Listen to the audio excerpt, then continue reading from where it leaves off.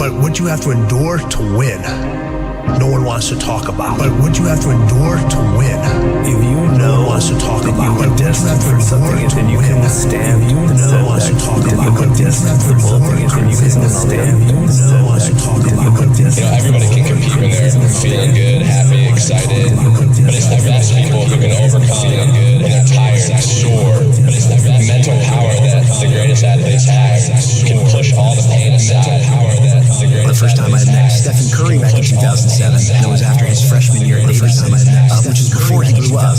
No one knew who Stephen Curry was after his freshman year. But I remember there was a few things really remarkable about him. But the most impressive thing was at the end of the first workout, he came over to me and Steph said, "Will you rebound for me? Because I don't leave the gym until I swish 5 free throws in a row." He was conditioning himself to be in that state. He was conditioning himself to do that, to not accept anything less. And one of the reasons I think he'll go down in history as the best shooter we've ever seen is his ability just to move on to the next shot. But the root of it is you want to be the best. You love competing and you want to dominate. But the root of it is the greatest athletes in the world don't make excuses. The greatest athletes. I wanted to do something that nobody had ever done before, and that started with a dream and a goal. I wanted to be the greatest of all time. And I think I always felt like I wanted to be good at everything I did and be great at what I did. I never expected to be as good as I was. No matter what you do in life, where you're at, no matter this is what in life, winning takes, and it's in all of us. This is what we all have fear, but if you harness it, it takes you to places that you couldn't even imagine. It takes you to places. There's mistakes, there's regrets, there's sadness, there's joy, there's frustration, there's sorrow, there's heartbreak, there's elation, there's frustration. It's all part of it. It's all part of life. There's elation. I said to myself, I'm going to do this and no one's going to stop me. I think that's the biggest thing. In order to win, you have to be seen. Winning is everything. Win, it's everything. People are champions when they really see themselves with no limits, when they really see themselves great. Because when you see yourself there, you are much more willing to do the work. You are much more willing to break barriers that others don't break because they don't really see themselves breaking those barriers. And this young guy, Djokovic, is 19 years old and he plays Roger for the first time in a Grand Slam. He's nobody. When Novak Djokovic started, Rafa and Roger were winning everything. It's impossible to win a Grand Slam with those two guys. You can't beat them. They're just way better than everyone. And he's interviewed before the match and he says, "I'm going to beat this guy." And I remember the press went really bad against him. Who does he think he is? But he was seeing him there. He was seeing himself there. He was seeing himself better than them. Which maybe people saw that as being cocky, but he was just very confident about his abilities. And he ended up being the best of the three. He beat all the records. He beat them on every level because his self-belief was extremely high, and his self-esteem, the way he was seeing himself. That's how I know if someone is a champion. And a lot of people fake it, which is better than not faking it, but it's not as good as really believing it deeply inside. You talk to the young players, they will say, "I want to be number one." I mean, they wish. Yeah. The ones who really want to, because they're not only saying it, but they're putting on the work. And this is a big difference, because when you really believe you can get there, it's much easier. It's never easy to work hard, but in a way, you are willing to do everything to get there. When you wish it, you do things halfway, or you don't do it fully. So that's a big difference. You do things halfway, or... But when you look at the road to winning, people look at you and they're like, "You're a success to winning." But your road has so many more steps. And those steps are infinite. Sometimes you get to see them, sometimes you don't. Sometimes they're there, other times they're wobbly. Sometimes they're there. You don't know if that next step is going to be there, but you have enough belief in yourself to say, "I know it's there. I'm going to take that step. I may miss the step, I may fall, I may get scraped. That step may go in a quicksand, but I know there's another step. I know, I believe inside me that there's another step that I have to take, that somebody else isn't making me take." Those steps are infinite. Winning is infinite. Those steps are infinite. Winning is Of course, if your self-esteem is big, like huge champions, I mean legends like Serena or Venus, and I had this discussion with Richard Williams, their father, and he told me my main focus was to create two young ladies that were believing in themselves in general. And he said to me this, and I believe it, whatever they would have done, they would have been successful. We chose tennis, but if they would have wanted to be runners or singers or whatever, they would have succeeded because they had this incredible self-esteem that they have. And you'll see that whatever they're going to do after tennis, they're going to be successful. I think from the get-go, I believed I could do it.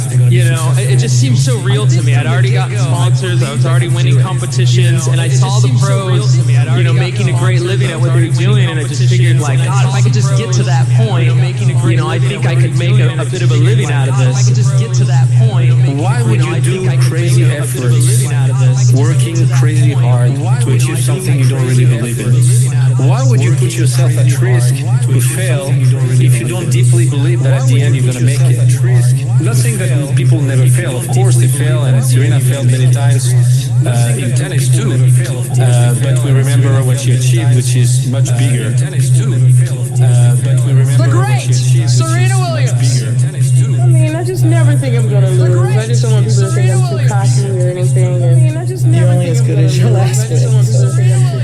I hate losing. I mean, that's no secret. But you gotta lose. I feel like every time I lose, I get better. And I think it's important for me to have losses. Just the fewer the better. I think it's I think a lot of people they see you run, they say, "Oh, it looks so easy. It's really effortless." But before it gets to that easy, it's hard effort, hard work. Day in, day out, sacrifice. Day in, day out. The confidence comes from preparation. You know, so when the game's on the line, I'm not asking myself to do something that I haven't done thousands of times before. When I'm prepared, I know what I'm capable of doing, I know what I'm comfortable doing, and I know what I'm not comfortable doing. Right? And so in those moments, if it looks like I'm ice cold or not nervous, it's because I've done it thousands of times before. So what's one more time? No, I've never been afraid. I mean, obviously you're nervous, but afraid means you're not confident in your skills. I have total confidence in my skills, so I'm not afraid. You put your mind to doing whatever you want to do. Good things can happen. That shot gave me the idea that I can be better than what people think, and I can surpass any expectation that I may have for myself. The start is just every day do something you didn't do the day before. The start is just every day do something you didn't do. If you just pay attention to the details, you pay attention to the details, those distinctions are easy to see. You pay attention to everybody talks about working hard, showing up early, showing up late, doing all. Everybody can do that. Everybody can do that. It's the mannerisms of the way they carry themselves. It's the way they compete. It's the way they listen. It's the way they absorb information. How coachable they are. The one thing, all my athletes in business, in sports, the one thing, the best of the best are so coachable. They listen. They listen. They absorb the information. They pay attention. They're there. They listen. They absorb. Of course you want to win, but winning is not a goal. Winning is a result. Of course, the goal is what do I focus on? I focus only on things that I can control. Winning, you cannot control everything. There are a lot of things you can control. There are a lot of things happen. A lot of emotions come in. A lot of thoughts come in. You have to take them away, and the only way to take them away is to talk to yourself in a way that makes you better. But you also have to make efforts every day, and you do, to have those small victories and build yourself as a person that is able to achieve his dreams. By no means have I never made a mistake. I've made lots of mistakes, both in and out of the pool. And, you know, I've been able to learn from every one of those mistakes. And I've been able to, you know, help people not make the same mistakes that I've been able to, you know, help people not make the same mistakes. Keep going. You're doing the right thing. So keep going. Why can't you change your thinking? Everybody else does. Do you know what everybody says? It's suicide. You've seen it. You know how strong he is. You can't win. Because I'm a fighter. That's the way I'm made. Because I'm a fighter. We can't change what we are. That's the way I'm made. We can't change what we are. Say what you can do. Do what you say. you can't do it, don't say you can do it. Don't over-leverage yourself. Don't over-leverage a decision and then jump in and kind of dip a toe. I think I'll try it out. No, think you're going to try it out beforehand, but when it's time to go, dive. Don't leave it and go. If I just would, that keeps me up at night. I think it keeps a lot of us up at night. Finding out and looking in the mirror and going, keeps a lot of us up at night. I didn't half-ass it. I went all the way. I found out. Why didn't you quit? You knew I was trying to get rid of you. He lost his father literally 48 hours later in his own car. Yeah, what was it like racing that year, having to show up again now that you don't have the person who believes in you and loves your dream? What was that show? I don't know. It was on the Tuesday of Baku. As soon as he passed away, I asked myself what would he want me to do. As soon as he passed away, I had no doubts. I mean, there was only one answer. This was a kid who just lost his father. He was a kid at the time. He was a teenager. That kind of mental strength, I'd never seen anything like it. He was a teenager. He then went out, fell to last place, fought his way through, won the race. Takes the lead. He's passed absolutely everyone to get himself back to the flag. Yes! Yes! Wayne Gretzky said in a brilliant way, you miss 100% of the shots you don't take. Gretzky said in a brilliant way, what often meets is this than the other road he takes to avoid it. Your mind is like this water, my friend. When it is agitated, it becomes difficult to see. But if you allow it to settle, the answer becomes clear. You just gotta quit tripping while you're in the process. Because the process is necessary. You may not see it now, but when he gets you on the other side of it, you're gonna see exactly why it went that way. And you're gonna be okay with it. In your strategy and your plan of action, continuously looking for ways to win. And your plan of action, continuously looking for ways to win. And your plan of action, continuously looking for ways to win. That's all it is, Miles. A leap of faith. That's all it is, Miles. A leap of faith. So now you gotta ask yourself, are you here to prove something to other people? Now you gotta ask yourself. Or prove something to yourself, other people? Now you gotta ask yourself. Or prove something. Until you win, effort always goes unnoticed. Get used to it. But no one roots for you until everyone roots for you. That's just how it works. No one roots for you until everyone roots for you. You set me up to fail? Why? If you only do what you can do, you will never be more than you are now. The only insults that hurt are the ones we believe. Next time someone insults you, remember, they're going to die. Everyone will forget about them. And if no one will remember them, then you might as well forget about them now. They are irrelevant. Your dream, your actions, your outcomes. You cannot wish for a strong character and an easy life.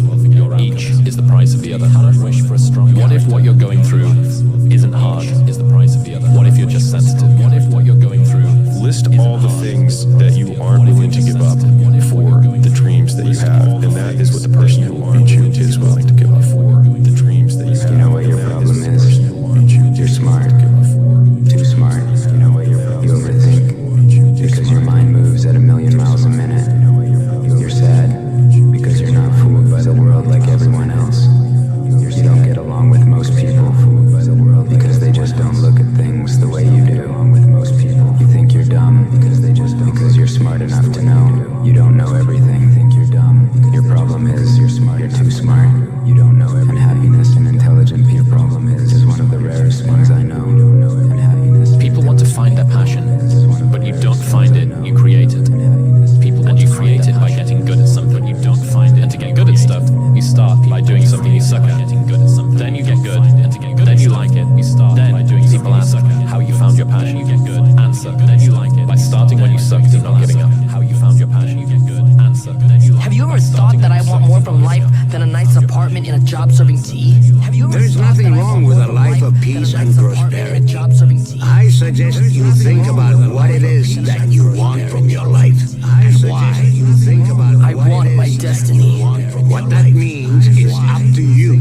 I want my destiny. What that means is up to you. I think about sometimes. My destiny. Many times. I think about sometimes. It goes. Many times. Then I heard the voice of the Lord. It goes.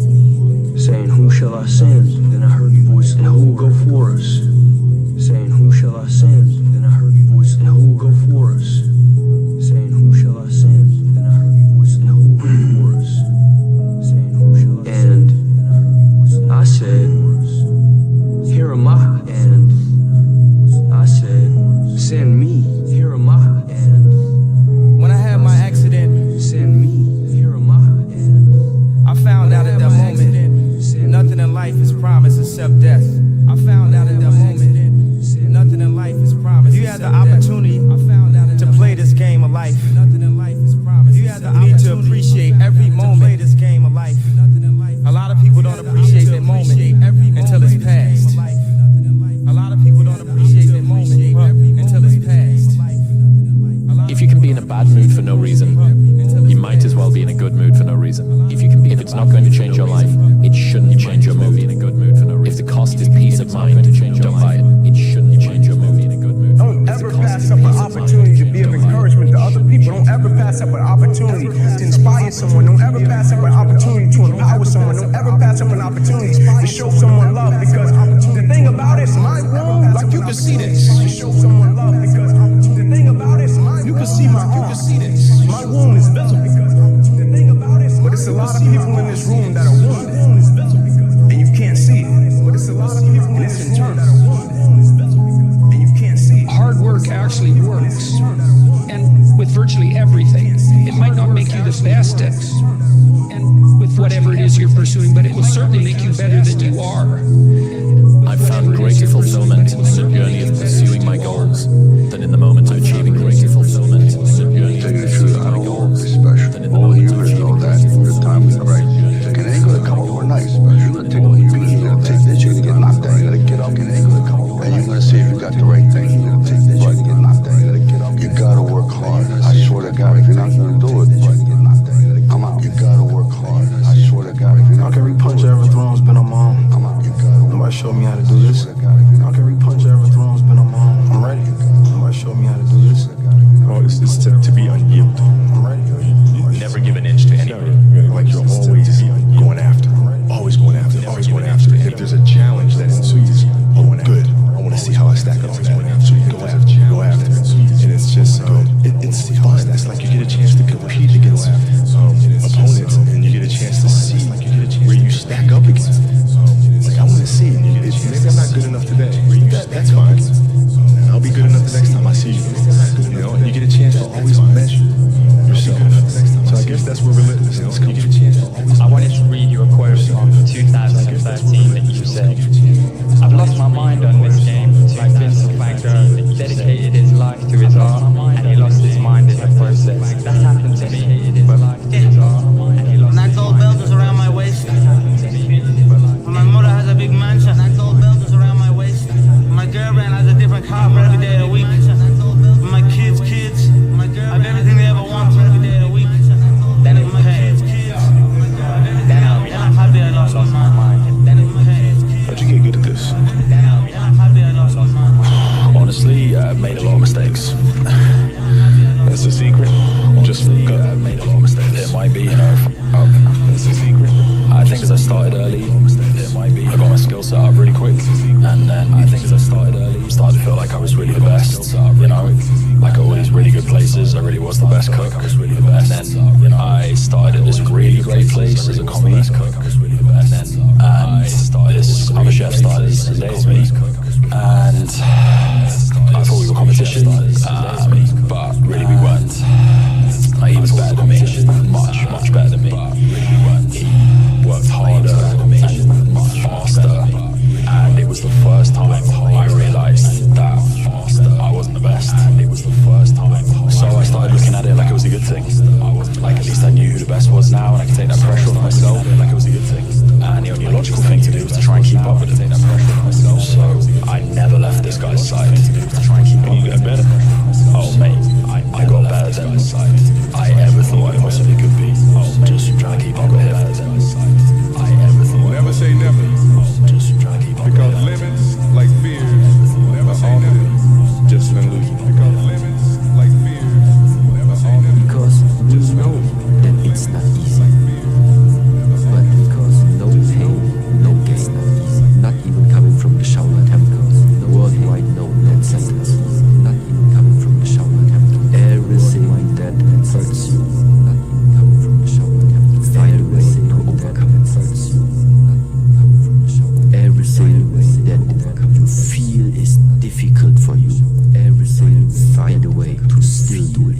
difficult for you.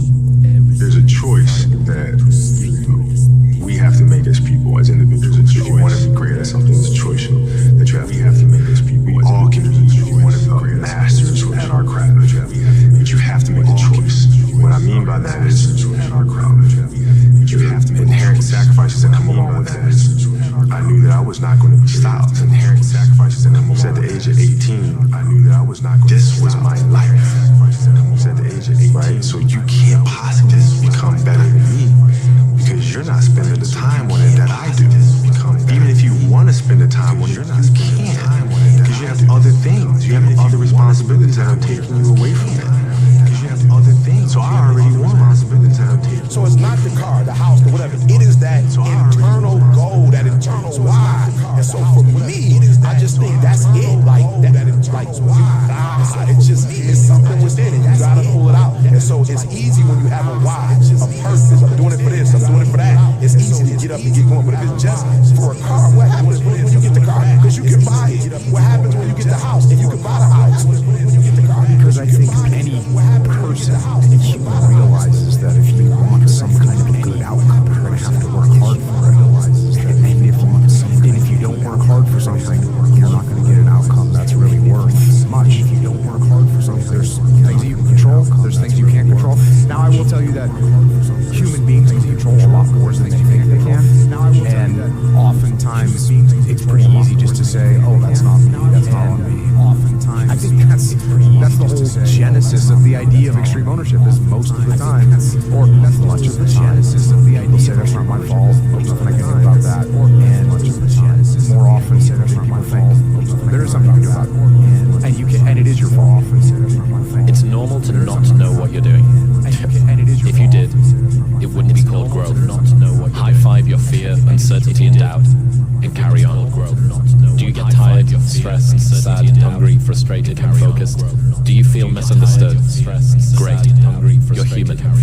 You don't need medication. Misunderstood. It is hard. It's hard when you're young to wake up in the off season at 6 a.m. to go train and work out, knowing that all your friends are sleeping in and eat pancakes. It's hard when you're on your way to practice, weighed down with all your gear, and it's 90 degrees out and all the other kids are at the pool or at the beach, and your body is already completely exhausted from workouts in 2 days. It's hard to throw, catch, block, and tackle, and hit kids when they're way bigger and way more developed than you, only to go home that night bruised and battered and strained, but knowing you have to show up again the next day for just the chance to try again. But understand this, life is hard. But understand this, you're not good enough. If you quit, you're going to quit everything hard in your life. And that's a big problem. If you quit, people delay doing things they don't like for longer than it takes to do them. People delay doing things we need to be reminded more than we need to be taught. Than it takes to do. Bad things don't come in threes. Bad things happen. People don't know how to cope, and they allow one bad thing to snowball into more. Bad stuff sucks. The only thing worse is letting one bad thing ruin many good things. So when I was growing up for like 3 years, so from time I was 8 to time I was like 12, we lived in a $7 a month place. And what I call it is I'm always paying rent in that $7 a month home. Every day of my life, I go back and revisit that place. Because that place made me every day of my life this Garant. That place made me this hard man. And then from that place, that place is hard work. That place is going back to the fundamentals of life. The fundamentals of what made David Goggins. Going back in there, going back to the library of David Goggins, studying even more of what I know, taking that out, going back to where I'm at now, and then moving forward. Difficult things make regular life less difficult because regular life can be confusing and little things that go wrong and little problems that arise are exacerbated by the fact that you're not accustomed to dealing with hardship. But it was still a kid with a dream and a belief in himself. And for many times I was laughed at and not believed in, but you know what? Nothing external can defeat the internal. The only thing that can take someone down or break you down is internal. Nothing external is strong enough. It's just about making sure your internal dialogue and your internal belief in yourself is strong enough that it can withstand the external. The external is there. You've got to accept it, you've got to embrace it, you've got to understand it, be aware of it, but don't let it seep into your internal dialogue. I think the more, at least for me, the more I've tried to create space between how I feel and what I do, the more consistent my outcomes have been. And what I do, embrace the process. You're going long process. Life. Embrace the process. You're going long process. Embrace the journey and the process of life. You only get stronger hiking by going uphill. Nobody gets stronger hiking by just going downhill. Because you're probably in the bed right now. You're probably an underachiever. You're probably somebody who doesn't want to do anything with your life. You're probably People should stop complaining. Right. People should figure out who the fuck they are. Good call. People should not listen to America propaganda of fixing the shit they suck at. They should be tripling down at what they're good at. They should be competent in certain areas. But you're not gonna become Beyonce or, you know, like your bone structure is a certain way. Like you're not gonna solve everything. Your IQ can get a little bit better, but don't worry about the incremental. Figure out what puts you on fire and you're halfway decent at. If you're lucky enough right now to be listening and you're good at what you like, become tunnel vision.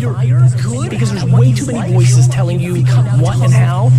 The reason most people who are listening right now are not doing that thing is they're worried about the opinion of somebody. And the reality is we have to get to a place where you're doing you, because the number one thing that scares the fuck out of me is regret. The Lonely Chapter describes a time in which you're growing, you're changing as a person, and you're now so different that you can no longer resonate with your old set of friends, but you're not sufficiently developed that you've got the new set of friends that you're going to grow into. And this is the Lonely Chapter, and the problem with it is that you're always, the desire to sort of regress back to where you were is always going to be there, and you're going to have uncertainty. There's not even the promise of glory or success or triumph when you get through the other side. What am I pushing toward? You know, you're telling me that I'm not going to go out on this night out with my friends, which I've done for the last 5 years or 10 years in the town that I grew up in or went to university in or whatever. You're telling me that I'm not going to do that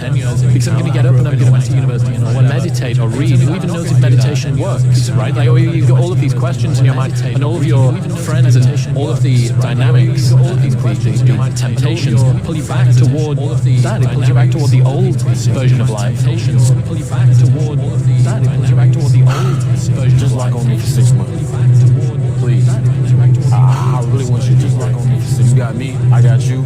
We all we got. I really want you to just like on me for 6 months. You got me, I got you. We all we got. It's so easy to quit, bro. That's what everyone's doing. And we're not trying to be like everybody else. It's so easy to quit, bro. Can't progress in life without progressing. We're not trying to be like everybody else. Let it go over your head, bro. You can't progress in the grand scheme of life. You don't progress in your everyday life. If you don't try to take a step to be better, your overall life won't be better everyday life. If you put your head down and lock in on the vision, how could you not win? The only thing that's gonna cause you to lose is your mentality. Why I hate being around negative people. Being an asshole is a weak person's idea of strength. Complaining is their connection. Never let yourself be held back by other people's fears. People criticize what they're afraid to do themselves because bold action reminds them of their own inaction. If you're afraid to be criticized, why do you care about the opinions of those who are too timid to do it themselves? If you are the criticizer, does tearing down someone who has the courage you lack make you better? Does tearing down you have a whole life in front of you.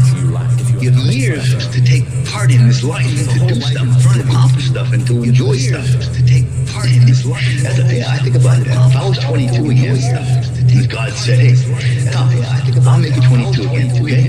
Just do something different." God said, "Hey, wow." Oh my God. I'd be like a professional golfer this time, even though I can't.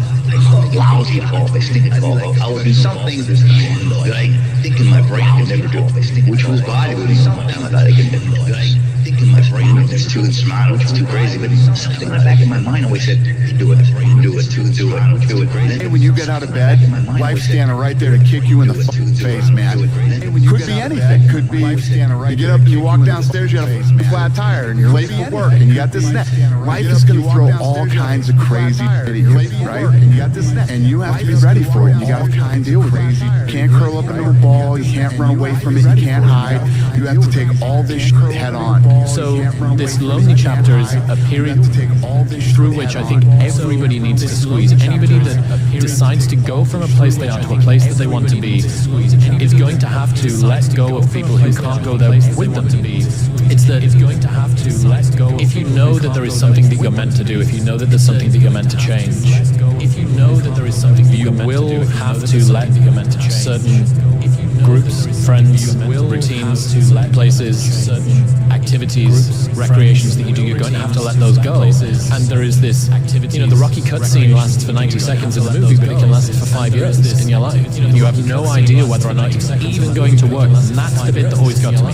The bit that always got to me was I didn't even know if there was going to be any glory on the other side. It's like, well, I'm just stood here doing the thing, but I don't know if he's going to come out on the other side. And I can promise you, anybody that has done anything, moved from any place they were to any place that they want to be, has gone through this lonely chapter. From any place they were to any place that they want to be, has gone through this lonely chapter. Like, who cares if I believe I believe myself? So what?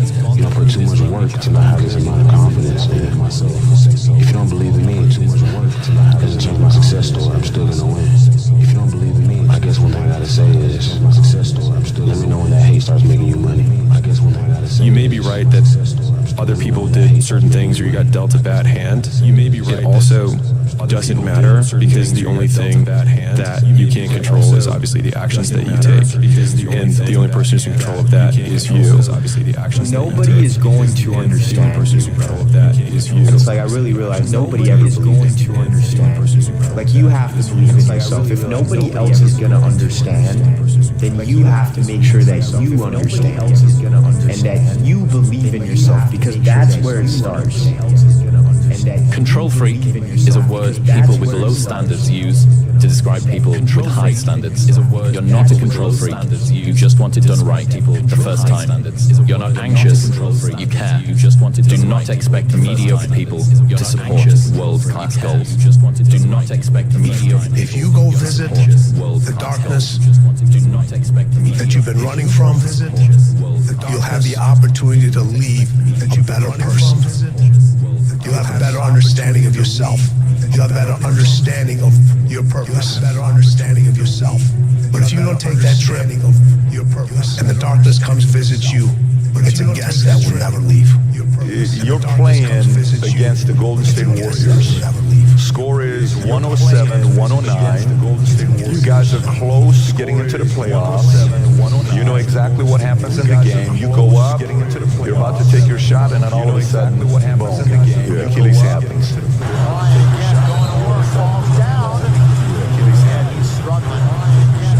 Right after you were injured, you went on Facebook and you posted a lengthy blog. You know what this is? Oh, yeah. This is such BS. All the training and sacrifice just flew out the window with one step that I've done millions of times. The frustration is unbearable. The anger is rage. Why the hell did this happen? It makes no damn sense. Now I'm supposed to come back from this and be the same player or better at 35? How in the world am I supposed to do that? I have no clue. Do I have the consistent will to overcome this thing? Maybe I should break out the rocking chair and reminisce on the career that was. Maybe this is how my book ends. Maybe Father Time has defeated me. Then again, maybe not. It's 3:30 a.m. My foot feels like dead weight. My head is spinning from the pain meds, and I'm wide awake. Forgive my venting, but what's the purpose of social media if I won't bring it to you real, no image? It feels good to vent, to let it out. If I won't bring it to you, it feels that this is the worst thing ever, to let it out. Because after all the venting, the real perspective sets in. There are far greater issues and challenges in the world than a torn Achilles. Stop feeling sorry for yourself. Find the silver lining and get to work with the same belief, same drive, and same conviction as ever. And get to work with the same belief. One day, the beginning of a new career journey will commence. Today is not that day. If you see me in a fight with a bear, pray for the bear. Not that day. If you I've always loved that quote. That's Mamba mentality. We don't quit. We don't cower. We don't run. It's hurting. But the Lakers down by 2, and they want him and need him at the free throw line. It's hurting. But the Lakers down by 2, and they want him and need him at the free throw line. Yeah. How the hell do you tolerate that kind of pain? Yeah, I tell this example, and I think this is the best way to explain it. Your kids are upstairs, I think his wife is wherever she may be, it's going down. Right? Wife is wherever she may be, willing to bet that you're going to forget about your hamstring, you're going to sprint upstairs, you're going to grab your kids, you're going to make sure your wife's good, you're getting out of that house, right? Hamstring be damned. You're not going to feel your hamstring. This is another obstacle. This obstacle cannot define me. It's not going to cripple me. It's not going to be responsible for me stepping away for the game that I love. I'm going to step away on my own terms. And that's when the decision was made that, you know what, I'm doing it. I'm doing it. That's when the decision was made that, you know what, I'm doing it. Disgust is a negative emotion, but it can have a very positive, powerful effect. Disgust says, I've had it. Very positive. What an important day that could be. Disgust says, most people will not understand your obsession, your drive, and your determination. Success is a lonely journey. That's just a reality. And most people are not going to understand why you're so driven, why you're so obsessed. And if you try and make them understand, you're going to end up frustrated. The best advice I can tell you is go on the journey by yourself. If I'm going to be just as miserable being mediocre as I am doing this, I think Iverson, that's how you gonna play it. as You I gotta do am this doing for this. I think that's all I needed. That's how you gonna play it. That's all I needed for him to do that, and it became personal eating. That's all I needed for him to do that, and it became personal eating. you never know which one is going to turn everything. You never know which one is going to turn everything. Don't put up the walls. The same wall that keeps out disappointment keeps out happiness. Don't put up the walls. Take down the wall. Go for the experience. Let it teach you. Take down. And here's the last one. Go for the experience. Resolve. Let it teach you. Resolve says I will. Two of the most powerful words in the language. Resolve says I will. Benjamin Disraeli said nothing can resist a human will that will stake its existence on its purpose. Nothing can resist a human. Shortly put, I'll do it. It will stake its existence on its purpose. My whole thing, Joe, is I'm so grateful. I'm so optimistic, man. I'm always looking for light in every situation. I'm so optimistic. And I think that's the way I deal with things. I always believe there's going to be good at the end of the day.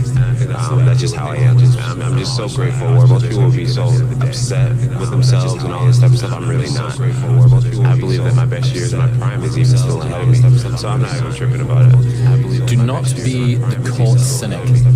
The ability to express wonder and amazement and seem like you mean it is a rare and dying talent, and one still greatly valued. First thing is you gotta be selfish as hell. First you gotta be selfish as hell. I don't give a f. It's to sacrifice, but without great sacrifice and without great risk. There is no such thing as great without sacrifice and without. You have to have, and I don't like this word, but I'm gonna say it because it's true. You have to be a little maniacal with this. I'm gonna say it because it's maniac, right? That word isn't good in a lot of situations, but when you're pursuing your destiny, when you identify with your destiny, you have to be selfish. You have to be maniacal. You have to be uncompromising. You have to be maniacal, and you have to move in a way. When it comes to those three things, you have to move and function when it comes to those three things in a way where it's an unwavering faith. Like, it don't matter how fucked up that shit might look. It don't matter how much it feel like it ain't gonna work. People say I'm conceited, I talk too much, but they must have pity on me. It's hard to be humble and as great as I am. We have been fed this line of worship that you're supposed to seek comfort. And I don't think you are. I think you're supposed to seek lessons. You're supposed to seek see difficult tasks and accomplishments, and through those things, and through doing things that are hard to do, even if it's just a 90-minute hot yoga class. I do a 90-minute yoga class, man. Those last 20 minutes, I do not want to be there, man. And I definitely don't want to give 100%. And I can cheat. I can kind of half-ass it. But if I don't, and I get through it, when that time is up and the lady says namaste and everybody gets up, like, man, I made it. You know, I lost 15 pounds. My yoga mat is drenched to the point where I can literally wring it out and fill a jug up with water. But through that struggle, I will now have a better day, and I better do it again tomorrow. Why you need to go all in. The main reason you need to go all in is because you have nothing to lose, bro. When you think about it, guys, you're already broke. Okay? And we know that you're not going to save yourself rich. Okay? And we know that if somebody else is all in and you only have half of your foot in to the water and you're not ready to jump, that guy's going to beat you every single time to the water and you're not ready to jump. Your job is to try to be the best basketball player you can be. Right? To do that, you have to practice, you have to train. Try to be the best basketball player. You want to train as much as you can. To do that as often as you can. You have to train. So if you get up at 10 in the morning, train at 11 as often as you can. Right? 12. Say 12. If you train at 12 in the morning, train for 2 hours, 12 to 2. You have to let your body recover. So you eat, recover, whatever. You get back out, you train, start training again at 6. Train from 6 to 8, get back out. And now go home, you shower, you eat dinner, you go to bed, wake up, do it again. Right? Those are 2 sessions. Right now, imagine you wake up at 3, you train at 4. You go 4 to 6, come home, breakfast, relax, now you're back at it again. Come home, 9 to 11, relax, right? Relax, and now you're back at it again. 2 to 4, 9 to now you're back at it again. Relax, and now 7 to 9 again. Look how much more training I have done by simply starting at 4 to 9. Right, and so now you do that, and as the years go on, the separation that you have with your competitors and your peers just grows larger and larger and larger and larger and larger. And by year 5 or 6, doesn't matter what kind of work they do in the summer, they're never going to catch up. Doesn't matter. But I think that's good advice. Don't be a follower, be a student, right? Take advice, but not order. Take information, but don't let somebody, order your life. Make sure what you do is the product of your own conclusion. Make sure what you do is the product of your own conclusion. Make sure not to do what someone else says. Take what someone else says, process it, think about it, ponder it. It makes you wonder, makes you think, and it's valuable. Then, when you go take action, make sure that the action is not what somebody told you. Make sure the action is the product of your own conclusion. Make sure that the action is not what somebody told you. The biggest difference between people who win and people who lose is that winners expect to win. Winners are not surprised when they win. Like when I win, I don't overly celebrate because I expected that to be the outcome. Amateurs, when they win, they're surprised and then they over celebrate. And like I said, when they over celebrate, they become ineffective because they're taking their eye off the game for way too long, right? I won the week this week, and then they talk about that 1 week for the next 6 weeks. And the next 6 weeks, the guy who expected to win is still going just as hard. So it's an expectation. That's the difference between winners and losers that I think in terms of not so much their self-talk, but just their attitude. That I think in terms of you're gonna know what it's gonna be like to make it personal. Because I'm gonna make it personal. Because it's always been personal. Because it's always been personal. You identify with this gift. We all got the gift. This is something that we've all been blessed with. We all got the gift. At some point, if we listen to that little thing that speaks to us inside, some people call it instinct, some people call it a vibe, some people call it an energy, whatever the fuck you call it. Some people call it a voice, some people call it whatever that thing is, bro. If it sparks the thought, whatever that thing is, bro, that changes the whole trajectory, whatever that thing is, what your life changes the heart can evolve into because you took a second to listen to that shit. Can evolve into because you are identifying with your blessing, you are identifying with your gift, and at that point, you learn what the fuck it is, and become one with it, and walk in your purpose, bro, and become one. The key is time is precious. Now let me give you Bill Bailey's description of time. The key is time is life is not just the passing of time. Description of time. The key is time is life is not just the passing of time. Description of time. The key is time. Life is a collection of experiences. Their frequency, collection of experiences, and their intensity. Life is not just watching the clock tick away. Life is a collection of experiences, watching the clock tick away. Life is their intensity, their frequency. When my friend Mark died at age 44, someone says, that's young to die. But what if he lived 4 lifetimes at once? Might not be that young to die. So here's what if he lived, whatever the span of your life turns out to be, here's what you want to fill it up with. Experiences. The span of your life turns out to be, here's what you want to fill it up with. And if you lose that, not only are you not going to be successful in life, you will also lose yourself, and you will be miserable, you'll be unhappy, you'll be alienated from who you are. And you can get away with that when you're young because you're happy, you look good, and you've got energy, things are going right. If you get into your 30s and you're like everybody else, and you don't know who you are and you don't know what you like anymore, you're just following every trend, you start to get depressed, and you start going down this rabbit hole. Things can turn really ugly. So you start going down this. You need a bit of courage in life. You need to go. So okay, I am weird. You need a bit of courage. I am strange. Lean into it. So strange. When I had the 48 Laws of Power, when I first wrote the book, I had the 48 Laws of Power without it being published yet. When I first wrote the book, it was a very strange looking book, and it reflects my own strangeness. It was a very strange on the margin, stories, everything broken up, images, quotes here and there. And what a time now for us to take this dream and not let it die. Take this dream and give it life. Take this dream and breathe into it your own personal spirit until finally it becomes a flame that burns around the whole world. Let's go do it now. Well, next, I think the greatest fear that we face is ourselves. Actually, I think it's the greatest fear that we face. It's not anything that's external or anything that's superficial. I think the greatest fear you face is yourself, because we all have dreams. The greatest experience is just scary sometimes to accept the dream that you have. It's scarier still to say, okay, I want that. It's scary because you're afraid that if you put your heart and soul into it and you fail, then how are you going to feel about yourself? Right? So being fearless means putting yourself out there and going for it. No matter what, go for it. Not for anybody else, but for yourself. Then here's a philosophy that really changed for me everything.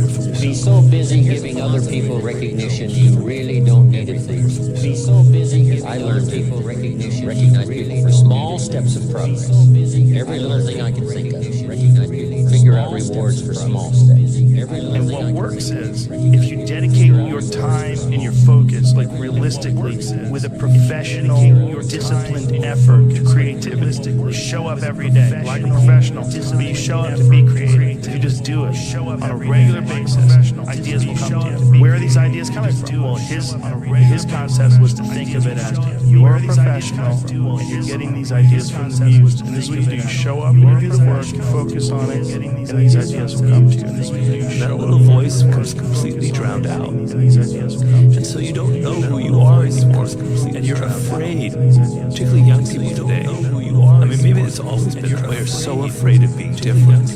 They're so afraid of being odd. But look at all the powerful people in this world. Look at your Elon Musk. Look at your celebrities in entertainment, in business and politics. They're one of a kind. They have like, I hate that word, but it's like a brand. They're different. They stand out for something that's truly different. Even Albert Einstein, there's nobody else like Einstein. There's nobody like Da Vinci. Okay, Albert Einstein. That's where your power lies.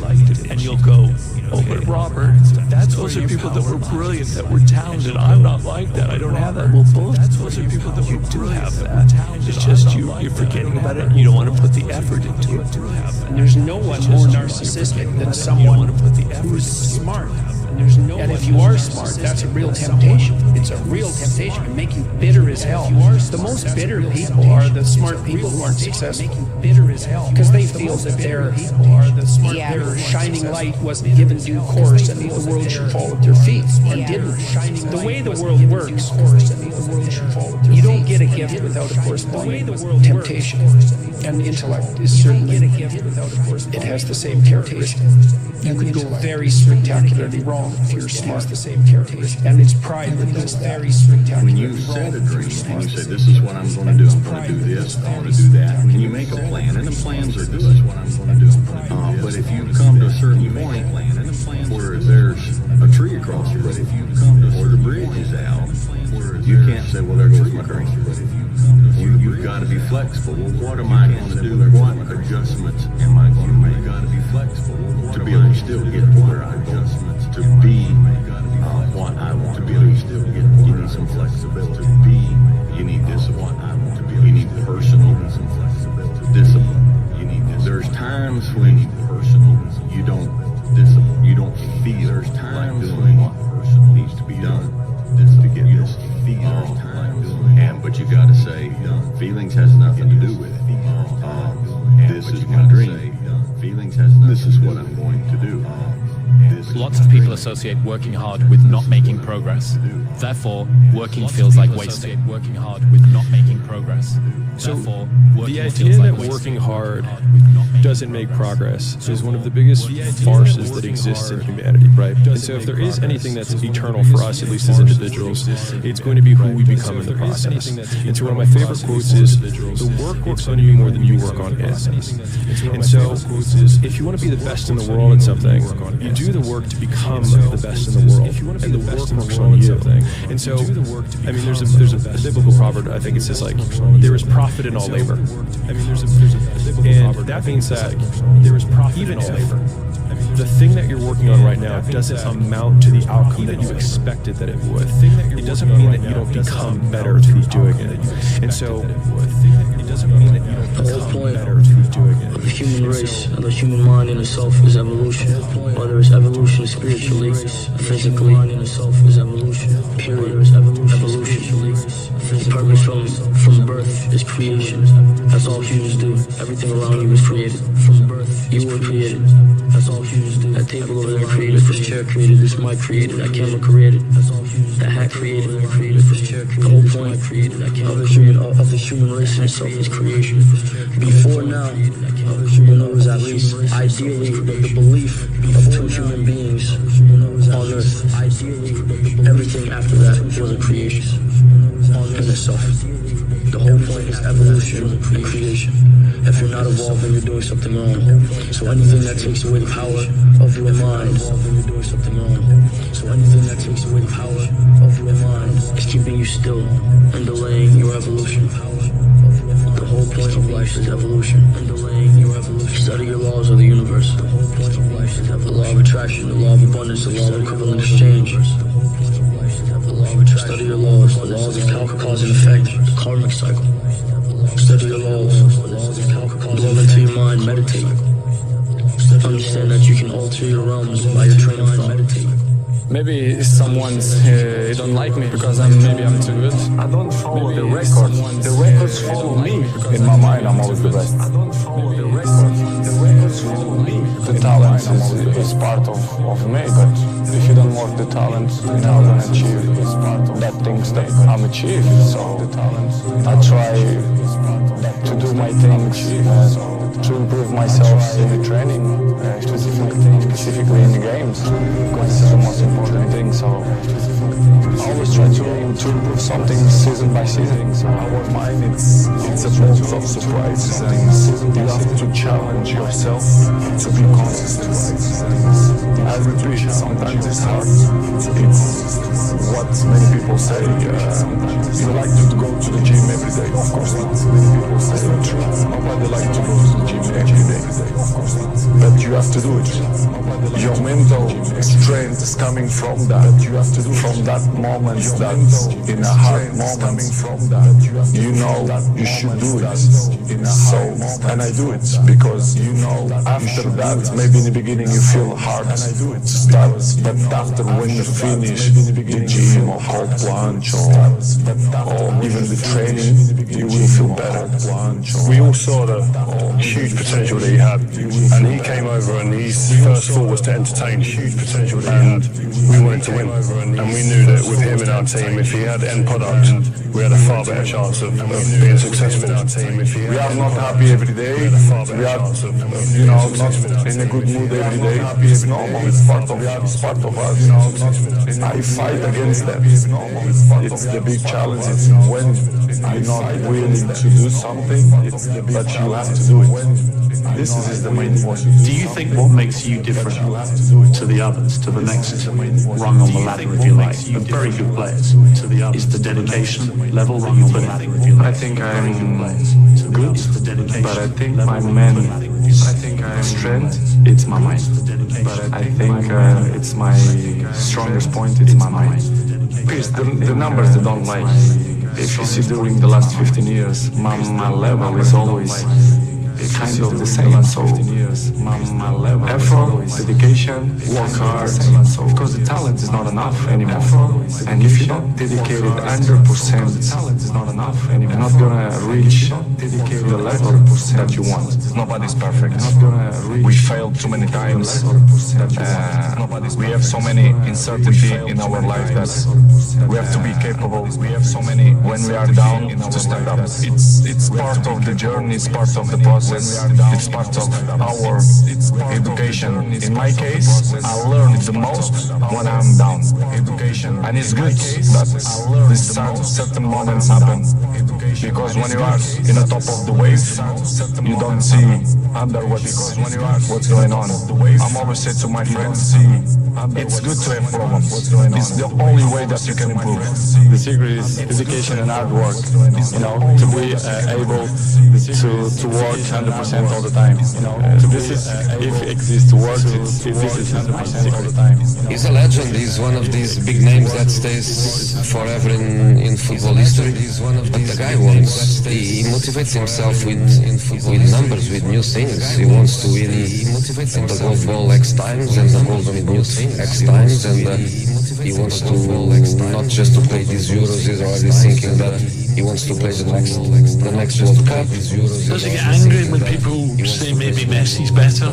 Would that infuriate him? I don't think so. I don't think so. I just think that critics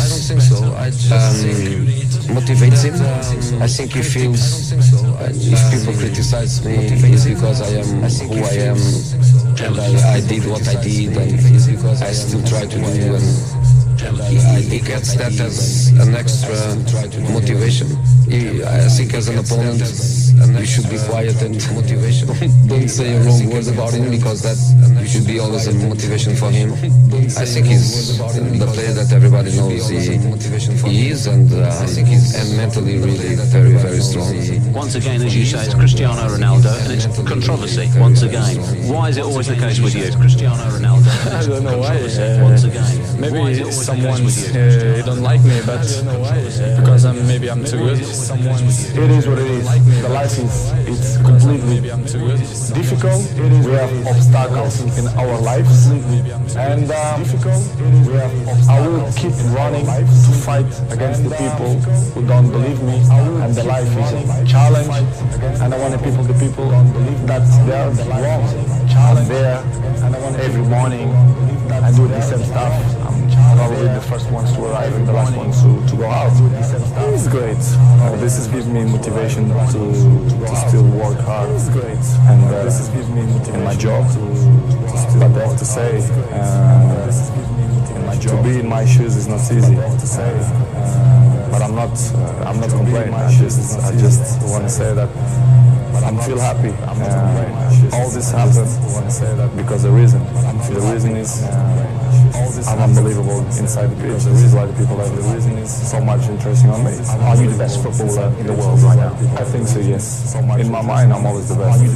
I don't care what the people thinking, what they say. In my mind, not just this year, but always, I'm always the best. I'm always going to say that because I think we have, to thinking, we are the best in our area. So in my area, I think I'm the best.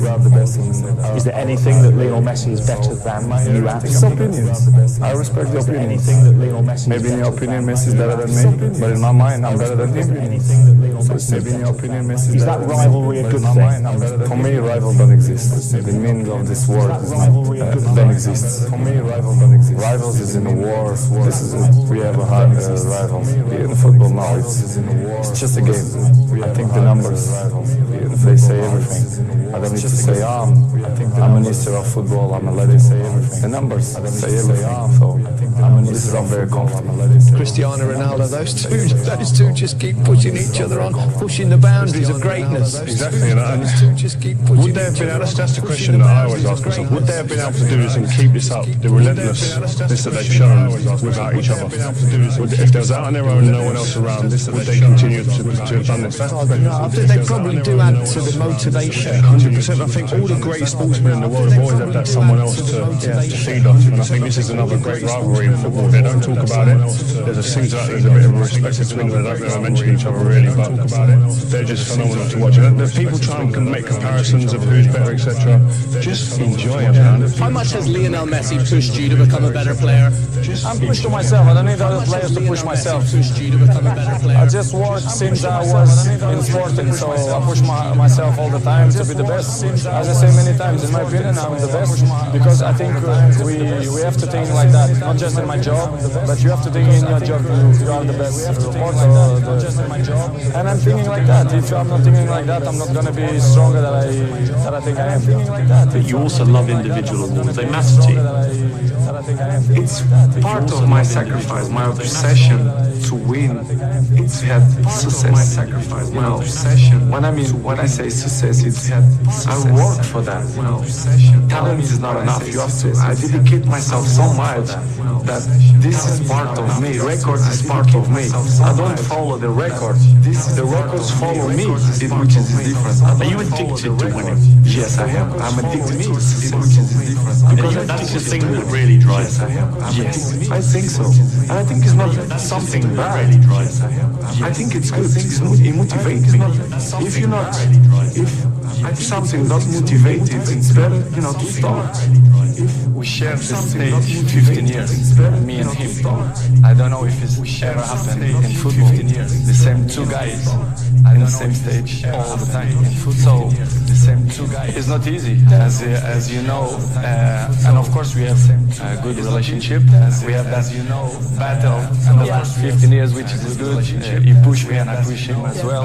So it's good to be part of history of football. I'm there, and of course he's there as well. When I was at Manchester United, and you think who was that person who had a massive impact on the club while they were there, you can't look no further than Cristiano. And you talk about mindset. I don't know a stronger, more determined, obsessed player that I'd share the changing room with because he was just phenomenal. Why we don't believe that we can do it better? You have to believe, you have to be positive to try to change the things. We only give up to the guys who is weak mentally. This is why I mentioned in the beginning, new year, you have to implant that in your mind that we are capable to change things. Well, my best words is dedication and hard work. To achieve this kind of things, you need to work hard and, be a great professional, be serious in your job. And this is what I try to do. It's been a great debate over the last few years with him and Messi. But I think over the last 6 months, I think he's gone up to another level. I think he's out there on his own. The way he started the World Cup, the way he finished last season. How many times did we say about him? His improvement, his attitude. And I think a lot of it is not natural ability for Ronaldo. As brilliant as he is, I think it's just sheer hard work, determination, desire, courage. He's got a lot of courage. Once they get in there, he's brave. I've said it before, the guy's a genius. This difference between making it because of talent and making it because of work ethic. When you said to me you felt like an enormous percentage of your success has come from work ethic, and that there's sort of an unfair perception of just being hyper talented, and that's sort of an unfair perception. To be honest, I think both have to work in the same time. To be honest, talent without work is nothing, and work without talent is nothing. So I think the both mix up. And of course I have two. I'm not will say that I have more one than the other. And of course because if you see my own career, one than the other. And of course I have 20 years. If you see my level was high in career, and this is for the last. And of course I have 20 years. It's really tough. Not only in a football, but in any area. If you are top for 20 years, it's unbelievable. And the biggest motivation is to carry on, to still enjoy, to make people happy, to make my family happy. Biggest motivation. So for me, I have both talent and to make work happy, to make my family happy. Motivation is that he has shown that it's not just talent, ability. It is hard work, and he seems to be getting the fruits of all the hard work that he's put in just down the years. He looks like somebody who will not, and he seems to be anything that's not going to be. For example, you arrive home, you had a lunch, you do it a quick nap, and you wake up, you play with your kids, I have to go to the gym, do it a quick nap, 30-40 minutes, but you play with your kids. This will make the difference in the end of the day, you understand? If you not do it 30-40 minutes at work, you miss one. The next day, it's 2 sessions that you lost. And I know in the end of the day, in the hand, they're going to make a huge difference. This is why I'm thankful. And I know in the end of the day, in the hand, they're going to make a huge difference. Every year is a challenge for me to be better than last year. So I know it's tough. Last year was amazing. 2 years ago was amazing too. So my job is to continue to work hard and dedicate myself 100% in my job and win trophies, collective and individual too. To work hard and dedicate. He said, let's go and having a lunch after training. Go to his house. He was few people on the table. I look at it. He was just some salad, plain white chicken. Go to his house. No juice, just water. So we have a food, quickly a lunch, and after that he said, let's go in the garden and play 2-touch.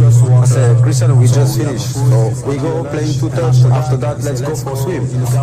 After that, let's have a sauna, jacuzzi. I was like, Cristiano, why we didn't stay at the training ground? So that's why I say Cristiano deserves everything he got right now. So I'm really happy for him, and he deserves because he works so hard and he's a machine. He really beat him in front of everyone, so we scream, and Cristiano was so angry. He sent his cousin by a tennis table. After 2 weeks, he back and he beat Rio in front of all of us. So that's Cristiano Ronaldo. He don't want to lose any game. Discipline is the most difficult thing, not only in sport, after 2 weeks, he back and he beat Rio in front of all of us. Willing to do that? It's the main point, because everyone wants to be Cristiano, but difficult thing. Not only in sport, after 2 weeks, he back and he beat Rio in front of all of us. It's the main point. Tears of joy. That's part of the fight game. Must always give the to the man above. Always yours. Because without God, all this would not must always to get something, you have to sacrifice something. And what I did, I put everything aside. My whole life. Boxing has always been first. I worked extremely hard to sacrifice to get to this point. What I did, and every day I know I'm blessed. I'm truly blessed. And I don't take anything for granted. If you think small things happen. I always dream big. I always believe. Every day I know I'm blessed. I believe in my team. I believe in these fighters. If you think small, the goal is to become a $100 million fighter. I've seen guys like Mike Tyson, and I've seen it myself with my own eyes. When I seen that Bentley at the boxing gym, and I seen that diamond Rolex, I said I want that fighter, and I knew what it took. So I know when my opponent is asleep, I'm out there at 4 or 5 in the morning, chopping trees, working, and I see that to this day, because I can retire today. I'm well off, very comfortable, but I got the will to win. I'm there at 4 or 5 in the morning. Some say the motivation is the belt working, to this day. Some say motivation is the trophy.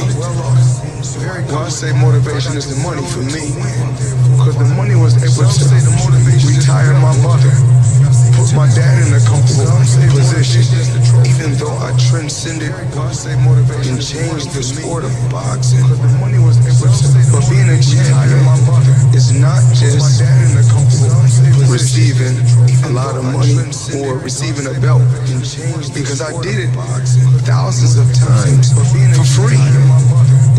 Before I got to this point, it started by us, my team, me, Leonard, and Nicole, going downtown in Las Vegas, Nevada, and feeding the homeless. Those are the things that they don't talk about Floyd Mayweather, because that's what it's about. Going downtown we give in Las Vegas, Nevada, but we don't look to the media to get praised. As long as God knows we're doing a good deed, because when I go do deeds and I don't glorify it to everyone else, I get blessed when I get in that square circle. That's why I keep winning. The 1996 Olympic Games, the semifinals, I think I was one fight away from the gold medal. I'm glad to have it. When I get in that square circle, I think that's the best thing that ever happened to me. The 1996 Olympic Games, because that semifinals right there pushed me. I was one fight away from the gold medal. I mean, it just pushed me to a limit that I can't even really even talk about. It pushed me. It made me want to be the best. We all go through certain trials and tribulations in life that we have to deal with, and certain things make us stronger. And in 1996, them cheating me made me strong. If I had to do it all over again, I say do it the same way. You guys are recession-proof also. Find a way. Find a way. Know what y'all want to do. You can be 30, you can be 40, you can be 50. I say do it the same way. You still got a chance. You got 24 hours in a day. Find a way. Know what y'all 8 hours you sleep. You can be 30, you can be 40, you can be 50. And most people work a 9 to 5. You still got so 8 hours you working. So we have 16 hours in a day. We got breakfast, lunch, and dinner. 8 hours you sleep. So we'll be at 90. That's 19. And most people work a 9 Take your hour to get ready. So we have 20 hours. 16 hours. You guys cannot spend 4 hours and then going up we'll be at 90. They lying. Oh, I like this photo. Take your hour to get ready. Oh, they fake it. Sending photos to other people. Y'all got to get focused. I'm where I'm at because I'm focused. Tunnel vision. I'm focused on what I got to do. You know, this dream that I had started years and years and years ago. You know, no matter what my dad did, you know, because he done whatever he had to do years and years to get me to a finer life, to give me a better life. What my dad did to give me the best life, you know, because that he can give me, he had to do, and everything happens for a reason, to give me a better life. Even when my dad was incarcerated and he went away, I still would hear his words in the back of my mind. Continue to work hard. Nothing is gonna come easy. Every day I say to myself, after my last fight, I say, this is nothing but organized, legalized street fight. I'm able to make hundreds of millions doing what I like to do in front of the police. Everyone sees us on All Access, or when I was with HBO 24/7. They see all the flashiness, all the shit talking, the trash talking. All Access. I had a game plan when I was with HBO 24/7. And when I say TBE, it's no disrespect to no legendary champion, because every fighter that's in this room, I had a game plan, has to feel that he's the best. And when I say, if not, you in the wrong sport. Somebody right now in here hit the lottery, the first thing they're gonna say is give it all to me. Because they don't know no better. Because rich and wealth is two different things. When you're rich for a short period of time. Rich is short term. Wealth is long term. You can have 100 million. But if you don't got no game plan, when you rich, it's gonna be gone. Being around certain individuals, like even being around my billionaire buddies. You know, every time I got around my billionaire buddies, I I was more like, it's cool to come over your house, but I need a house like this. It's cool to ride on your yacht, but I need a yacht like this. It's cool to ride on your jet, but every time I want a jet like this. And I said, no, I don't want to ride on yours. You show me how to get it. You can't be my friend if you can't show me how to get it. I need once they show me how to get it, then I can install it in my children. So it's about wealth. I'm no longer rich and wealth. Show me how to get it. You can't be my friend if you can't show me how to get it. If they might have made it, then I can install it in my children. You know what I'm saying? But they spending the money fast. They get you. You get a couple $100,000.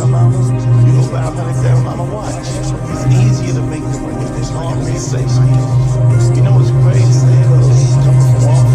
We thought we needed was $1 million. We just want to become a millionaire. It ain't 1 million. Until you get it and you realize it ain't enough. We living in a generation and a time where like people think it's only cool to be a boss. You know what I'm saying? And it is uncool to be an equal partner with somebody. I just think boss is a 4-letter word. Like, what does it mean outside of the action? If you're not doing boss shit, why you want to be a boss? Do you even know what being a good soldier is? Because some people, again, they offended by the idea of being a soldier, not me. You know what I'm saying? Like, I can step into soldier role and back into boss role at any moment. I play every role. Hey, you know, I heard a quote one time from Vincent van Gogh that really rang true. He said, he has dedicated his life to his art, and he has lost his mind in the process. When I sat and I thought about that, it sounded very familiar. I have given every single thing. He has dedicated his life, every ounce of my life, to this craft, to perfecting my craft, and I continue to do so. And in the process, I have lost my mind to regular society, to people who wake up at 9 a.m., who clock out at 5 p.m. They would look at me and say I've lost my mind, but me, I have found it almost. My name is Conor McGregor. I'm a professional MMA fighter. My dream is to be world lightweight champion in the UFC, have more money than I know what to do with, and have a great life for my kids, my grandkids, everyone in my family, everyone that's come up with me. That's my dream. My dream is to be number one. And have a great life. Most young men, why they got into martial arts was to defend themselves. I started off really being into football. That's what one of my first dreams were, you know, being a football player. How good you were at playing football and how good you were at fighting, you know, they were the two things where I grew up. And then maybe as I started going outside my little estate and all, conflicts started happening, and I had to kind of take myself right into it, be able to defend myself now as well, you know, they were the two things where not even to get back at anyone, just to kind of be like, alright, this guy knows what he's at, just leave him alone. Now that's it, I don't know what I'm doing, other than that really, now I'm obsessed now as well, you know, they were the two things where not even to get back at I was working in the plumbing business at the time, but it would have been around that time that John, I left the plumbing business. How bad was that? The plumbing? Yeah. Horrendous. It was just a horrible time, and I was like, you know what, I don't want to do this, and then I just left, and then I just stopped going, didn't get out of bed. Then my dad would come in and try and bait me out of bed, and we'd have fights, and literally, for a good while I never spoke, I didn't really speak to my dad. We just kind of stayed away from each other. Anytime I come across my dad, anytime we did speak was to fight. Why did it get to that point, to where he was that mad? Because I was doing absolutely nothing. I was out getting into trouble. Yeah, it basically felt like I was doing fuck all. I was a waster. I was a waster. But I call that a lot, you know what I mean? The real stress and the real fights come from the mortgage, come from the stress of home. A lot of people are getting evicted from their homes around here. So that's something that I grew up with. That was a big stress in my family. It caused a lot of stress. So I just wanted to give it back and help out and just do that. My mother and father are still young. So now they have their feet up, they can relax, they are in a new place. So it's good. That's something I always dreamed of. I always visualize what giving would feel like, given to people who have given to me, what that would feel like. I always dreamed of just showing up one day and be like, here. I always visualize good things, success, abundance, would feel like, given to people who have given to me. I visualize it all until I If you have a clear picture in your head of something is going to happen, a clear belief in that it will happen no matter what, then nothing can stop it. You know, it is destined to happen, and that's what It's perfect. I'm finding myself, you know what I mean? Because you are finding yourself. There is no opponent, you know what I mean? It's you versus you. I'd say I find myself in there. I'm gonna beat myself. Not even martial arts, life, you know what I mean? It's always you versus you. If you're competing against other people, you know what I mean? Competing against others, you're gonna become better. Eventually you'll become better. But if you compete against yourself, you'll become better. It's always you versus you. If you're competing against other people, there are no restrictions. There are no limits. There's no one trying to get something from me, or trying to make me do this, or make me do that, or send me here, or send me there, or stop me from going full. I'm free. I go in and do as I please. This is my time now. So it's a beautiful experience, and it's almost an out-of-body experience, and it becomes very, very addictive. So that's what you're seeing here. I'm addicted to that feeling, and I will do anything to get in there and get that feeling again. So it's a beautiful experience, and it's almost I truly believe we are all equal as human beings. If we are obsessed with something and we truly pursue our passion with everything we have, regardless of anything else, if you are obsessed, work hard, put in the time, you will succeed. And that is a philosophy that I carry, my coaches carry, and to see LeBron James, who's like a mega superstar over here and a phenomenal athlete, share that belief is inspiring right back to me. It shows that we are thinking correct. You know, this is hard work. This is an obsession. Nothing can be hard work. If you're doing something and you're not interested, or you have no passion for it, you should truly follow your passion. I'm not doing this for this. I'm not doing this for fake acting and pretending I can, you know what I mean? Trying to give emotion to some guy that wants emotion from me for a shot. I can't do that. I don't do this for that. But I understand that it's a double-edged sword and you must do that. I do it for the competition. Step foot inside that octagon. Have that feeling of freedom. So that is why I say I don't feel pressure in there. I do not. I feel free in there. I do it for the competition. No, there is no restriction. I mean, I've been beat before. You know what I mean? I've lost MMA fights, I've lost boxing fights, I've lost so many fights in the gym. You know, I lose all the time. You know what I mean? So it is what it is. If you, any true martial artist will know, in order to succeed at this game, you must lose. I've lost so many fucking shitload of times. You know what I mean? You must lose many times. You know what I mean? So it is what it is. We all have we all have the same emotions. We have all won and we have all lost.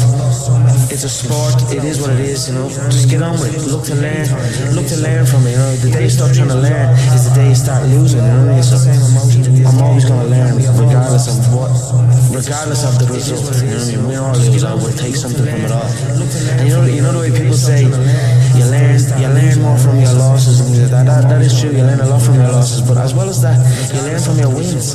People can say, let's say you beat a guy, and you're at the beat of that guy. You're a winner now. You know what I mean? You're a winner. So now I get this. I take the foot off the pedal. I don't need to learn so much. I'm at the beat of this guy. I'm a winner. You know what I mean? And that's gonna stop you. That can take over people, especially in this game. When you're signed to the UFC, and there's all media things going on, and there's people looking for pictures and shit. That can take over. That can make you feel like you're bigger than you are. You know? And that happens to guys. You ever see guys that I see guys all the time coming in that are around this company since day one. Their performances just stay the same. They stagnate. Their performances stagnate. Then they get even worse. You know, they arrive for the fight out of shape, not looking in shape, barely made weight, sluggish. You know, that's not gonna be me. I stay ready. I'm always in shape. You know what I mean? You're not gonna catch me out of shape. Win or lose, I'm gonna be ready to go. No ego, you know, you can't have an ego in this game. We've all won, we've all lost. It is what it is. Just keep going, keep doing the team, keep working hard. Win or lose. I'm a cocky motherfucker, but if you come in and you get me, I'll stand before you, I'll stand before everyone and say, you got me, I'll get you next time. And that's it. Every human being, everyone in here at some stage, we face loss. We've all lost something. You know, we all know how a loser on the night feels, because we have all lost at one point or other in our lives. You need to stop putting your hand out. Everyone's handouts, everyone's things for free. Or everyone, you know what I'm saying? You've got to put in the work, you've got to grind, you've got to go through the struggle, and you've got to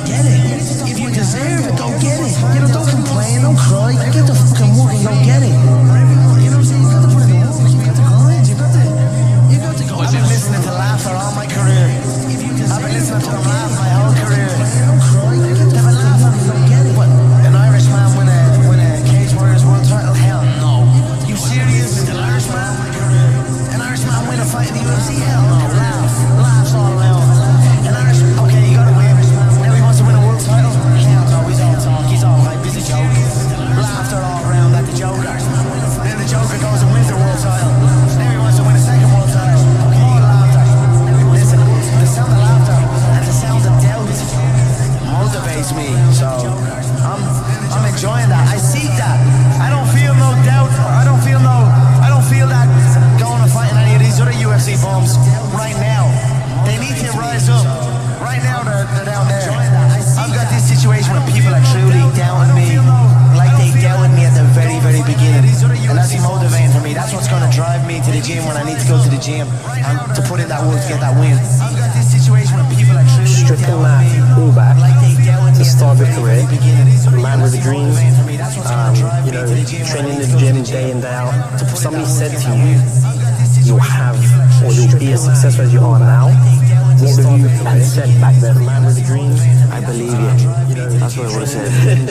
Because I did believe. I believed him. I had very few people who told me that. I had a small group of people that would tell me something like that. Other than that, it was just me telling myself. So if someone came up to me and told me that all the way back then, I'd say you're right. I was a waster. Got that, called that a lot, you know what I mean? But like, and then when I start getting that focus and realize, I'm gonna make this happen. And then now that has happened, I'm making it happen. It's depressing times for a lot of people, and there's a lot of bad stuff going on in the country. A lot of people are struggling. Everybody's struggling.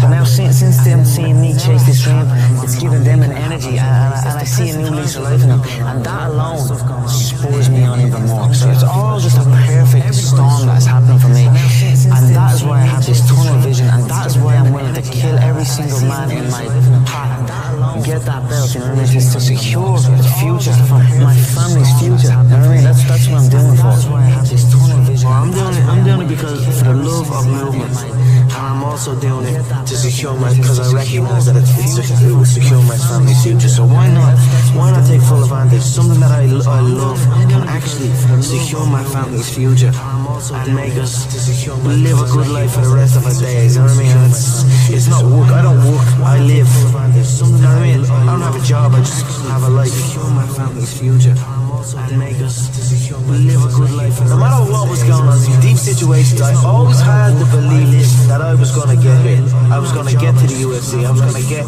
because I just knew I was different. I know I'm different than these people. No matter what was going on, deep situations, I always had the belief. I'm enjoying the fruits of my hard work. Nobody works harder than me inside the octagon, outside the octagon. I am a workhorse, so I'm going to enjoy the benefits of this life. I'm going to get myself a big match in Las Vegas. I'm going to get the soft top cars. I'm going to bring my whole team out. I'm going to spoil them and give them this life. We're eating good, we're living good. It's human nature. Some people will sit and take positivity from that. They will look at that and take inspiration and inspire. It will inspire them to go and push for that. Others will shell up and critique it and be negative towards it. But one thing is sure, those people will stay where they are. The people who take inspiration from it will rise up and also one day experience that life. So this is human nature. Some go one way, some go the other way. But I am enjoying my money, my hard-earned money that I dedicated my life to. One day experience that life. So this is I can be a product of my environment. You know what I mean? If I'm in with the wrong crowd, I just kind of become whatever. You know what I mean? So that's why I like to be isolated. That's why this has helped me coming out here and being locked in an apartment on my own, building back up my leg, going to rehab. I just got to rehab at home because there was no outsiders. It was isolation. It was visualization. It was motivation, and it was dedication. There was nothing else going on in my life. You know what I mean? To get to the pinnacle, it needs to be like that. It needs to be no outsiders. It needs to be, you need to have your team and your focus, and that's it. I don't need friends that aren't involved in this game or that aren't on the same path. You know what I mean? Because it doesn't make sense. I know nobody can tell me that I move the same as any of these guys, because I don't move the same. I move differently. I move unique, and I know I move unique. Not only that, I speak unique. I act unique. I'm just different than these people. You know what I mean? So I dress unique. I dress unique. Whatever. I just feel different to these on another level, on another playing field than any of them before me. That's why I I've no doubt in my mind that I'm the greatest, that I will be the greatest of all time. But in my head already, I am better than everybody, and I know, you know, there's a lot of hate come from people, you know, but I know, and I will prove. You give me time, and I will prove it to everybody. When you're chasing your dream, and when you're working hard, chasing something you love, and completely dedicated, it just happens. You can't really notice it. You know, even still to this day, I'm in an amazing position in my life, but I'm still working like I'm not. I'm still working like I'm not in this position. I'm still working like none of this is even. It's just something I love to do, and I just keep pushing and keep working hard. I can't pinpoint an exact moment for you, but if anything, I always felt like it was happening way back then, and now it is happening. But it's just something. Now I almost feel like it's not happening. You know what I mean? And I want to push to something else. I'm always striving to push forward. I don't like thinking too far ahead. People set like goals, long distance goals, and that's too much for me. I already feel like I'm living it, and then I just carry on doing that. Carry on day by day, already living the final goal, the goal of being a world champion. I already carry myself like I'm a world champion. I already speak like I'm a world champion, and that's it. I just carry on day by day. So I'll take it as it comes. Already living. You know, hard work phase. I put in a hell of a lot of work all throughout this build up in the fight. I pumped out more content than anybody, more content than Fox, more content than ESPN, more content than BT Sport, more content than everybody on the Mag Live on my own channels. You know what I mean? I'm a fucking workhorse from all angles, not just in the gym. I'm building this media empire now myself. We pumped out the content. I'm very proud of how it went. We consistently, daily movies I was releasing. You know, from like a month ago, every single day. You know what I mean? Nobody's doing that. So I'm very proud of it, and I'm very like the work pays, hard work pays. I put in the work, and that's why I'm sitting at the top. I put it all on the line. I show up, I perform, and I get the results from that. So I'm very like the work pays, hard work pays. What do you think they'll say about you in 50 years? You know, I'm not quite sure what they'll say about me. I'm just they'll probably just say I'm a young kid who showed up when he said he was going to show up. That's it. I cannot control what people say about me now or in the future. But I certainly know what I am doing and the stuff that I have done and achieved will live on long after I am gone. I cannot control what people say about me now or I don't think there's a fighter that in the UFC's history that has done what I have done in the space that I have done it. And Saturday night when I go out there and put Diego away in the first round, I'll prove my worth. I don't think there's a... He can do it, you know, you never know, but you want to be the easy way to be talking. So this is why I call him a clown, you know, so you guys can see everything there. So everybody have a mouth, everybody talk what they want, but you want to be the easy way to be talking. This is why I call him pressure. It's an illusion, you know, but I want that illusion of pressure, you know. I heap more on, give me more pressure. So when I put this guy away and make it look easy, which I will do, people will say, how did he do that? You know, let's skip the queue, let's jump this guy ahead of the queue and put him straight in for a title shot. Saturday night, give me more pressure. They're gonna see, you're gonna see a true number one contender here on Saturday night. People say, how did he do that? Honestly, I said I was gonna put him away in the first round. I put him away in the first round. Saturday night. It would have to be something special to come over here in my hometown and take this away from me. There's not a man alive that can come on this soil and beat me. It would have to be something special. Dustin thinks it's all talk. Dustin thinks it's all talk, but when he wakes up with his nose plastered on the other side of his face, he's gonna know it's not all talk.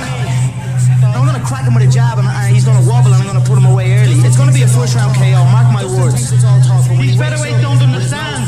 Until they get hit by me, it's all the first round, and I knock them out in the first round. You can call me Mystic Mac because I predict these things. Mark my words.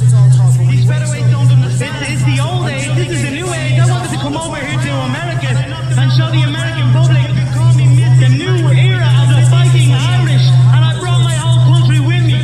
We don't, if one of us goes to war, we all go to war. And show the American public. Well, this was a huge victory for you. This is your first victory over a top 10 contender. What's next? You know what's next. That world title is next. I'm gonna fly to Brazil if they want. If they want, I'll eliminate Charlie Mendes and step in and get the fans what they want. Aldo versus McGregor. You know what's next. So my second fight back from ACL, it's been under a year since ACL surgery. I've had 2 fights, 2 first round finishes. Would you doubt me? You probably did. But would you doubt me now? I've right back from ACL. It's been under a year since ACL surgery. I've had 2 fights, 2 first round finishes. I'm not playing here. Would you doubt me? Now it's time. Now we have a location. Now Jose is next in line, and he will be the next one to learn that it's not all talk, it's no joke. This is not for me, this is not a joke. I'm not messing around here. Now what's time? Now kill everybody. Wake up the decision. Now we have one man left, and he will be the next one to learn that it's not all talk. Now Jose, this is not coming, it's not a joke. I'm not messing around here. Now what's time? Now kill everybody. You know, my mind is absolutely bulletproof, solid as a rock. I am number 1. So if you are number 1, who gives a if number 2 steps out in place of number 3? At the end of the day, I'm number 1. So it makes no difference who is standing across the octagon from me. So if I will win. Who gives now you're here the week of the fight. What is your prediction? Yeah, I feel at the end of the day, I'm number 1. Within 4 minutes, the shots will have landed. It's on him after that. Yeah, I feel anything after that 4-minute mark of the first round will be a formality. It will be on him where he is mentally, where he is physically, and how much he truly wants this. It's on him. I see him crumbling towards the end of the first, or not answering the bell for the second. But it will be wrapped up inside how much he truly wants this. It's on him. I see him crumbling. I was asking you on Thursday about his right hand. Can I tell you what you told me? I said his right hand would get him into trouble. It's the shot I predicted. I said he'd overload on his right hand. I said I'd slip. I said I'd bang the left hook. And that's what happened. Word for word. I think the right hand could be, if you look at I felt when we stared down, I felt his right hand was twitching a little bit, which was a subtle tell for me. He is ready to unload that right hand, but I feel that could be a downfall for him if he lets that right hand go. I will not be there. I will create traps and dead space inside that octagon, and I will lock him into that dead space. But all of a sudden, he will be a bitch. How do you do that? I will not be there. I will create. How do you predict these? If you can see it here, and you have the courage enough to speak it, it will happen. So I see these shots, I see these sequences, and I don't shy away from them. A lot of times people believe in certain things, but they keep to themselves. They don't put it out there. You truly believe in it. If you become vocal with it, you are creating that law of attraction, and it will become reality.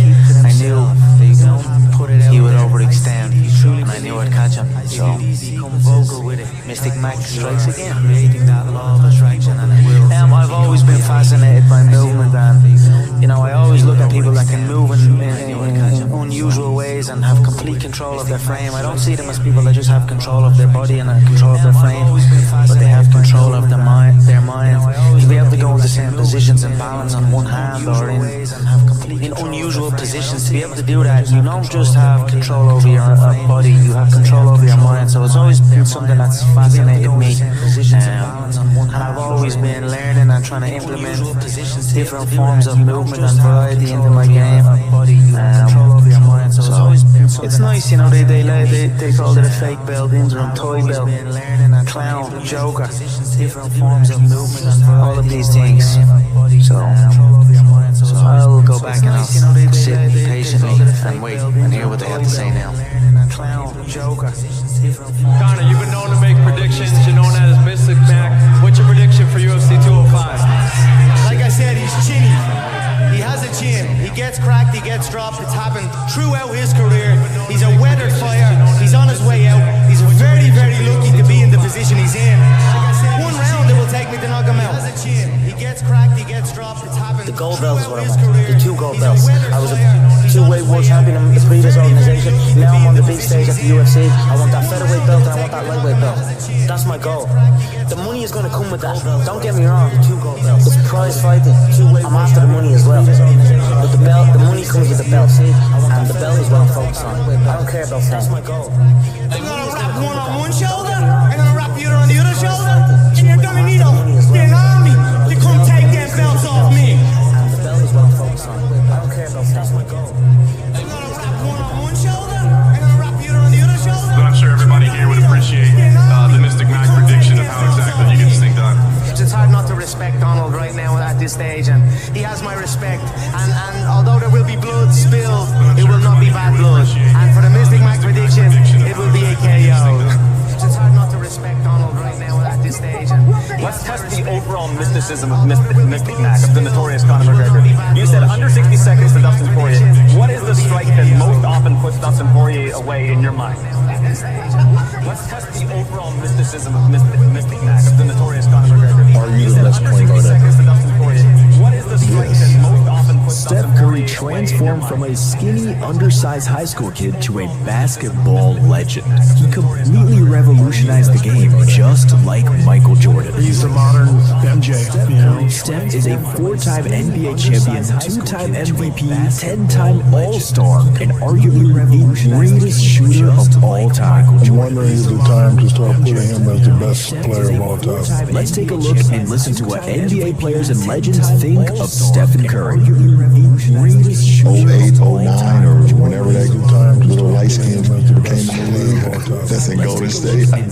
He single-handedly changed the no leader say. When it comes to influence, since I've been watching the game, the most influence on the game, and obviously we know what Mike did for the game. Steph and Allen Iverson are the two biggest influential guys in our game. When it comes to influence, since I've been watching and covering, kids felt like they could be them. They were guys that was not always counted on. They were small in stature, and they just defied the odds. And now you have Steph who's shooting over the Empire State Building. You know, it's like those two are the two most influential. You say the game, how they changed the game, and the kids, and like Empire State Building. Those are two guys that you just wanted to watch every time. When you look at me and Steph, I just feel like we're able to do things out there that keeps the normal person walking down the street, gives them hope that basketball can be for them as well. You know, he's just able to do so many special things, and I can go on and on about Steph, but I love that guy. I love Steph. You know, the legend in the game, he changed the game. When a guy changed the game, some way, somehow, you got to expand the Mount Rushmore. You know what I mean? Like, who says it only could be this many people? Like, Steph Curry changed the game, they changed the game. When a guy changed the game, Curry is messing the game up. You got to expand the Mount Rushmore. I'm on the internet now, I see a bunch of little kids dribbling, shooting 100-footers to start the game. Like, but he's doing something for them. He's giving them a chance. You know, Steph, it probably is the most influential player when it comes to little people. Yeah, because I see a lot of little guards, like little kids. I'm going through this tournament day, and they're doing stuff I can't even do. Right, and it's good and bad. I love Steph, man. I mean, the guy has completely revolutionized the game. He messed up the game in a good way. I think he messed up in a good way. I think he hurt the youth because he just loves threes. And that's all this. They think like shooting threes. You know, him and the game and Clay and their whole team, I think just changed the game, man. Good thing that way. Each other on the golf course. You didn't know what was coming. You didn't, because you'd never seen it before. I was there when he broke the record, right? The first record. And you didn't think, like, I think it was like 250 maybe or something threes. You didn't think that the next year he was going to shoot 400, make 400 threes or whatever. They crushed it, but no one saw it coming. No one saw it coming, and no one truly knew how to stop it when they got going. That's why they won 73 games. When you came to the Garden and I let Raymond Felton's pride get in the way, and he had 50. No one saw it coming. I feel like that's when you decided when they got going. That's why they you was just going to rape the league. Bro, you know what? I ain't mad at you. That was the moment? Bro, I think so. Bro, Raymond said, no, right. Stop letting dude do this, but he really be doing this stuff. I'm like, the confidence is changing. G, he going back to Davidson on us, bro. Nah. You feel me? I'm like, he doing the shit that we was like, you can't do that in the league. He started doing it. I'm not. I'm like, yeah, you going too fast shooting that jumper now. That's too much. You ain't even holding it up no more. You feel me? I'm like, he doing the shit. Yeah, for all of this shit. Oh, no, bro. Now he talking to the crowd. He pointing at fans. I'm like, Steph don't even do that. I really felt like in my heart, like we are birthing an animal, bro. I really think of that moment. I'm like, like, bro, I think we ignited that confidence that came, because after that game, bro, he got very disrespectful. Yeah, he got disrespectful. And then the next game, we play the Warriors at home. This is 2015-16. And my first matchup is Steph. And I'm like, whoa. Man in front of you from the perimeter, bringing a big man away. Curry hits a 40-footer. Yeah, you know me. I walk in, I chest him up as soon as I get mad on the inbound. I'm just pushing him. I'm like, yeah, you're not doing that tonight. Not on me, brother. About 36 minutes later, 42 Steph points later. That happens to a lot of people too. I'm in the locker room like, nah, this can't be what it's like. I'm taking my stuff, bro. Like, this ain't 36 minutes. I'm going to bed at 8 o'clock. That happens to a lot of people too. My girl don't call me. I'm locked in like this can't be every night. Yeah. It's honestly hell. I'm not gonna lie to you. The way he moves without the ball is the worst part. But just the way he moves without the ball, it's honestly their system too. It fits him to perfection. You literally can't ever relax. And I remember game 1 and 2, chasing him and Clay around, and I couldn't make a shot. Everybody's looking at me like, why couldn't you make a shot? I'm like, he's got no legs. But his approach to the game too is special. Just the way that he sees the game and the way he goes about the game. It was a lot of fun to play them. Obviously, happy we won. His approach to the game too is special. Just the way that they're actually understanding how to play with him now, like how he operates, how he moves when he gives up the ball, and like continues to just run in circles until you fall asleep, and then even then shoots it from 30 feet basically. It's borderline at times, like unguarded operates how he moves. And I'm a part of the losing side of history, but I remember watching it, bro, and I was like, yo, he was absurd to watch. And then I played against him, I was like, it's borderline at times, different, bro. But Steph Curry is the most impactful player on a team in the league. Because the gravity, bro, you have to go to as well on the ball as you do off. Like, once he gets off the ball, you're probably more scared of him off the ball than you are on. He's the he's the modern MJ. You know, I used to see this playing with the Bulls. You know, half the crowd's got red 23 jerseys on, and now half the crowd's got blue and yellow 30 jerseys. Steph is he transcends the game. He elicits an emotion from people. And I think because he's so awe-inspiring with his play, that no matter where we go, there are people who are cheering for him and can't wait to see him perform because we've never seen anything from people like him. Michael did everything in the air. Air Jordan. He revolutionized the game. He changed the way we thought. Baggy shorts, the black socks, obviously the Air Jordans. Stephen Curry has taken shooting in the art form of it and moving without the ball to a different level. The first thing kids do, they know they can't dunk, fly like Michael Jordan, but they all believe they can shoot like Stephen Curry. And that's the first thing they do. They start hoisting up threes to try to be like their hero, Stephen Curry. So you have heroes too close to Michael Jordan, and you have a lot of heroes in Stephen Curry. I see the comparison, and it's like that's how we feel with you. You know what I mean? And Evan, you can kind of speak to it in terms of like the funny story where it's like you hear those MJ stories, you see people on the bench. Like when I watch him and he do stuff, I watch the other team bench do something. I told him one time where it's like he told us we were playing one time. He got so high, we started hitting some lines. Damn, like 10 hit 3 straight. We get this more. I wanted to like turn up and be like, yo, go crazy. Go crazy. But you know, because it's like when you're a fan of basketball, you're a fan of the game, you start to understand what you're seeing. As a fan and as a player, you always appreciate it. So it's always been that part of it. So the game, at one point you're all high-level basketball player and as a big-time athlete, so it's appreciate what you do. Consistently the best shooter his whole career. I'm wondering if the time to start putting him as the best player of all time. Best player? Oh, you put him over you? In the conversation. I'm asking you. Yes. You put him over you? Yourself. With Steph Curry over you. Yeah, that's the time. This way he's my favorite player. I'm not saying favorite. He might be my favorite too. I played 20 years, watched 20 years before that. I've never seen a guy like him. And he's doing it consistently. And he has championships. For all the children, there's a time to just put him in the conversation. I think he's a flask in the past. It's a time to start putting him in the conversation as one of the best players ever. When it's awesome, but really he shoots those shots in the game. This is a great time to practice. We all stretching like he's gonna get unlimited of them. We stretch him, we get loose, and chucking him from half court. He's making them, and it's like, all right. So when he gets to the half court, 0.3, he's asking for it. He makes it. It's like it's no surprise. So like, see his preparation made me really want to be like, all right, I can shoot from anywhere. It's like 1 second on the clock before halftime. We have the ball out under our own basket, 94 feet away. He looks at the defense, he catches it, and he flings a shot 90 feet that actually comes kind of close, goes against him in the score. That's a missed three, right? He takes these shots every game. When I played, and like most players, you get that ball, it's like, maybe you take a drift, like, I don't think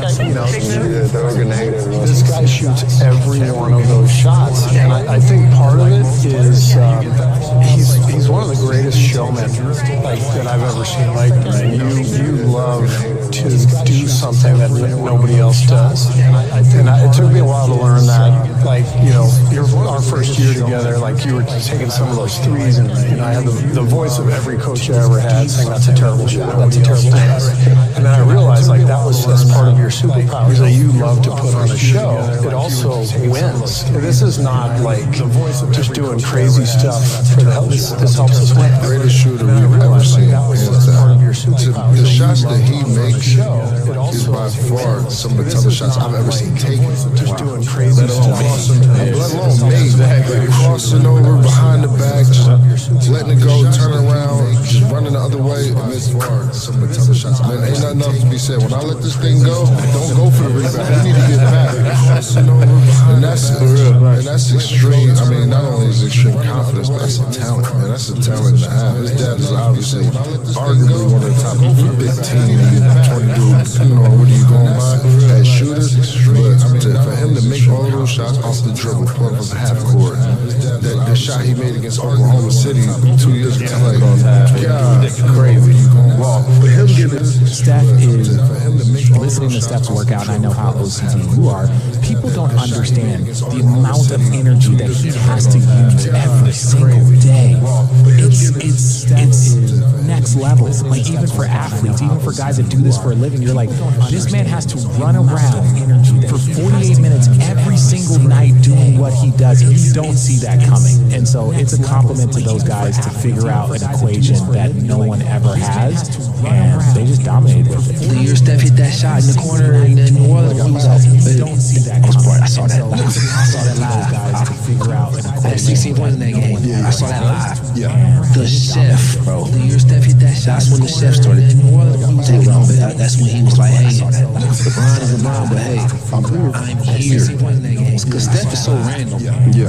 Like you can practice, but you don't know what he's doing. There's no rhyme or rhythm to like, because he reading you. Steph is right behind Magic. I can't put anybody else ahead of Steph but Magic. Oh my God. Ever see another Steph Curry? I think this is truly a one-off. He's been a game changer. I mean, Ray Allen probably getting 3 to 5 a game, whereas Steph is probably getting 10 to 15 a game. So I don't see any players in the league that truly changed this landscape unless him and Clay get on separate teams.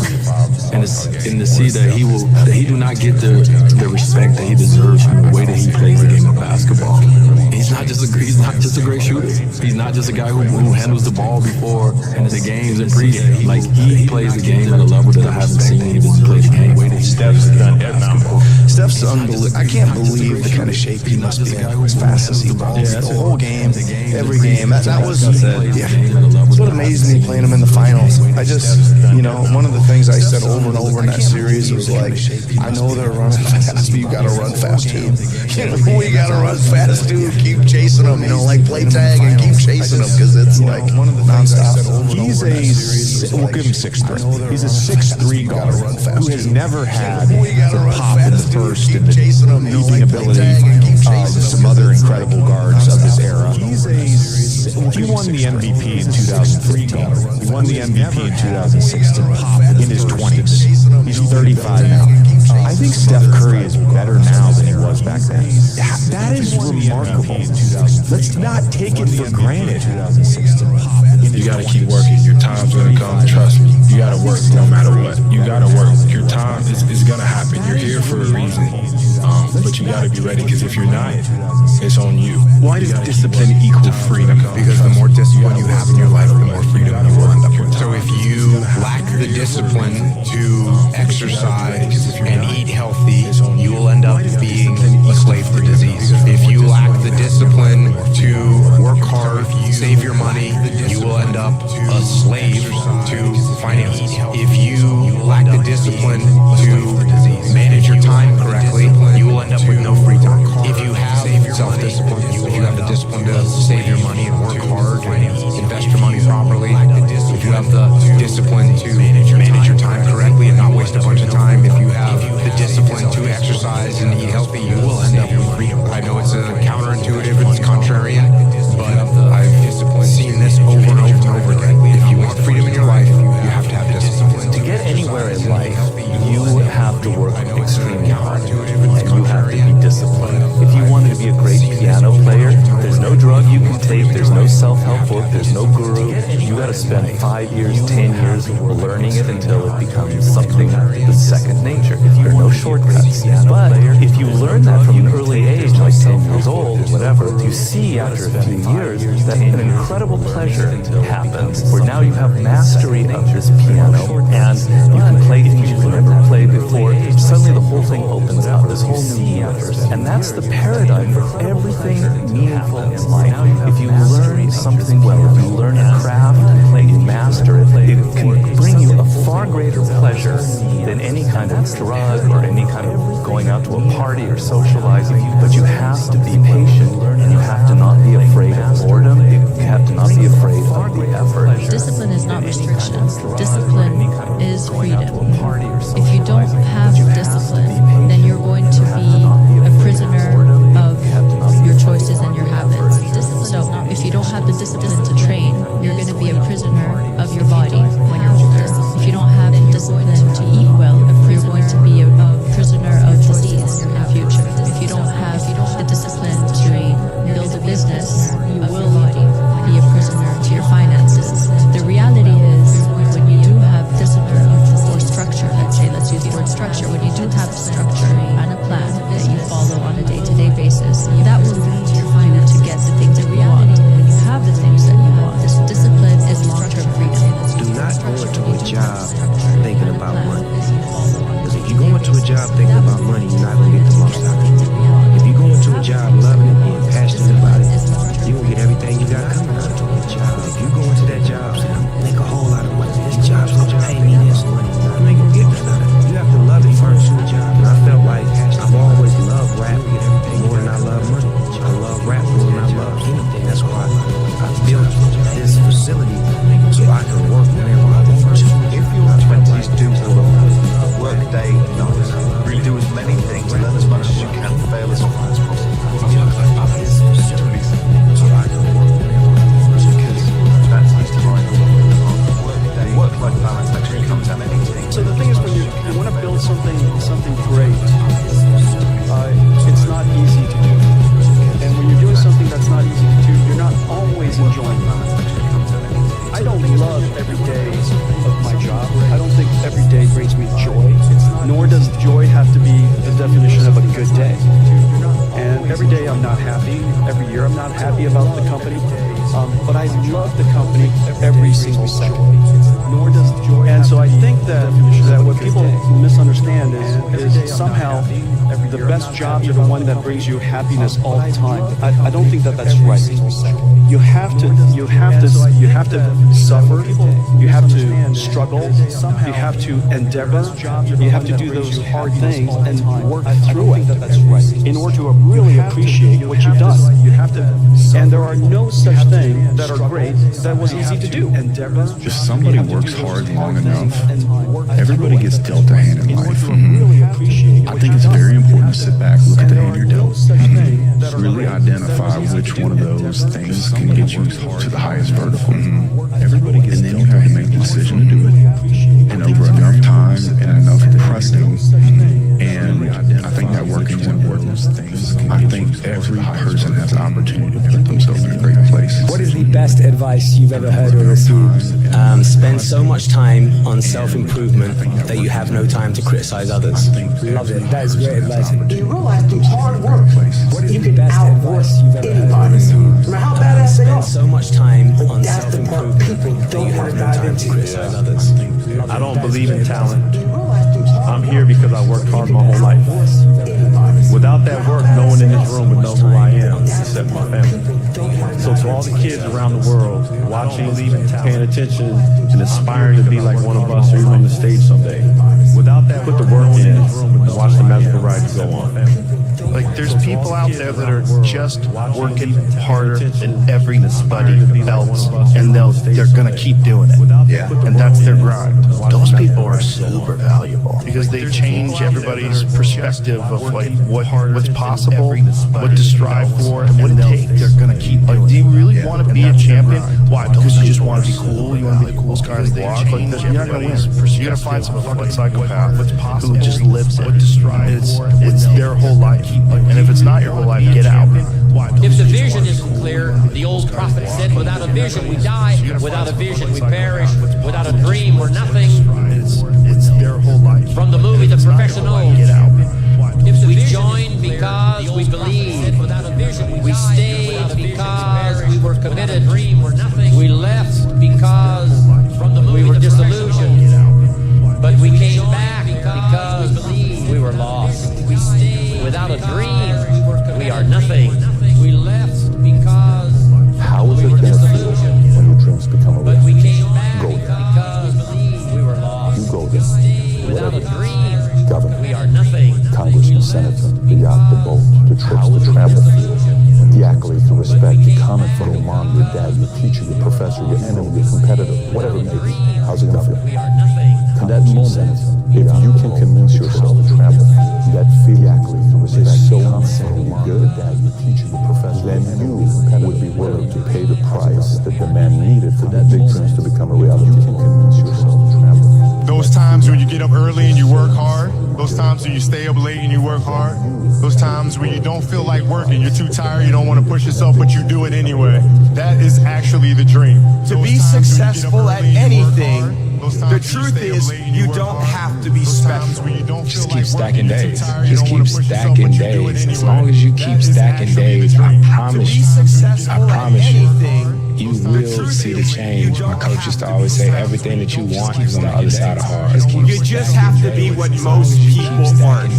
Consistent, determined, and willing to work for it. No shortcuts. If you can clearly decide to take any action at all and peel your eyes away from your phone for just a moment, it's so much easier to beat everyone else, because in a world where it's never been easier to do nothing, doing something becomes extremely. I say chase your dreams, man.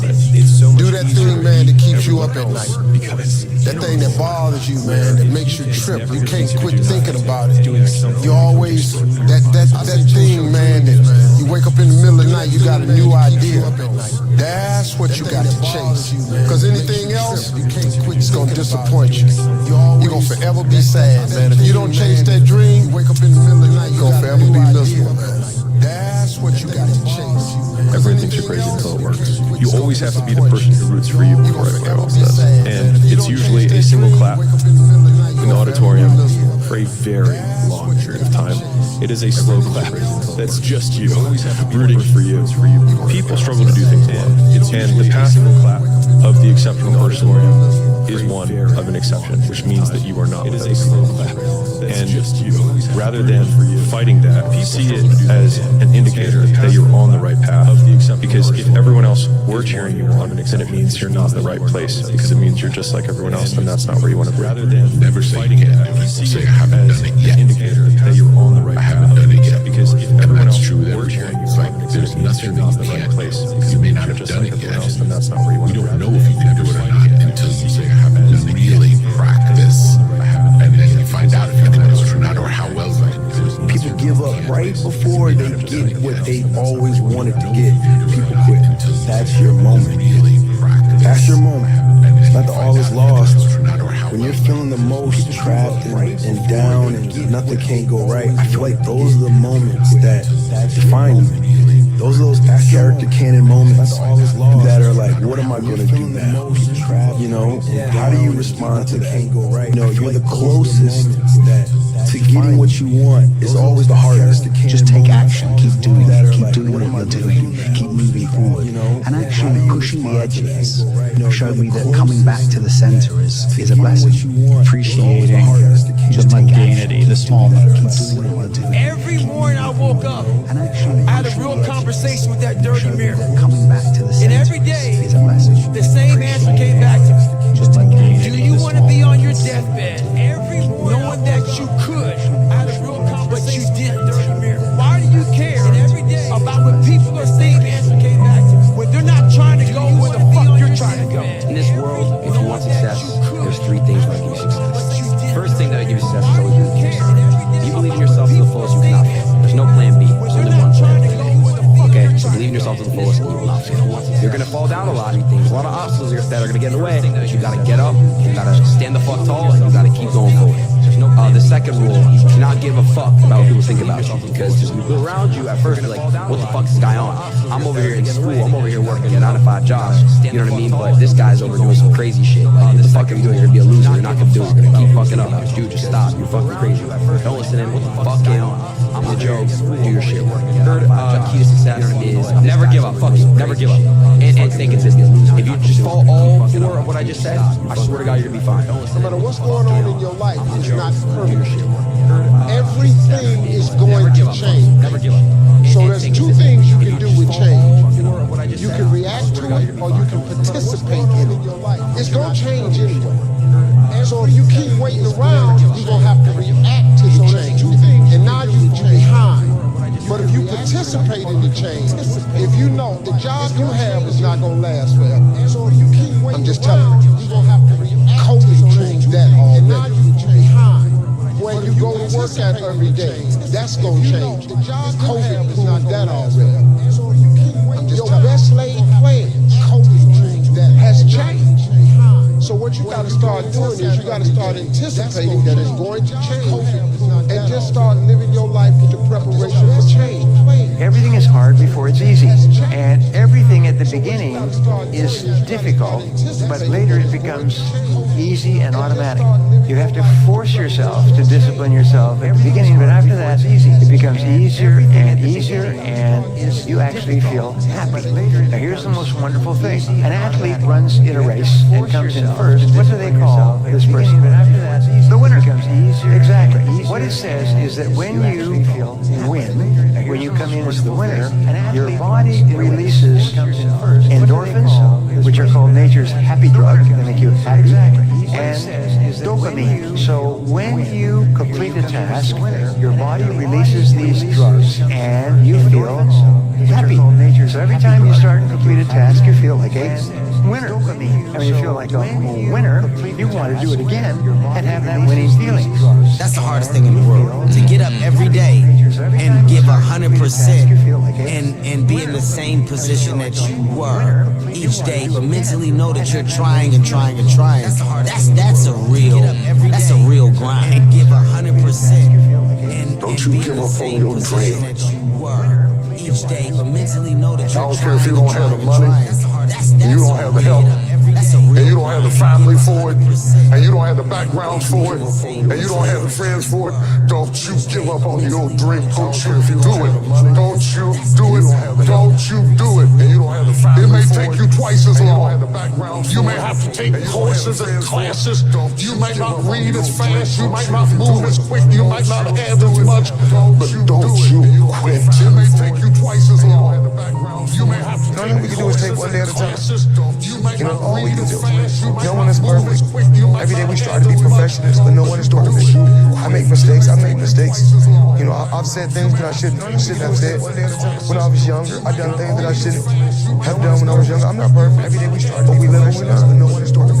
And that's a part of growth. I make mistakes. Discipline is doing what you hate to do, but doing it like you love it. I love that quote. Yeah, and that's what you have to do to be the best. Yeah. But 80% of success in life and in business is psychology, meaning the mindset and the emotion. You can get the answers if you have the right mindset. 20%, it's a very important 20%, is the strategy. The right strategy can take you 10 years. So I'm a strategist in business, but I always know I've got to make sure your psychology is strong enough first, so that no matter what season we're in, you can do well. You like to go to the gym every day? Of course not. That's true. Nobody likes to go to the gym every day. Why are so few people in shape? Because going to the gym and sticking to the gym is difficult. Maybe it's a tiny bit easier for some people that like it than others, but for most people, most of the time, it's really, really hard. The process of discomfort is inevitable. You have to go through it. Most people have that initial feeling, that initial lack of self-belief, because they don't understand that they have to be humble first in every aspect in order to grow. So you go to the gym, you feel like shit. That's a good thing. It just shows you that you need to improve. Most people go to the gym, feel like shit, never go back. But you have to do it. Because they don't understand Probably that they have to be yes. humble Because first in every aspect in order to grow. your mental So you go to the gym, you strength feel is like coming shit. That's a from good that. thing. From It just that shows you moment that you that Most people in a go to the hard gym, feel like moment shit, never go back. that you know you should do it. And I do it because after that, maybe in the beginning you feel hard from that start, but after when you finish in the gym or cold plunge or or even the training, you will feel better. When I wake up in the morning, I don't think, am I motivated to go do what I'm supposed to do? No, I don't think about it for 1 millisecond. When the alarm clock goes off, I have no thought about whether this is easy, whether this is hard, whether I want to do it, whether I don't want to do it. None of that matters. It's an emotionless, thoughtless discipline. When the alarm clock goes off, you get up, you get out of bed, and you go do what you're supposed to do. I don't care how it feels. I don't care if it's easy or hard. It doesn't even matter to me. It's just a reaction, it's a discipline, and it's life.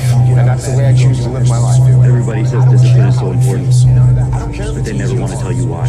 I'll tell you why discipline is so important. It's the strongest form of self-love. It's ignoring something you want right now for something better later on. Discipline reveals the commitment you have to your dreams, especially on days where you don't want to. The future you is depending on the current you to keep the promises you made to yourself yesterday. We did not come this far to just break down and lose now. I'm a winner. I'm going to win. A lot of people can give up. It's easy to give up. It's the easiest thing in the world to do. I'm done. It's very easy. But what's hard is going, yesterday I got nothing from working as hard as I could. A lot of people can give nothing happened from there. It's the easiest thing. I'm going to do the same thing again today, but I'm trying to go hard. It's very easy. You quit now, you're going to fucking be a loser your entire life. That's it. People give up right before they get what they always wanted to get. I'm going to do the same thing again today. That's the hardest thing in the world. To get up every day and give 100% and be in the same position that you were each day, but mentally know that you're trying and trying and trying. That's a real grind. That's the hardest thing in the world. To get up every day and give 100% Wake up tomorrow. and be in Let's the be better same tomorrow than we position were that today. you were. Don't think about this as loss. Know that you're trying and trying and trying. I say every day that it is never too late to wake up and be the person you want to be. And you deserve that. And here's the truth on how you do that. I say every day, like you believe in yourself. It is never too late to wake up and believe in yourself. I'm a winner. And you deserve that. I will win. I will do anything to win. And I will show you how. And I will not stop until I win. Train your mind. Train your mind. Go to the gym, lift weights, run. What are we doing to train our minds? How much time do you spend a day training your mind? Your mind is the single greatest tool that you've got. It's a supercomputer. You literally have a supercomputer between the 6 inches between your ears. What are we doing to train our minds? What are you doing? How much time are you actively training your mind every single day? If not, start right now. Every single morning, do something that stretches your mind, expands your knowledge base, train mind. But one of the most important lessons in life that you should know is to remember to have an attitude of gratitude, of humility, understand where the gift comes from. It's not mine, it's been given to you by the grace of God. Use Use what I have. Use what you have. Two, understand where the gift comes from. You know, on your last day, you can't take it with you. That is true. But you can leave it here. Use what I have. It's an amazing thing about passion.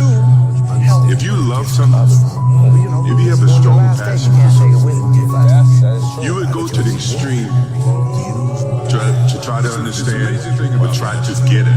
If you have to walk, you would go get it. If you have to beg someone, you would go get it. You would go to the extreme to try to understand, but try to get it. If you have to walk, you would go get it. If you have to beg someone, You're not in love with the process. a real man in the dark, and nobody's watching. A real man is a coach, ain't even watching. He's studying film.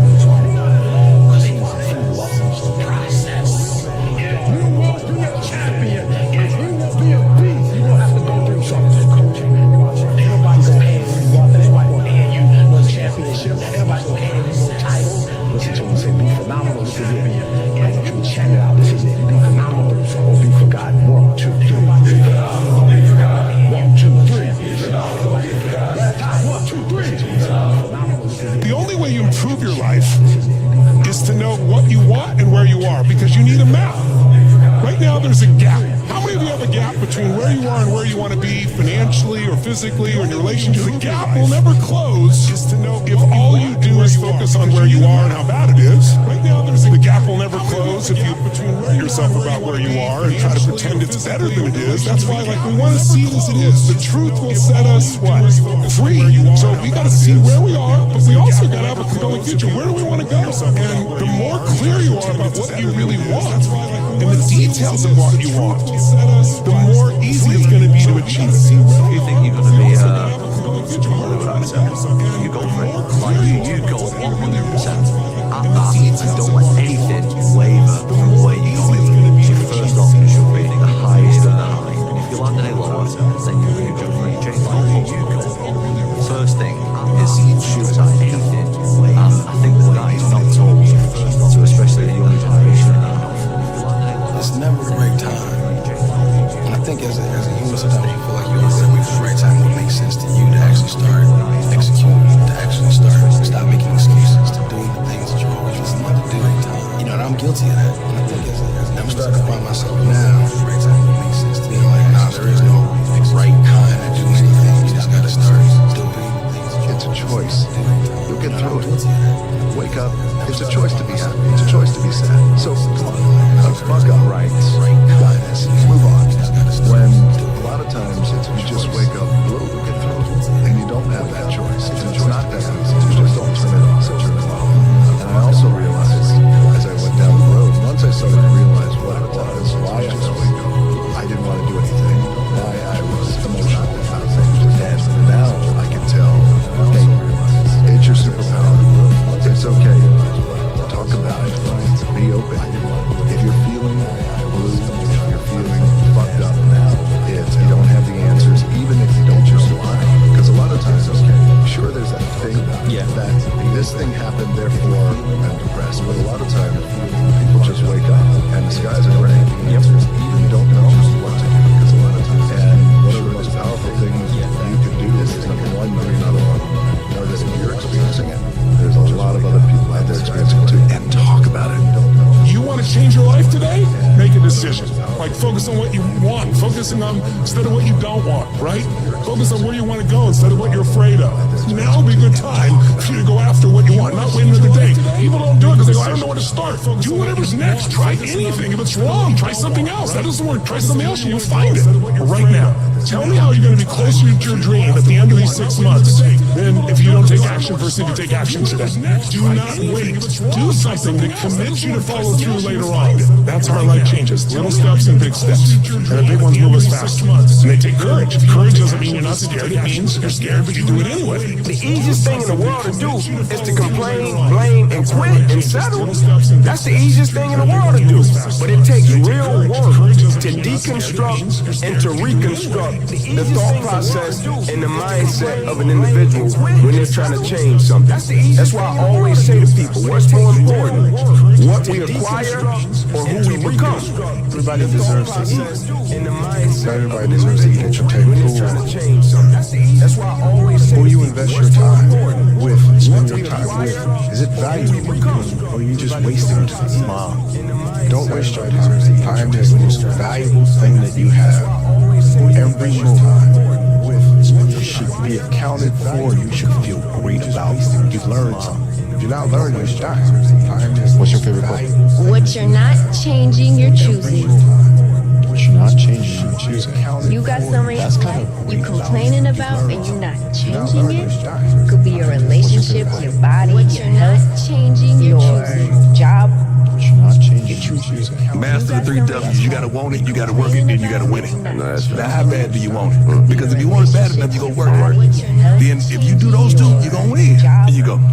The more you're able to let go, the farther you're going to proceed. It is essential. Now, how bad do you want it? Because the more your willingness and your ability to let go, the more changes are going to come out. The farther you're going to proceed. It's just like this. It is essential. For new things to come, old things must go. And the hardest part about change is not making the same choices you did the day before.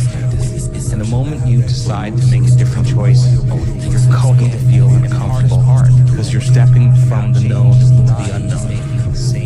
So some people would rather cling to their self-pity. The moment you decide and take a chance and possibility, they'd rather tell the story of their past instead of telling the story of their future. They'd rather believe in their past instead of believe in their future and take a chance and possibility. They'd rather life is just the one day. You born in the one day, and you live in the one day. You die in the one day. Everything could happen in one day. Just one. Today is only like one day. Yesterday is already dead. Too late. Everything could happen. Tomorrow is not. Today is only what you have is today. Today is the only life. Today is not a little part of life. Today is life. Today is only what you have is today. Therefore, today we need to make joy or happy today every day. Little part of life. Not next year. You don't say I want happy life. That's it. Don't say me joy. I just want to say I want happy day.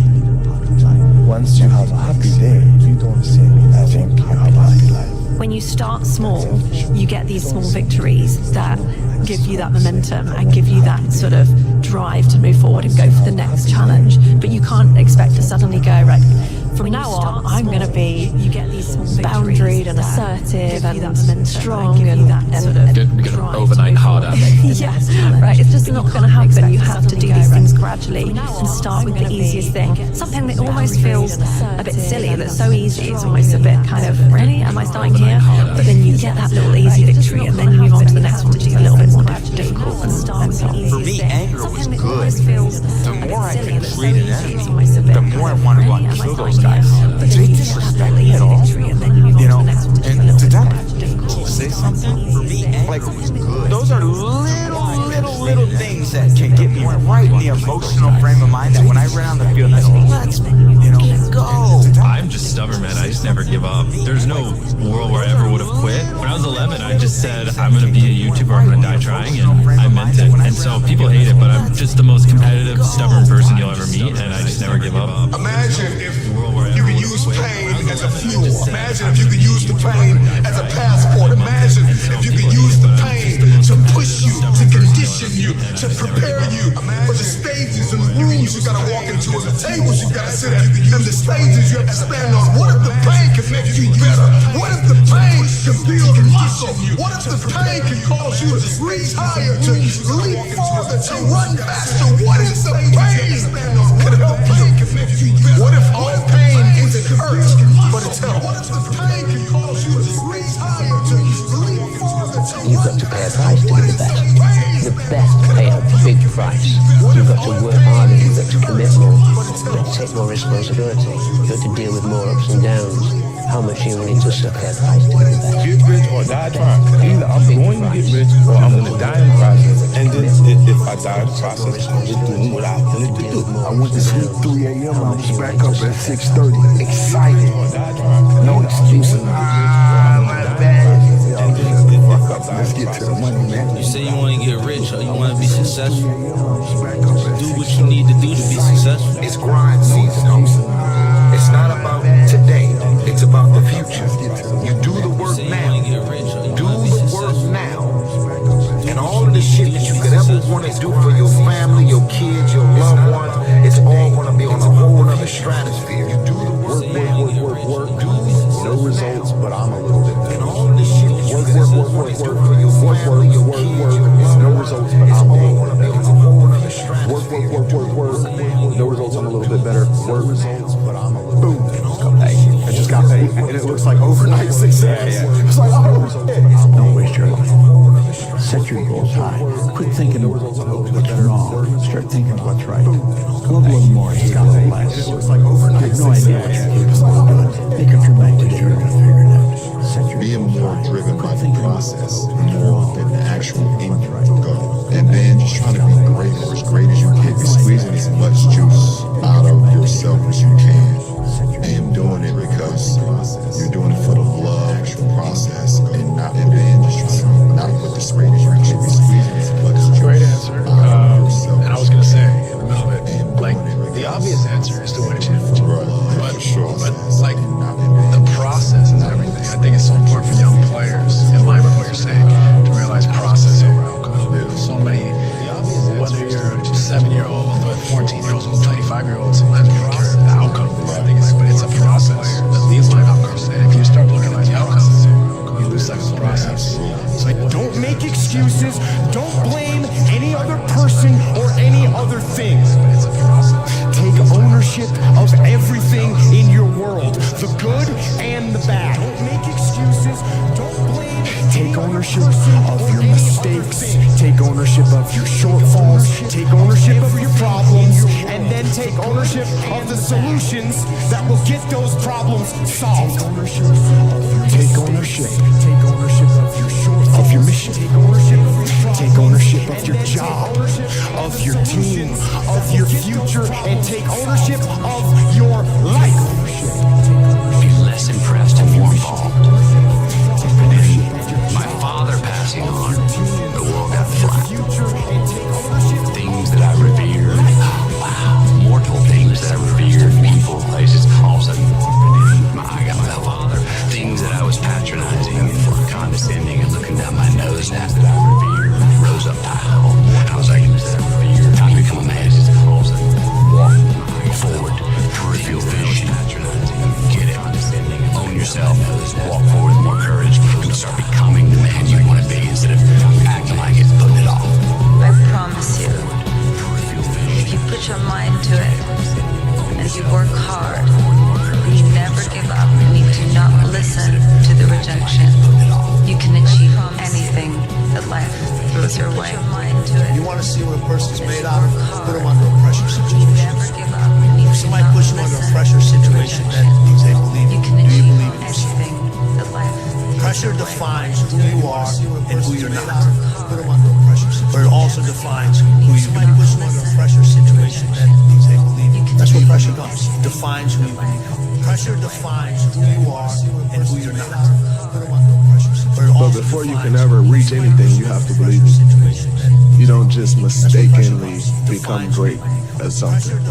If you don't have the mindset that you're the best ever, you've failed already. You can never reach anything. There's no way that you've worked this hard You don't just mistakenly that something amazing isn't going to happen. at something. You have to If keep you going. don't have the mindset You that you're have the to best believe ever, that this moment is preparing you for something amazing that hasn't happened yet.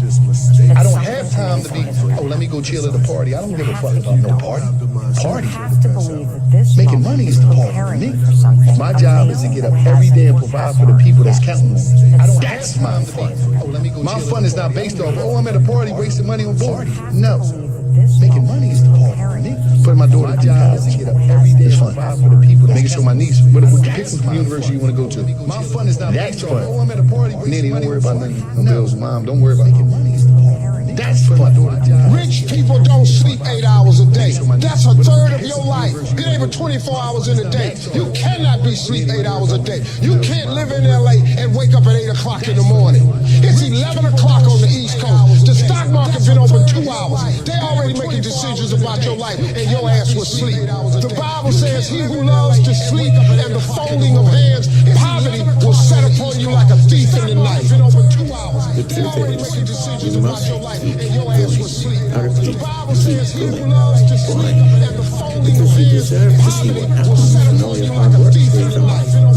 Keep going because you're stronger than you think. Keep going because each step forward brings you one step closer to your goal. You deserve to see what happens. Keep going because the best is yet to come. Keep going. You need to understand that you can't win all the time. And unless you lose, you haven't even tried. And if you fail, at least you'll fail falling forwards. But you know, life is full of unexpected twists and turns. Things happen you don't expect. That you could never have expected. And if you fail, so don't get too confident, even arrogant when you succeed, when you win, when you're on a high. Equally important, you mustn't allow yourself to get down when you lose. That you fail. Never have expected. I mean, just remember, no matter how poorly you have performed, you're never hopeless. Equally keep going, because the one thing you can be absolutely certain of is that the tables will turn. That's absolutely guaranteed. So in other words, if you're on a high, be humble. If everything is going wrong, be hopeful and keep going. Just remember, nothing ever stays the same if you're on a high. So the truth is, I repeat, you must keep going. The rewards will be there for you. Nothing keep going. Keep working. Keep striving. Never give up. Fall down 7 times. Get up 8. Ease is a greater threat to progress than hardship. Ease is a greater threat to progress than hardship. So it's a greater threat. Keep moving, keep growing, keep running. See you at work. Real self-confidence doesn't come from shouting affirmations in the mirror. Real self-confidence comes from giving the world irrefutable proof you are who you say you are. Real self-confidence doesn't come from shouting affirmations in the mirror. Real self-confidence comes from giving the world irrefutable proof you are who you say you are. You said tomorrow, so just do it. Make your dreams come true. Just do it. Don't let your dreams be dreams. Some people dream success while you're gonna wake up and work hard at it. Nothing is impossible. Come true. You should get to the point where anyone else would quit, and you're not gonna stop there. While you're gonna wake up. No, what are you waiting for? Nothing is impossible. Do it.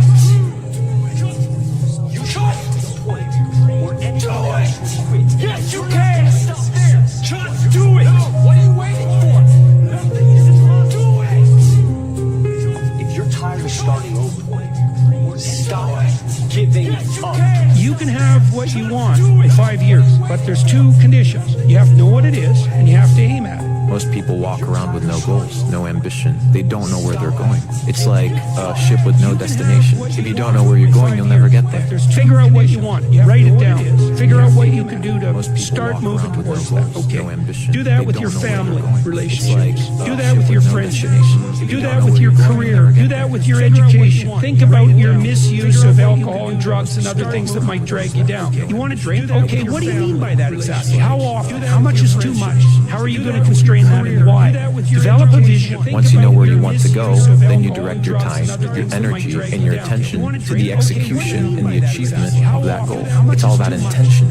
But most people walk around in life thinking that life is just a big fat lottery, and it's just not that case. Those that live by the lottery of life most likely end up losing achievement of that goal. It's all about everything I ever did. Most people walk the thing that they heard out of people's mouth was, that's impossible. That can't be done. Oh no. I remember when I wanted to be a bodybuilding champion, including my parents and everyone else around me, said this is impossible. That's it, you can't be a bodybuilding champion. And of course I proved to the people that it can't be done. I remember when I wanted so whenever someone said to me, it can't be done, I heard it can be done. When they say said no, I heard yes. And when they said it's impossible, I heard it is possible. You know, right now the goal is just to focus on myself. You know, everything grows. I'm not worried about the mistakes that I made in the past or anything. You know, I'm in competition with myself. You know, so I'm just getting better and better and better. You know, that's everything grows. Nobody comes to your door, bangs at your door and gives you money. Believe me, you have to go to that bloody door and earn it. And working hard is definitely a talent. Believe me. Forget the ability. Nobody achieve in life needs something extra inside you. A dynamo. You have to go to that bloody door and earn it. If when your manager, your coaches are hard on you, believe me. You know why? Because you need to develop your character that you never let you down. Never let you down. I knew when that team of mine went out to coach the field at Old Trafford. You know why?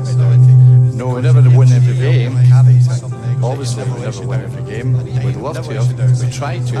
You know something they never did? They never gave in at Old Trafford. They never gave in. Their character didn't let them down in the game. Bang, bang, bang the door. They eventually broke down. We'd love to have. They never gave in. You know something they never did?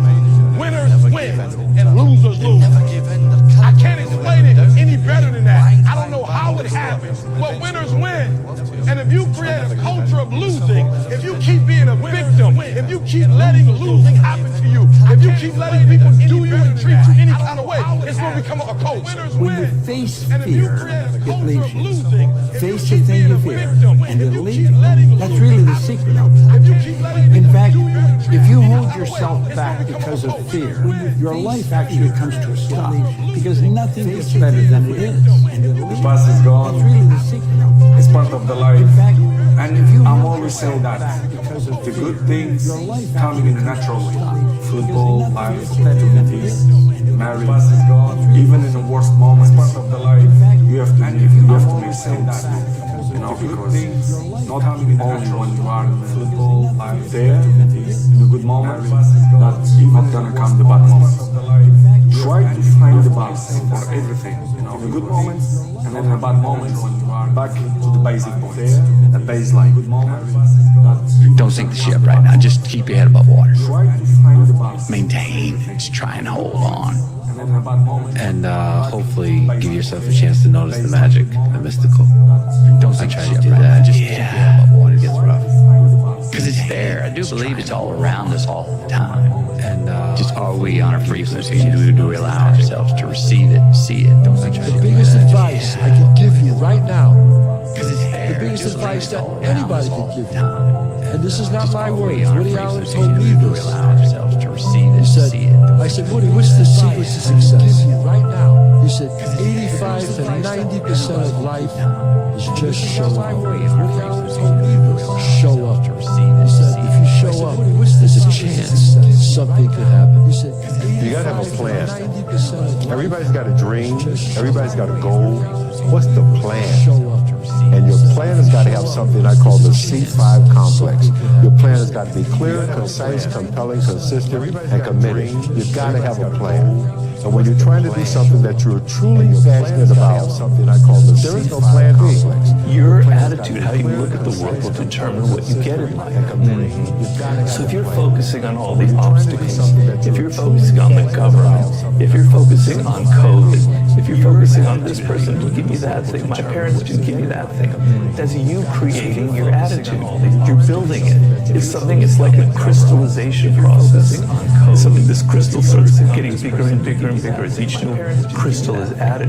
And you crystallize this negative, defensive attitude towards life. And that's what you're going to get. Rest at the end. Something, this crystal starts getting bigger and bigger. That's something I always live by. Crystal is added. And you I'm not going to rest. I'm going to keep on pushing now. There are a lot of answers that I don't have. Even questions that I don't have. But I'm just going to keep going. I'm just going to keep going. And I'll figure these things out as we go. Right? Just continue to build that way. So that's, I try to live by that. It don't happen overnight. And there's going to be moments when it's really, really frustrating. And there's going to be moments when it's really, really inspiring and empowering. And if you get too high off the highs, too low off the lows, you know, you're gonna, and there's gonna be take yourself on a ride that's very, very uncomfortable. I think it's just about being committed to the work. Appreciating it, when it's good, and not stressing too bad when it's bad. Just appreciating the work and staying focused on showing up every day. So while you're hurt, Things is about keep going. being committed to the work. If you're feeling pain, keep going. If your heart is beating, keep going. If your lungs are working, keep going. But don't you dare give up. Don't you quit. You hurt, you grow, you go.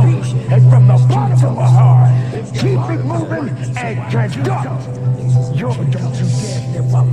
Don't never let anybody take your belief in yourself away from you because they hurt your side. Don't you never let nobody do that. Always believe in who you are. In the darkest moments, man. In the darkest moments, when you had that pain, when you had the bottom of yourself, you will get back up. But you gotta believe that you will get back up. You want to reach your goal? How to reach the goal the quickest? Be focused with your energy. Meaning, be focused with your mind. Don't lose the goal from the mind. Whatever you do from the moment waking up until the evening, whatever you do, focus with the goal in the mind. Develop a workaholic mentality. What does this mean?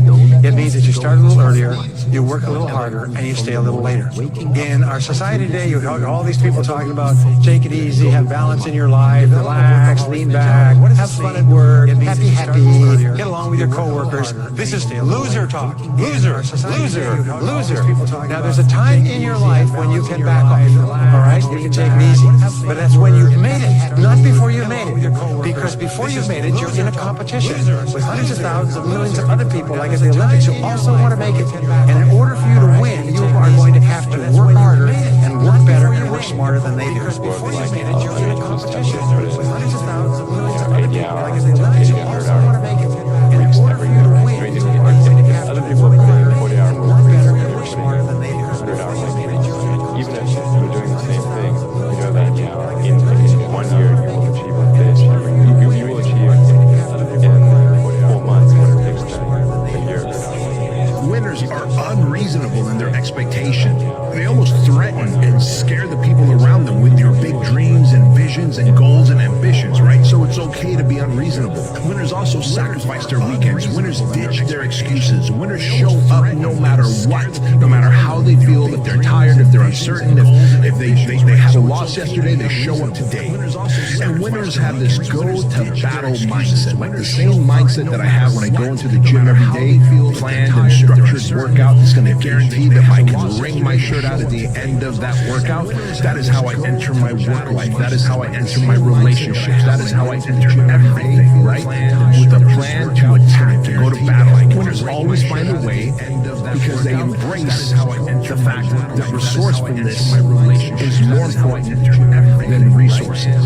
I laugh every time I hear people saying, yeah, you know, I don't like working for other people, so, you know, I want to work for myself because I want to set my own hours. Yeah, right. Let me tell you what, when you work for yourself, there's no Christmas, there's no fucking Easter, there's none of that shit when you work for yourself. In the early days, you're working through all those holidays, every day something bad happens, every day there's problems, every day somebody's trying to fuck you and take what you built. It's a war every day when you get up in the early days.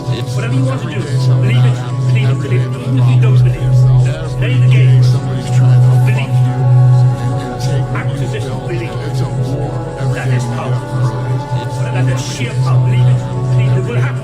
Believe you me. No fool like me. Believe it's worked in my life. Will work in yours. Believe it. So never give up. That is power. Believe sheer power. The greatest gift that you can give yourself is to find something that you're naturally adept at and figure out a way to make a living at it. Because if you do that, the greatest every day will be to say to yourself, you're never battling upstream. If you love what you do, why do you want to stop doing it? You just gotta grind. This next generation seem like a bunch of pussies. So because of that, there's never been more opportunities. If you're a fucking savage and you get out there, you just gotta grind. And you want to have nothing. So you can run all these guys. So Everything changed for me when I understood this philosophy. Learn to work harder on yourself than you do on your job. That's the simple philosophy that changed my life forever, starting it changed for me when I understood this. If you work hard on your job, you can make a living, which is fine. If you work hard on yourself, you can make a fortune, which is super fun. I didn't mind working hard on my job. If you work hard on your job, things didn't seem to change that living, which is fine. Then I started working hard on myself. So let me put it in a philosophical phrase now. This is worth the price of whatever it costs for you to be here today. Here it is. Success is something you attract. Success is not something you pursue. It's something you attract by becoming attractive. And the whole scope of this we call now personal development. Success is something you can have more than you've got because you can become more than you are. If you can multiply your value by 3, by 5, you can easily multiply your income by 3, by 5, by 10. But the key to doing it is to work hard on yourself. Be responsible, be a growing, attractive, powerful, skillful, communicating human being. And the world belongs to you. To work hard on yourself. I don't have bad days, man. I may have a bad moment, maybe even a bad hour, but never a bad day. I don't, because I set my own thermostat.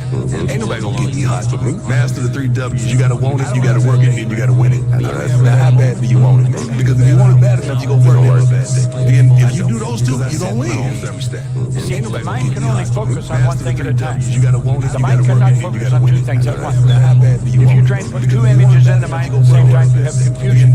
It'd be like putting 2 images on the screen at the same time. You'd have confusion. There are 2 types of mindset. There's a fixed mindset and there's a growth mindset. Most people fail in that process because most people live in the fixed mindset. The fixed mindset is, this is who I am, this is what I know, this is what I'm capable of, this is what I'm good at, and this is where I'm going to stay. The growth mindset, it says, this is where I am now, this is what I'm good at, this is what I know, but I recognize that if I go through a particular process, I can grow myself and become a better person. You need to learn to be uncomfortable. You need to be comfortable being uncomfortable.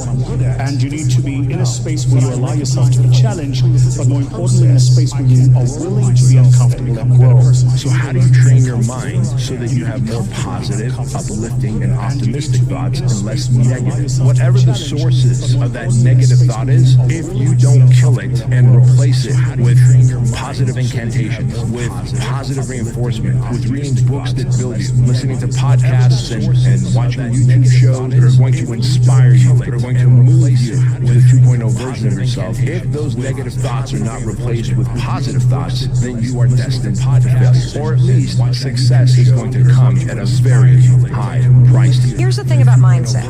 A mindset will not change the shitty situation you're in. A positive mindset changes you, which changes your ability to deal with the shitty situation that you're in. Stop scaring yourself. How often do you terrorize yourself with your own thoughts? Which changes your ability to deal with the shitty situation. You get into absolute terror, and it's only coming from your thoughts. Nobody out there is doing a thing. Sometimes it's an old family pattern. Sometimes we get new things. You know, we find so many ways to scare ourselves. I would like people, when you have time, to make a list of your fears. Make a list of your fears, and then give yourself the opportunity to turn each fear into a positive affirmation. Turn each one into something positive. And remember, always you are in charge. You are always in charge. How do you activate the superconscious mind? Here is the most powerful of all. We call this the master method of activation. It is called solitude. How do you use solitude? We call this go into the silence.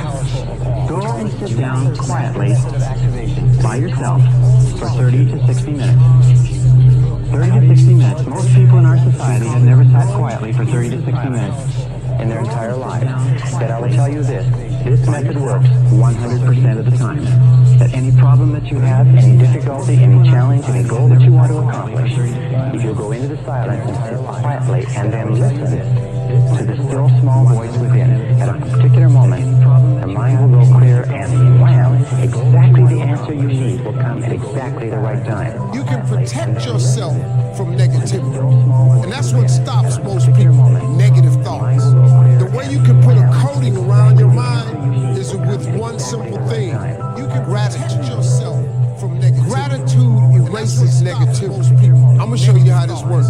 If you wake up in the morning and you start having negative thoughts, every time you feel, in the middle of the day, if you feel yourself doing that, stop. Just stop for a second. And start going over in your mind everything you have to be grateful for. Not everything you want. Everything you already have. Because what you have is substantial. But the fact that you can walk, that's a blessing. The fact that you woke up, that's another blessing. The fact that you can see, think, reason, that's another blessing. The fact that you have any measure of health, that's another blessing. And I'm just talking to you, I don't even know you. I could give you 50 things you ought to be grateful for right now. I don't even know you. The fastest way to take control of your life is to stop controlling everyone around you. You have no idea how much time and energy and attention you are wasting is to stop trying to control other people. Why not worry will make you sick? I've never seen it accomplish anything. I've never seen worrying about anything change it. So I decided not to do it. If you can't do anything about it, why the hell worry about it? Every negative thought you have releases poison into your system and will kill you. They give you cancer or tumors or whatever else you can take out. So if you're thinking negative about anything, erase that. The more trust you have in your superconscious mind, the faster it works for you. And the more calm and confident you absolutely believe that something will show up. And the more you practice with it and the more confidence you have, the faster it works for you. Pretty soon it gets to the point where you can think of a thing and realize it very, very quickly. I used to believe this when I was first understood this when long distance charges were very high back in the 80s because I would visualize a person I needed to talk to on the other side of the country and they'd phone me. And I could do this over and over again. Rather than me phoning them for 30 or 60 minutes, I'd visualize and they'd phone me. I just put it into the superconscious mind and I said, he or she will call by 11:30. By 11:30, just and do this over and over again. And the more confidence you have that it will work, the more rapidly it works for you. Everything requires a step of faith, a mental step of faith. The three things is very important. He said, in order to make it in life, number one, you have to develop your mind. You don't get in life what you want, you get in life what you are. Number two, you have to practice the principle of OQP, only quality people. You earn within $2,000 to $3,000. You don't get it of your closest friends. People rub off on you. Academy Award winner Sidney Poitier said, when you go for a walk with someone, something happens. Either you adjust to their pace or they adjust to your pace. Whose pace have you adjusted? But the other thing that he said that's most important, that's really important today, he said, develop your communication skills, because once you open your mouth, you begin to tell the world who you are. If your happiness depends on the actions of others, you're at mercy of things that you can't control. And that's never where I want to be. So I always want to live in, like, me and my therapist talk about, like, my higher goddess, my higher self. Like, I always want to live there, knowing that when I'm there, you can't take that away from me. That's mine. I think it's important to realize wherever focus goes, energy flows. It's corny, but it's true. In fact, maybe an easier way of saying it is, we don't experience life. None of us do.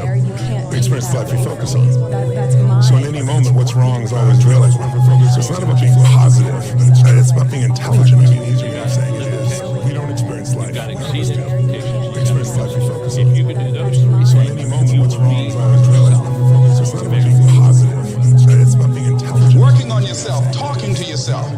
That's so very important. Overcoming the negative conversation, that inner dialogue that's going on all the time, even when you don't want it to be there. You can't stop yourself right now from thinking. You can't do it. It's going on. And so learning how to empower yourself, part of doing that is standing up to yourself. You got to stand up inside yourself sometimes and say, shut up. I was going to give a presentation, and this voice inside of me saying, you can't do this. You don't have everything it takes. Shut up. I'm behind on my bills and you're telling me what I can't do. I have got to do it. You get scared sometimes. Your mind will go blank on you. Some people you will allow to unnerve you. And you wonder, what's wrong with me? I'm not crazy. That's why you've got to learn to make a conscious, deliberate, determined effort to stand up inside yourself. Working on yourself, watching that inner dialogue, it will determine the quality of your life. One thing is certain, no one ever becomes very wise without the aid of self-discipline, and no one ever finds peace of mind and happiness without the strict exercise of self-discipline. No one ever becomes very wise without the aid of self-discipline. We're not taught. Our nervous system is designed to survive. you have to think about it. The brain that you and I have is about 2 million years old, roughly. It hasn't altered a huge amount in that time. And the number one focus is survival. So our brains are always looking for what could go wrong, what could be messed up, what could cost us, what could we lose. And it used to be to protect us from a saber-toothed tiger, so we've learned to fight or flight, run from it, or freeze and hope it didn't notice it. Those are the 3 patterns most people do under stress. They fight, they flight, or they freeze. And the problem is there's no saber-toothed tiger anymore. So today, we get freaked out like life and death, like what do people think about us, or what do they write about us on social media? And don't get me wrong, all those are challenging things, but they get into survival, and we don't learn to run our brains. So today, our brain's going to make you survive. It's not going to make you happy. Your job is to make you happy. In order to do that, you have to wake up and not be on automatic pilot. People change in 4 different seasons. It's when they hurt enough they have to. When they see enough they're inspired to. When they learn enough that they want to. And when they receive enough that they're able to. Those are the 4 times that people change. Short-term thinking says the donut tastes good, eat it. Short-term thinking says one workout doesn't matter. Short-term thinking encourages you to make short-term emotional decisions that hurt you in the long run. Think strategic. Think long-term. Act strategic. Take action that improves your long-term positions and moves you toward your long-term goals. You need to win battles in order to win the war. You need to get out of bed, you need to run, you need to work out, you need to read and study and practice, and you need to do things that you don't necessarily want to do. You need to know your strategic goals, and you need to know why they're important, and then you need to get up, get out of your damn bed, get off your phone, get out of the soft and addictive comfort zone, go out there into the world. Get after it. Beliefs create and beliefs destroy. Please jot it down right in front of you. Big letters that stands out for you. Every belief you have either creates or destroys. And the problem is most of us are not conscious of the beliefs that we have. A belief is nothing but a feeling of absolute certainty about what something means. Every belief you have. When you're absolutely certain about what something means, you have a belief. You might believe you're really smart. You might feel I'm not that smart. You might believe you're worthy or not worthy. But all you're really saying is, I feel certain about this. So we have to be so conscious about our beliefs because they literally change our life. Remember I said yesterday, we don't experience life. We experience the life we focus on. The fixed mindset is, this is who I am, this is what I know, this is what I'm capable of, this is what I'm good at, and this is where I'm going to stay. The growth mindset says the following. It says, this is where I am, this is now. This is what I'm good at, and this now I'm going to stay. But I recognize that if I go through a particular process, I can grow myself and become a better person now. Problems are a sign of life. I remember I met Norman Vincent Peale when he was 92 years old. He wrote the original, to minister, he wrote Power of Positive Thinking. I was 32. He invited me up to Canada. He was doing a seminar. My career was starting to take off. So I got a chance to go meet him. And I went backstage with him, and I remember saying to him, I said, he said, call me Norman. I was 32. I'm just curious. I said, why are you still doing seminars at 92? He goes, well, there's still a few negative people out there. But okay, I got 60 more years of this going forward, right? But then I asked him, I said, when he started out was horse and buggy. He's seen rock, radio, television, cars, rock. Imagine what he saw in his lifetime in that century. What do you really want? A lot of people have not been able to define that for themselves because you grew up wanting what other people wanted for you. And you get to be 40 or 50 years old and you're still operating on what other people wanted for you, and you haven't really defined it for yourself. And I know that because I would talk to thousands of women over a period of time, and multiple times I would ask the question, what do you want? And people would say, I want to be happy. And I would ask, well, what does that look like? And for many women, and it started to change as we moved from the 80s to the 90s, they would always say, well, I just want my kids to be happy. Your kids being happy is not you. What do you want? And for what will it actually take to fulfill this thing that you say you're in pursuit of? And being able to answer that question, first of all, acknowledge that you know or don't know, and then finding out what that's going to look like for you. My favorite lessons I learned was from a monk who said to me one day, I said to him, like, what do you think happiness is? And he said, I don't even talk about happiness. I think we're using the wrong word. He said, I look for peace and contentment. And he said, sometimes in your life, just pause for a moment and ask yourself, how many of the things you have now were the things that you wished for a decade ago? Just pause and do that. And he said, what you will be shocked to discover is the person that you cannot bear to have a conversation with today, that is your spouse, you dreamed one day that they would look your way in a bar. You dreamed and you yearned for the day that they would text you back. You know what I mean? That car that you now loathe because it has to be serviced and you have to change the tires on and you have to... There was a time when you looked at it in a catalog and you went, that is my dream text you back car. You know what I mean? Keep it right in your head. Keep your thoughts good, not bad. Keep your thoughts decent, not indecent. Keep your thoughts full of faith and not doubt, because it is in your thoughts that is determined whether you will be happy or unhappy, whether you'll be healthy or unhealthy. The happiest person is he who thinks the happiest, most interesting, finest thoughts. And that is a fact. The mind is like a factory, a mental factory. And whatever you think about all day long pours ingredients into this mental factory. Can you imagine dumping a barrel of trash into this mental factory every day and coming out with a rich, dynamic, positive life? It can't be done. You decide what goes into your mental factory. Don't let anybody just dump anything they want to in your mental factory, because you've got to live with the result. Get over yourself. Let me explain something to you. It's not about you. The first step in leadership is to get over yourself. The first step in connecting with people is to get over yourself. The first step in communicating is to get over yourself. I tell people all the time, they say, I want to be a great communicator. I said, number one, just get over yourself. Get over the day that you're more concerned about helping people than how you look. Get over yourself. All of a sudden, good things begin to happen. It's the key to serving others. It's the key to influencing others. And by the way, the get over yourself is the Maxwell translation. Jesus said, if you want to be first, you have to be last. Yes, you do. And if you want to rule, you have to serve. You want to live, you have to die. He was just saying, get over yourself. The get over yourself is the Maxwell translation. Jesus said, if you want to be first, you have to be last. Yes, you do. And if you want to rule, you have to serve. You want to live, you have to die. He was just saying, get over yourself. The get over yourself is the Maxwell translation. Jesus said, foundational thing we have to write is how we think. And I am not a fan of positive thinking and accurate thinking with a positive spin.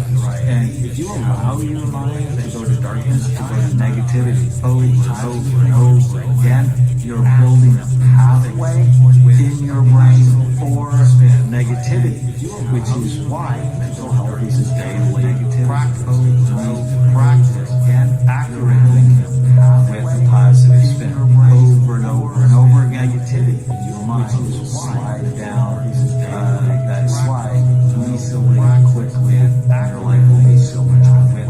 Repeats that you got to annihilate, crush, or destroy if they're getting in the way of your progress in a relationship or your career or your happiness or your health. These are the 3 P's that make learned helplessness. Number 1, you think the problem is permanent.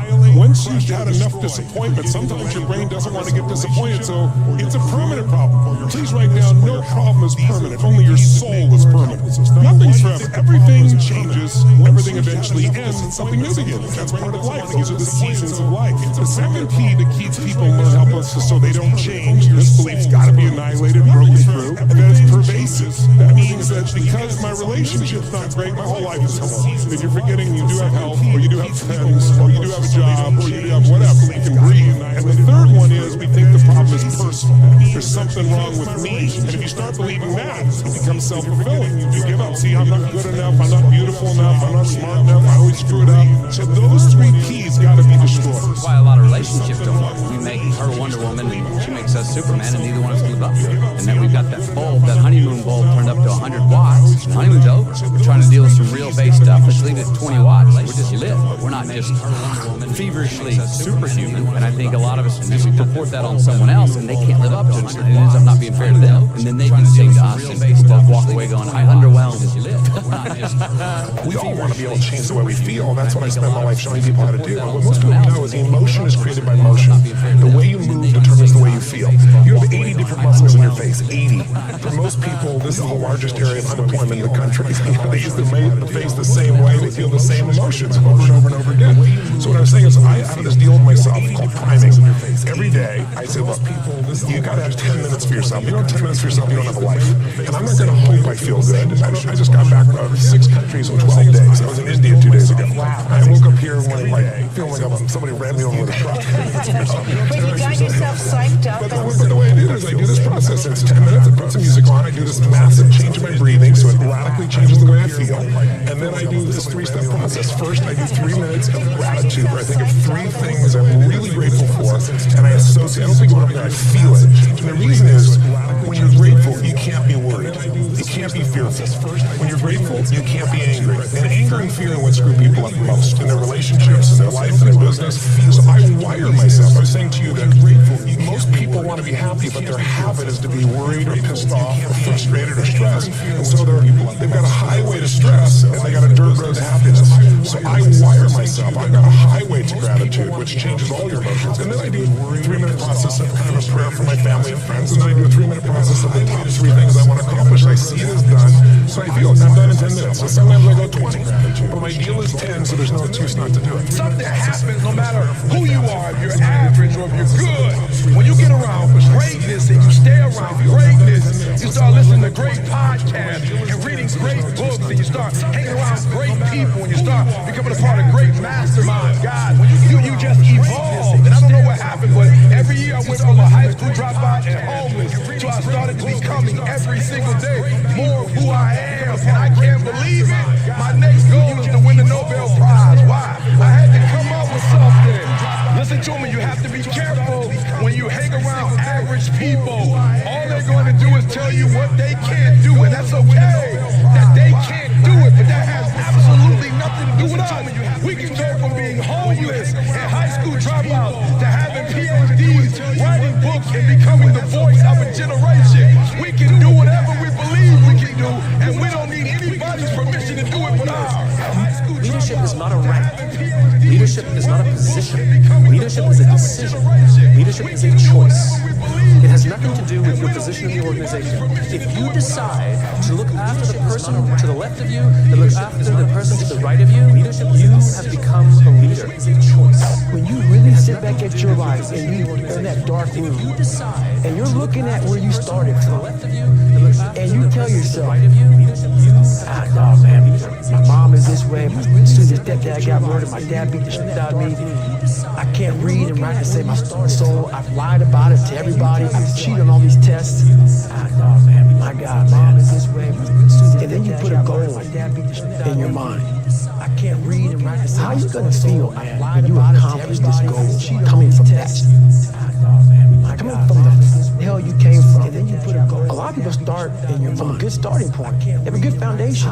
What if you can surpass all these goals coming from everybody who was way up here, started up here, and you started with no legs. You had to grow legs to even start walking, and then crawling, and then running, and then you start passing people, and all this given to them. I had to use all this negative that was making me weak and horrible as a person. I had to use this as the power that now fuels me. I had to flip it on its head and say, hold on, this might be exactly what I need. The darkness is exactly what I need. It's how you look at your situation. And I was looking at it all up. Don't rely on social media. Put it down, turn it off, shut up, be quiet, learn, read, relax, get better. First part of your life you learn, second part of your life you earn, third part of your life you return. Turn it off, shut up, be quiet, learn. I don't know what that dream is that you have. I don't care how far-fetched it might appear to be. I don't care how disappointing it might have been as you've been working toward that dream. I don't know what that dream is, but here's what I know. That dream that you're holding in your mind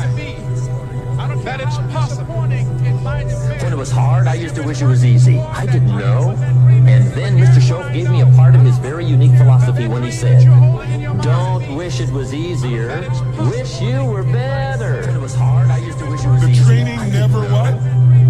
It never ends. It never stops. I train everybody. The training never stops. You don't build a muscle and work out one time and then expect 5 years from now you're going to have muscle. The only thing you can count on in an organization is entropy. It never stops. I train, meaning all things in the world, they break down. The only way you stop entropy is by constantly rebuilding. The only thing you can rebuild by constant training. That's why you got to prime yourself each day.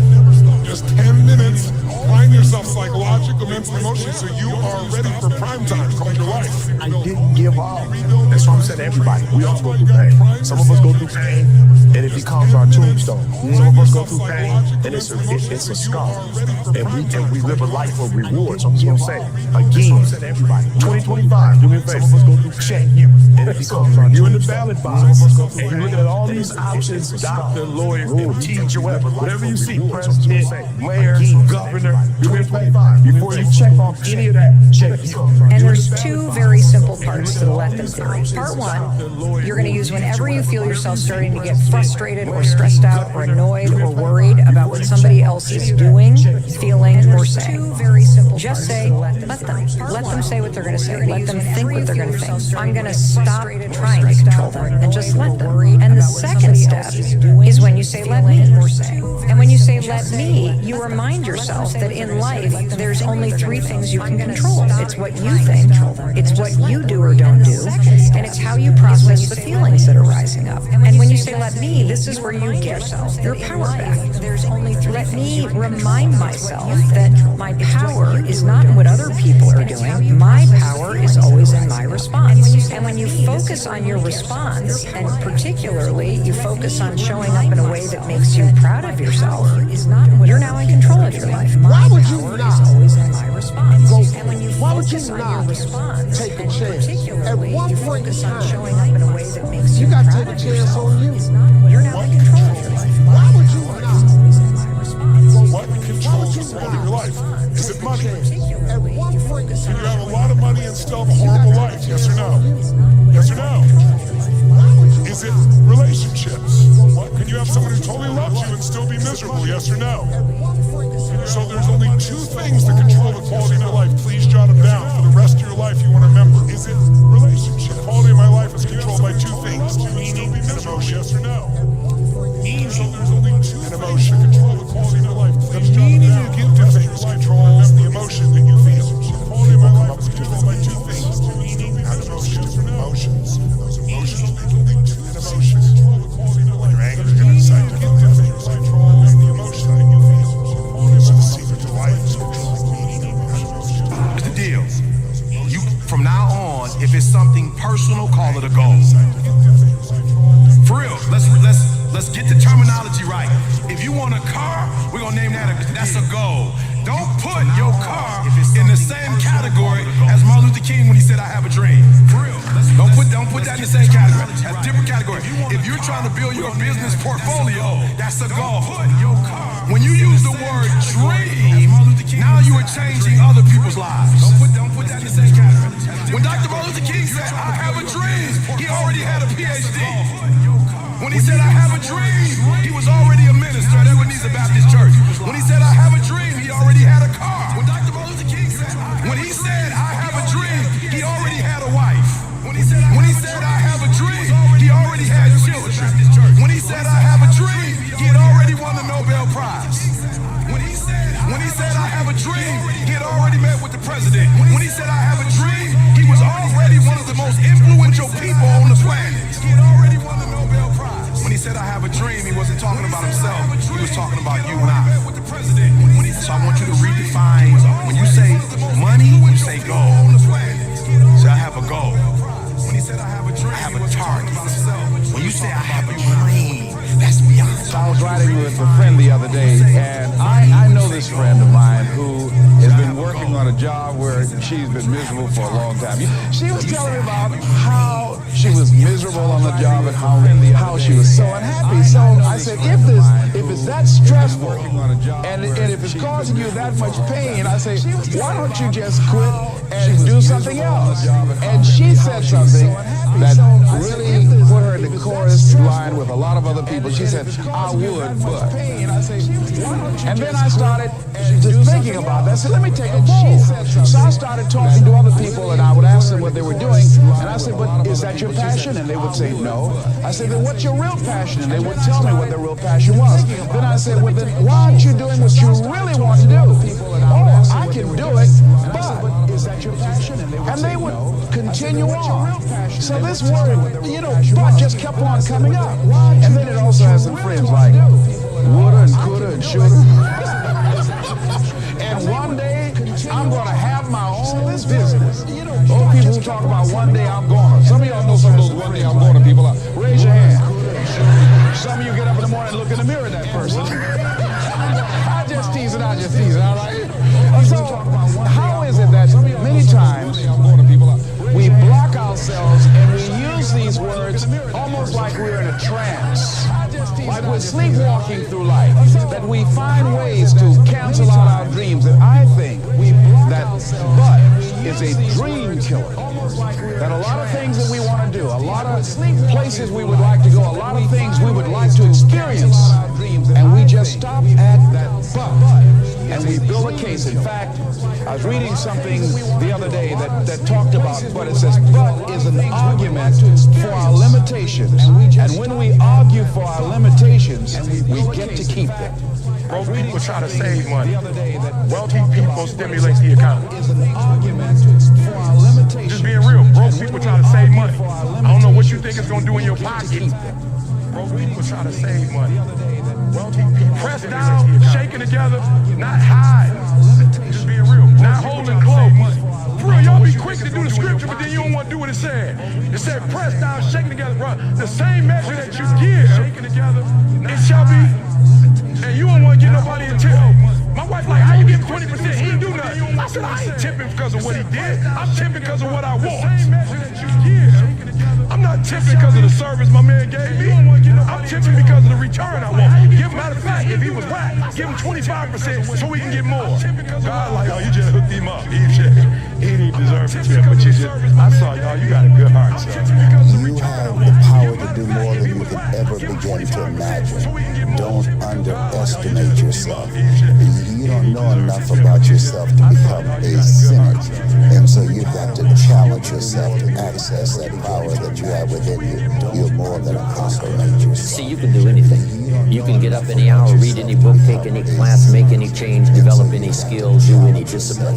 I mean, you can do it all when this how and the why, or when the why starts to grow. The how gets simple. Read any book, take any People class, think they want to get rich by doing this big hit. Look at all the actors, all the athletes, all the movie stars that you've seen that make more money than God, and now they're bankrupt because they made money and income working, but they never figured out how to make the money work for them while they slept. They never made money their slave. So if you look at like 50 Cent, he made $100 million on vitamin water. Someone gave him a tip, and he went bankrupt. Well, right now, I don't know if it's really going to happen, but the newspapers are speculating now. Johnny Depp is going through this divorce. He made $750 million, and they're saying he may go bankrupt now. He's going to have to give up half in his cash position, and he spends $30,000 a month on wine. And he took Hunter Thompson, the reporter, and burned his body and paid $3 million to blow his ashes into the atmosphere. So you can mess up no matter what you do, or you can take a small amount of money and just consistently invest it, and you'll get where you want to be financially. You need to be clear what it is you really want. I always tell people, know not only what you want, but why you want it. I know this is simplistic, but most people just don't do the blocking and tackling of their life. The one we were talking to earlier, a great lady, you could just see she wants to have a new business, but she never sat down and even put a plan together and says, why aren't I taking action? Well, when you're not sure what you're going to do, you're going to hesitate. And hesitation kills momentum. And momentum is what makes a sports team win. It's what makes an athlete, a business person win. When you get momentum, it's like takes enormous energy to get a rocket out of our gravitational pull of the Earth. But out of the solar system, it's easy. Once it has momentum, it takes less fuel, less energy. Starting a relationship, starting a business, changing your body, it takes so much in the beginning. But once you get going, it's actually really easy. We live in a world now that's so kind. We find a kind way around everything. Like, if if you don't look good, I have to find a kind way of saying, I don't like your shirt. Right. That's not the approach. If that's the approach you're looking for, that book is not for you. Can't hurt me is not for you. The approach you have to take, at least I took. You take whatever approach you want. The conversation had to be a real, honest conversation. In the accountability mirror, guess what? I was fat. The approach, don't find a kind word to say that, you know what, I've gained some weight. No, you're fat. When I couldn't read, not like, hey, you know, even learned disability. No, I cannot read. I'm a fourth grade reading level, I'm struggling, and sometimes I call myself stupid. Not in a way to put myself down. So don't take it like, my God, those are so hurtful. Yeah, they're hurtful. I cannot read. It's honest. The conversation has to become an honest conversation of where you're at mentally. Where am I at mentally? I look like I feel like I'm not this. I'm falling behind in school. I'm lazy. My house is a mess. You have to look at what it is and call it what it is. Don't find words to make yourself feel better. Because that's what. So we hang around people that make us feel better. That tell us what we want to hear, not what we need to hear. And so we stay away from those people. And we stay away from those people, like our internal dialogue becomes that kind, it's okay, it's not okay. So that's where it starts. It starts with that accountability of it's not okay anymore. This can no longer be okay. And calling yourself out for exactly what you are and exactly how you need to fix it. Things I have realized, and many of us have, that if you want something out of life, if you want to change yourself, if you want to acquire something, if there's some goal that you want to reach, that is really not easy as some people will make us feel. That living your dream, changing your behaviors, overcoming negative habits, it's challenging. It's hard. That living alone is just very difficult. And once we begin to come to grips with the fact that living is difficult, life is very challenging. I heard a song once by a guy named Dimples called, "If it ain't one thing, it's another." I say to you, if it ain't one thing, it's 12 others. Always something. You will never ever have a problem-free moment in life. Somebody said, and I like this, that you either in a problem or just left one or headed toward one.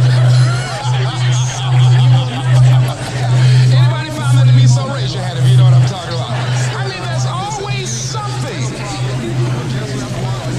So how do we begin to nurture that hunger? What are the characteristics or the qualities of people that are hungry? What will it take for me to get some of the things that I want? And being hungry for those things, number one, you've got to work on yourself. It's very important that you engage in an ongoing process to develop you.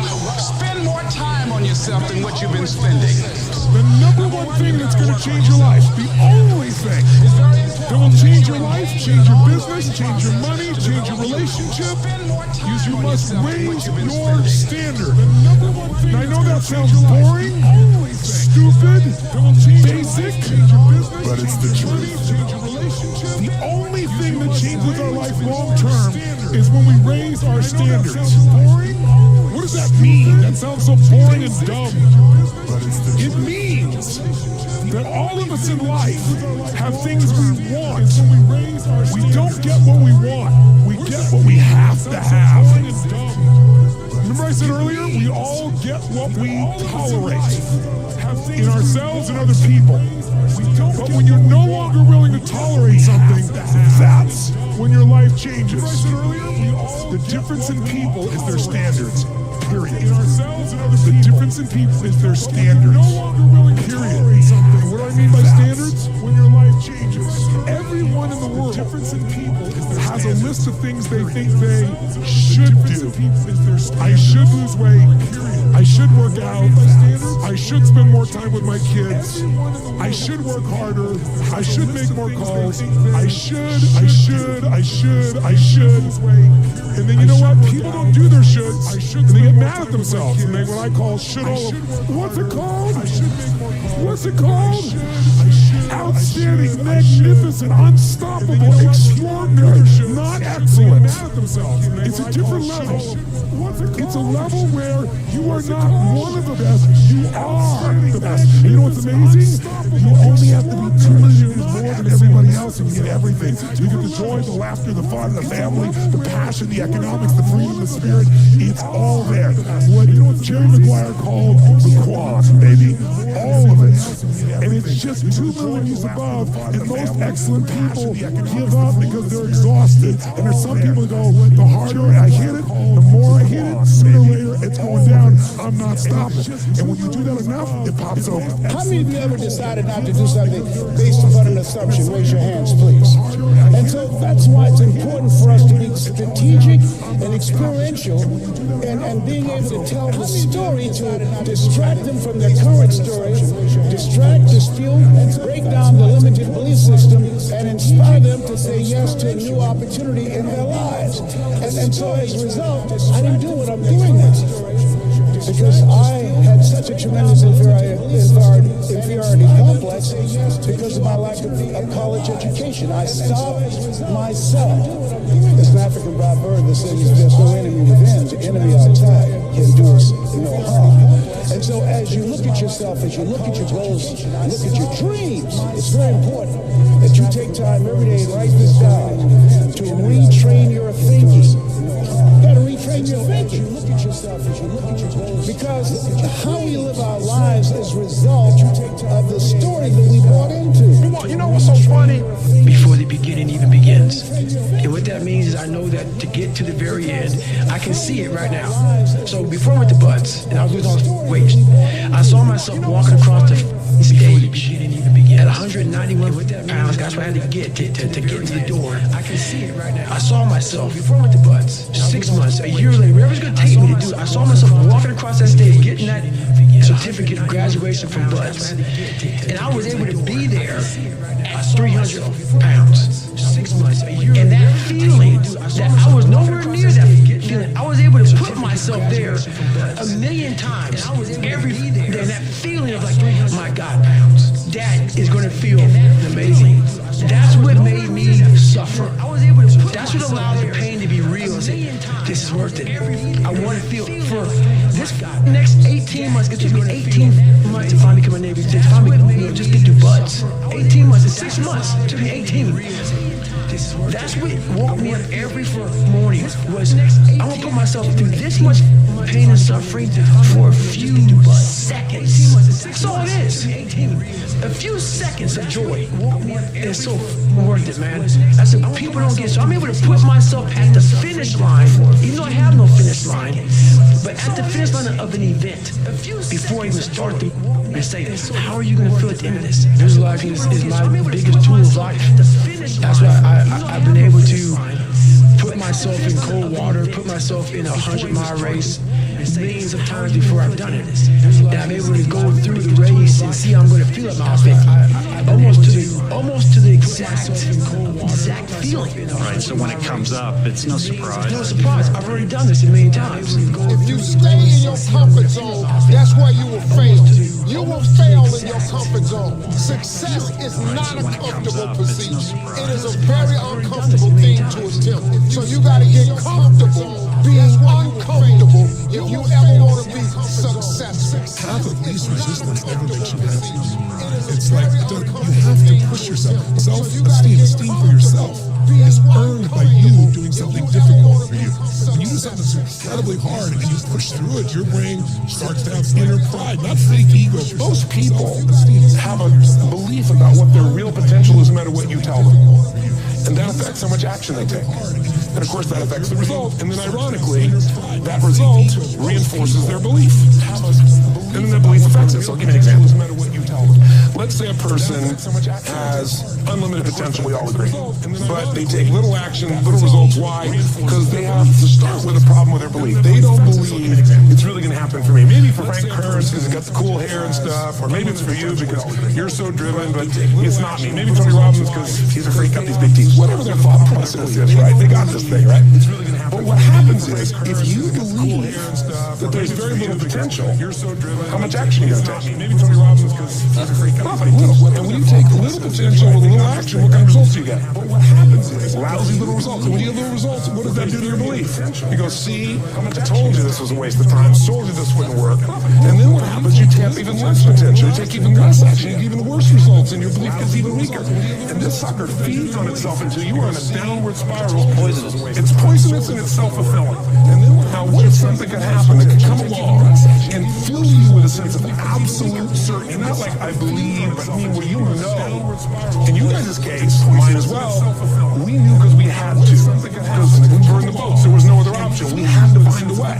We weren't going to live that way. We all did it in different ways and for different reasons, but in you guys' case, if you get yourself in a state of certainty that this is going to work, and I'm going to find a way, and if this doesn't work, I will make the way, then you tap a lot more potential. And when you're certain in your potential, you take massive action. When you take massive action, you really believe in something, you get great results. When you get great results, your brain goes, see, I told you I was a stud. I told you this thing would work out. Now you're even stronger. You tap more potential, take greater action, greater results. That's how you went from $300 in a week to $2,500 in 5 days to $100,000 in a month to $1 million in a day. Same as you. And we get momentum. Why the rich get richer and the poor get poorer?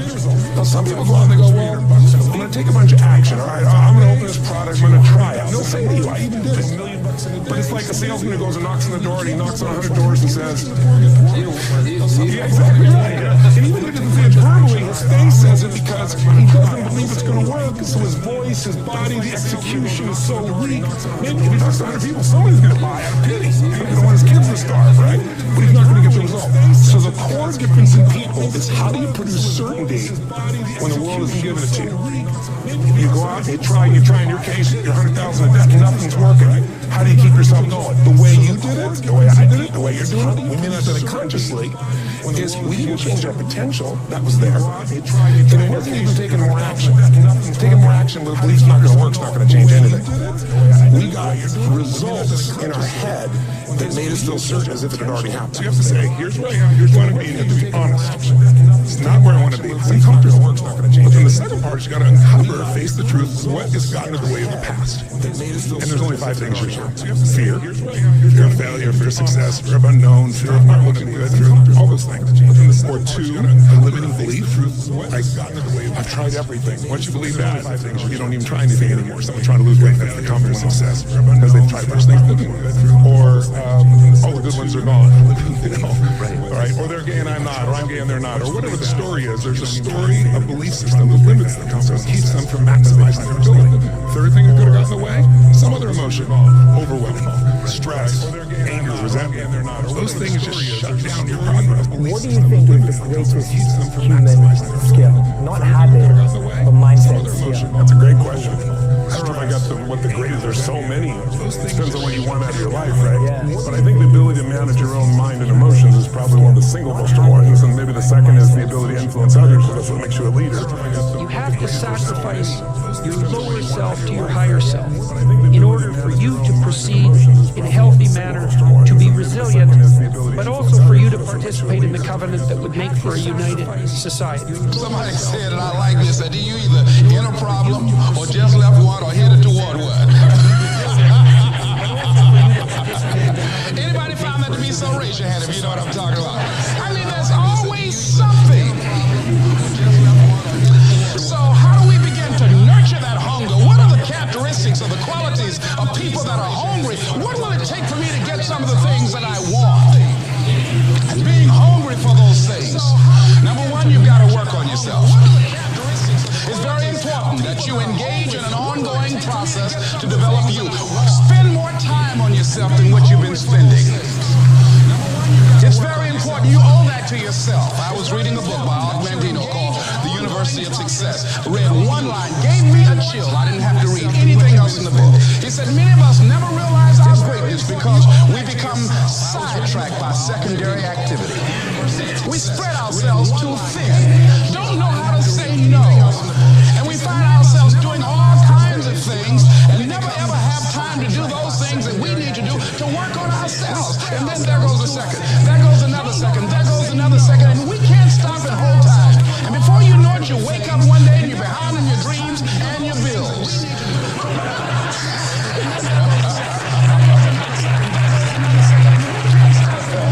So decide that you're going to take some time to work on you, that you deserve that from yourself, that your life deserves some prime time, because you are creating your own production. As Michael Todd would say, you are the star of your show, you are the director, you're writing the script, and you will determine whether your life is a smash office hit or flop. You determine that. Working on yourself, talking to yourself, that's so very important. Overcoming the negative conversation, that inner dialogue is going on all the time, even when you don't want it to be there. You can't stop yourself right now from thinking. You can't do it. It's going on.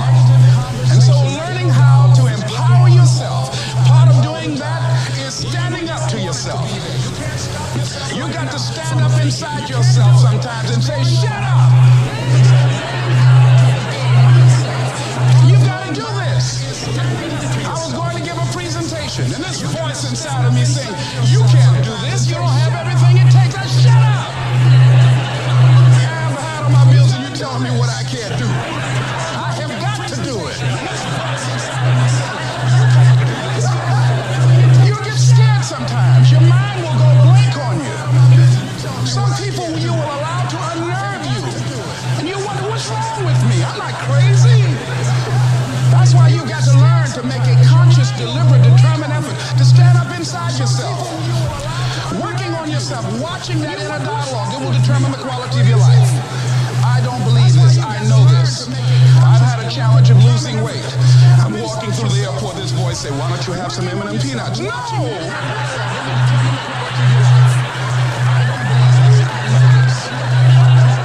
Well, just one. Then after you eat that, you might as well have a Snicker now, you sucker. I mean, it's challenging. My mother fixed a kind of sweet potato pie you can't eat with your shoes on. Have to take your shoes off so you can wiggle your toes. It sticks on my fingers.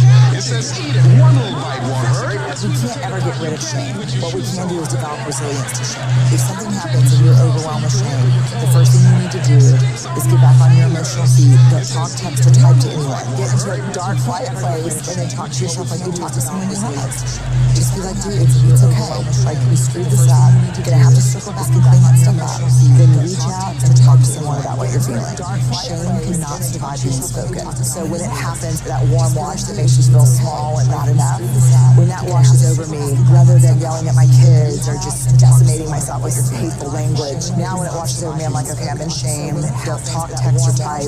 What happened? Not enough. Failure is part of life. I mean, the difference for me, though, is I look at failure as a stepping stone to success. It's a speed bump. I know I'm going to fail, but it's not failure if you learn something. And so failure, gosh, I've made so many mistakes. I've screwed so many things up, but every time I do, it just becomes a way for me to explain to someone else what it takes. You know, it's like, here's what I've done. I think I have the ability to influence people because I talk about my failures. I talk about all the things that mess me up, but I show people that it won't stop me and you don't let it stop you. And I think that's really the secret there. And if everything you touch was successful, you want to relate to people. No, you'll be relate, and also it's be total bullshit. And everyone knows bullshit. And also you'd be bored silly. I mean, think about it. If you just said, I want this to happen, I want this to happen, you know, people don't value it. They don't fight for it. You know, it's like you see kids sometimes, you know, your parents will say, you're not going to value this if you don't work for it. And your kid's going, I'll value it, just give it to me. But it's true. You know, the things we work the hardest for, we value the most. So I think, you know, the purpose of the goal is not getting it anyway. The purpose of the goal is who you become. Who you become is going to make you happier, going to make you sad. So I'm not looking for an effortless approach. There's no such thing. I want you to look at something right now. Think of some major goal you want, or maybe it's one you're already working on, and you have experienced a lot of setbacks, a lot of defeats. You've experienced a lot of disappointment. Maybe you've already given up. And maybe you just need a little fire, a little encouragement to get back in the game again. Here's what I want you to look at. There are winners, there are losers, and And there are people who have not discovered how to win. And all they need is some coaching. All they need is some help and assistance, just a little support. All they need is some insight or different strategy, a plan of action to make some adjustments that will open up the key to a whole new future for them, that will give them access to the unlimited power that they have within themselves. That's all that they need. So what I want you to do is think about something you want for you, that's real for you, that's important for you, that will give your life some special meaning and power.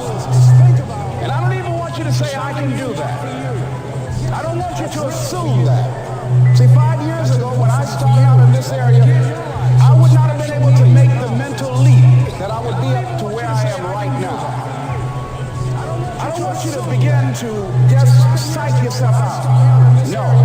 I want you to be able to say something to yourself that will enable you to maintain a level of integrity with yourself.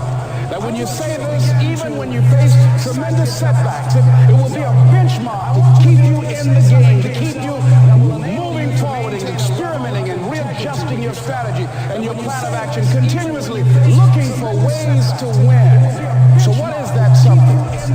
When you got an idea you want to move on, you might not have the money, you might not have the education, you might not have the support or the resources you need.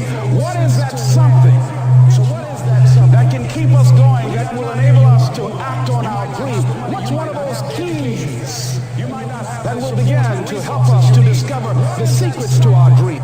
3 months, October, November, December. You've got 3 months left in the year and you have one of two choices. You can do what you've been doing year after year after year after year, which is literally nothing until January 1st when you have a spurt of motivation and you decide that you're going to change your entire being, and then you do it for 2 weeks and then those goals are never seen or heard of again. Or you can see the opportunity in front of you and take the next 3 months and commit to the actions that are going to produce that version of yourself, so that on January 1st you're not sitting there looking in the mirror disgusted and disappointed with who you've been and the fact that you've repeated this cycle over and over and over again. You can instead be proud of the fact that you took the initiative to change your actions before everyone said it was acceptable to do so. On January 1st, do you want to feel like you have to change your entire life again, or do you want to feel that you can just keep on doing what you're doing? I will never quit. Because if you quit, you're done. Your entire life again. You may still be alive walking around on this earth. You're done. I will never quit. I will never quit. I will persevere and I will thrive on adversity. My team expects me to be physically harder and mentally stronger than our opponents. I hold myself to that standard. I will be physically harder and mentally stronger than anything that comes against me, my family, my business, my brothers, my sisters, my team. I will be the one that is physically harder and mentally stronger, and I will work to maintain that position. My business, my brothers, my sisters, my team. You're not scared of losing. You're scared of people and mentally watching stronger, you. and I will work to You're not scared of maintain trying. that position. You're scared of people watching you try. You're not scared to start with nothing. You're scared of people watching you start with nothing. You're not scared of trying. But the truth, you're scared of people. No one is watching as closely as you think. To start with nothing. And even if they are, their opinions are not predictions of the future. The truth, just reflections of their own insecurities. So start now. Even if they are, fail fast, their opinions, learn quicker, and keep moving. Their judgment doesn't define you unless you let it. If you are trying to be successful, you will face failure. In fact, you should seek failure.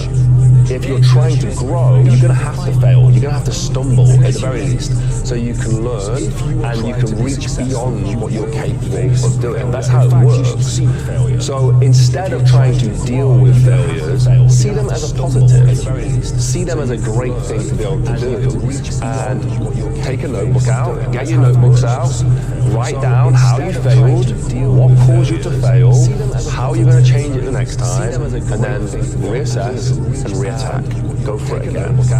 I have this strange, like, competitive thing inside of me that is very hard to subdue. And I know I've said this to Ashley on the phone sometimes. I've been like, hey, you know why I'm up at 4 o'clock in the morning? Because I can't stop thinking about what we need to do to win. That is very You know, the best quality in the world that you can develop, and I give it to you because I made it my life's habit. The quality is to develop the quality of being unstoppable. I can't stop. Develop the quality of being unstoppable. Say in yourself that no matter what life throws at me, it'll never stop you. No matter how rough it gets, I will never quit. And nothing will ever stop me. Make the decision that you can be tired, you can be worn out, but nothing is ever going to stop you. That's a wonderful decision, because then no matter what life throws at you, you pick yourself up and you say, okay, give it your best shot. As Fonzie says, nothing is going to stop you. It's a wonderful feeling. It's a wonderful feeling. It's the basis of self-esteem. I'm just stubborn, man. I just never give up. There's no world where I ever would have quit. When I was 11, I just said, I'm going to be a YouTuber, I'm going to die trying, and I meant it. And so people hate it, but I'm just the most competitive, stubborn person you'll ever meet, and I just never give up. What have you got to lose? No world where I ever would have quit. Exactly. When I was 11, I just and that was it. And it was like, I had nothing to lose. If everybody who's like at the bottom and feels like they have nothing going for them, reframe that as I have nothing going for me, which also means that I have nothing to lose by taking action. It makes you a much more dangerous person. Discipline is hard. Yeah, I think it is, because it's beautiful for me to see. When I see someone who's really truly disciplined, who like a David Goggins, someone who just like truly maximizes the grind, I feel like there's an art. Yeah. We ask audiences to identify the qualities of success. They generally come out with about 25 of them, and we identify them or ask them then to say to us, tell us which of these are attitudes and which is skills. Out of 25, 20 of them are always attitudes. You can't quit, man. You got to stay with it. Somebody having it way harder than you, and they didn't give up. Always keep going. There's been times, particularly early in my career, where it just feels like this is the end. But what I've come to find out is that no matter what happens, the storm eventually ends. And when the storm does end, you want to make sure that you're ready. I had that one viewer, and that viewer made me keep going. And each day and more. Week 2, I started averaging 4 viewers. Week 3, 8 viewers. Week 4, 20 viewers. So on and so on and so on. So I streamed every day. I didn't care about nothing else but YouTube streaming. Honestly, just keep trying and don't be afraid to fail. I think that's so important. And everyone I've met, by the way, from the people that run businesses that are 10 times streaming, everyone is successful person in school, in business, whatever, whether they've started a business or not. And every single one of them has failed time again. And I think then people look at the final product and just assume that they were either this incredible human or had started this way, and it is just never ever the case. More often than not, all the most successful people I've ever met are winging it. They're all literally just working incredibly hard, and they're just giving it their best shot. If you don't have the life you want, you can change one of 6 things. Stick to anything daily for an entire year. Move cities. Upgrade romantic partners. Eliminate drinking and say no to shiny objects, anything that's not what you're currently wanting. And you can go to bed every day at 9 p.m. If you don't like where you're at, just try one. You learn nothing from success. Nothing. You learn everything from the failures. And this is the thing that annoys me about the state that the world is in at the moment, is no one talks about failure anymore. It's like shame. Like failure is shame. It's like, oh, let's just bury that and not talk about it. No one goes, oh, what did we learn from this? Whereas with success, everyone shouts about it, but there's nothing in success. Success happens from failing hundreds of times. Quitting is a habit. If you quit the first time you run into difficulties, you'll always quit when the going gets rough. You will, in effect, establish a pattern for failure rather than a pattern for success. My thing is, I'm going to outwork everybody. I will never be the smartest in the room. I will never be the most talented in the room. But I will outwork everybody in that room. My thing is, I'm going to outwork. That's what I've learned in life. I will never. You got to believe in yourself. You got to put in the work. The consistency of work. Monday, get better. Tuesday, get better. Wednesday, get better. Right? And you do that over a period of time. Not like 1 month or 2 months. I mean, it's 3, 4, 5, 6, 7, 8, 9, 10 years. And then you get to where you want to go. I'm not gonna lie, in portray this ultimate poise, like I've been had it figured out. Nah, I just didn't quit. That's the only distinguishing quality from me and probably whoever else going through this or went through this or is gonna go through this, is I ain't quit. I went through every emotion. I think that what gonna separate whoever's gonna try to go for something is that you ain't gonna quit. You know, you're gonna really take the stance if I'm gonna die behind what I'm getting at right now. What makes you alive is to grow. And when you grow, you have something to give. And when you give something, it makes your life meaningful. And so I think the people that find a higher meaning, a higher purpose, those are the ones that maximize what they're capable of. And those are the ones that usually know their name. Everything that you do counts. The biggest mistake that people make is they think that only what they want to count counts. When you read a book, when you listen to an audio program, when you go to a course, when you go to bed early and get up early and work, it all counts. But when you watch television, waste time, hang out, fool around, and so on, all of that counts as well. And here's an important point. If what you are doing is not moving you towards your goals, then it's probably moving you away from your goals. Nothing is neutral. Everything that you're doing is either moving you toward the things that you want to accomplish in life, the person you want to be, the wealth you want to accumulate, or it's moving you away. Everything counts. The law of accumulation says that everything counts. The question of the day is, did you get better? Genuinely, I just thought that. Did you get better today? If you didn't, believe it or not, you wasted the day. No bullshit. And you wasted a day that you never get back. Time is the only thing, that's the only currency that you can't get back. You can get money back if you didn't. You can get a girl back. You can't get time back. When I hear the word, oh, this is easy. No, you don't want it to be easy. If it's easy, you ain't working.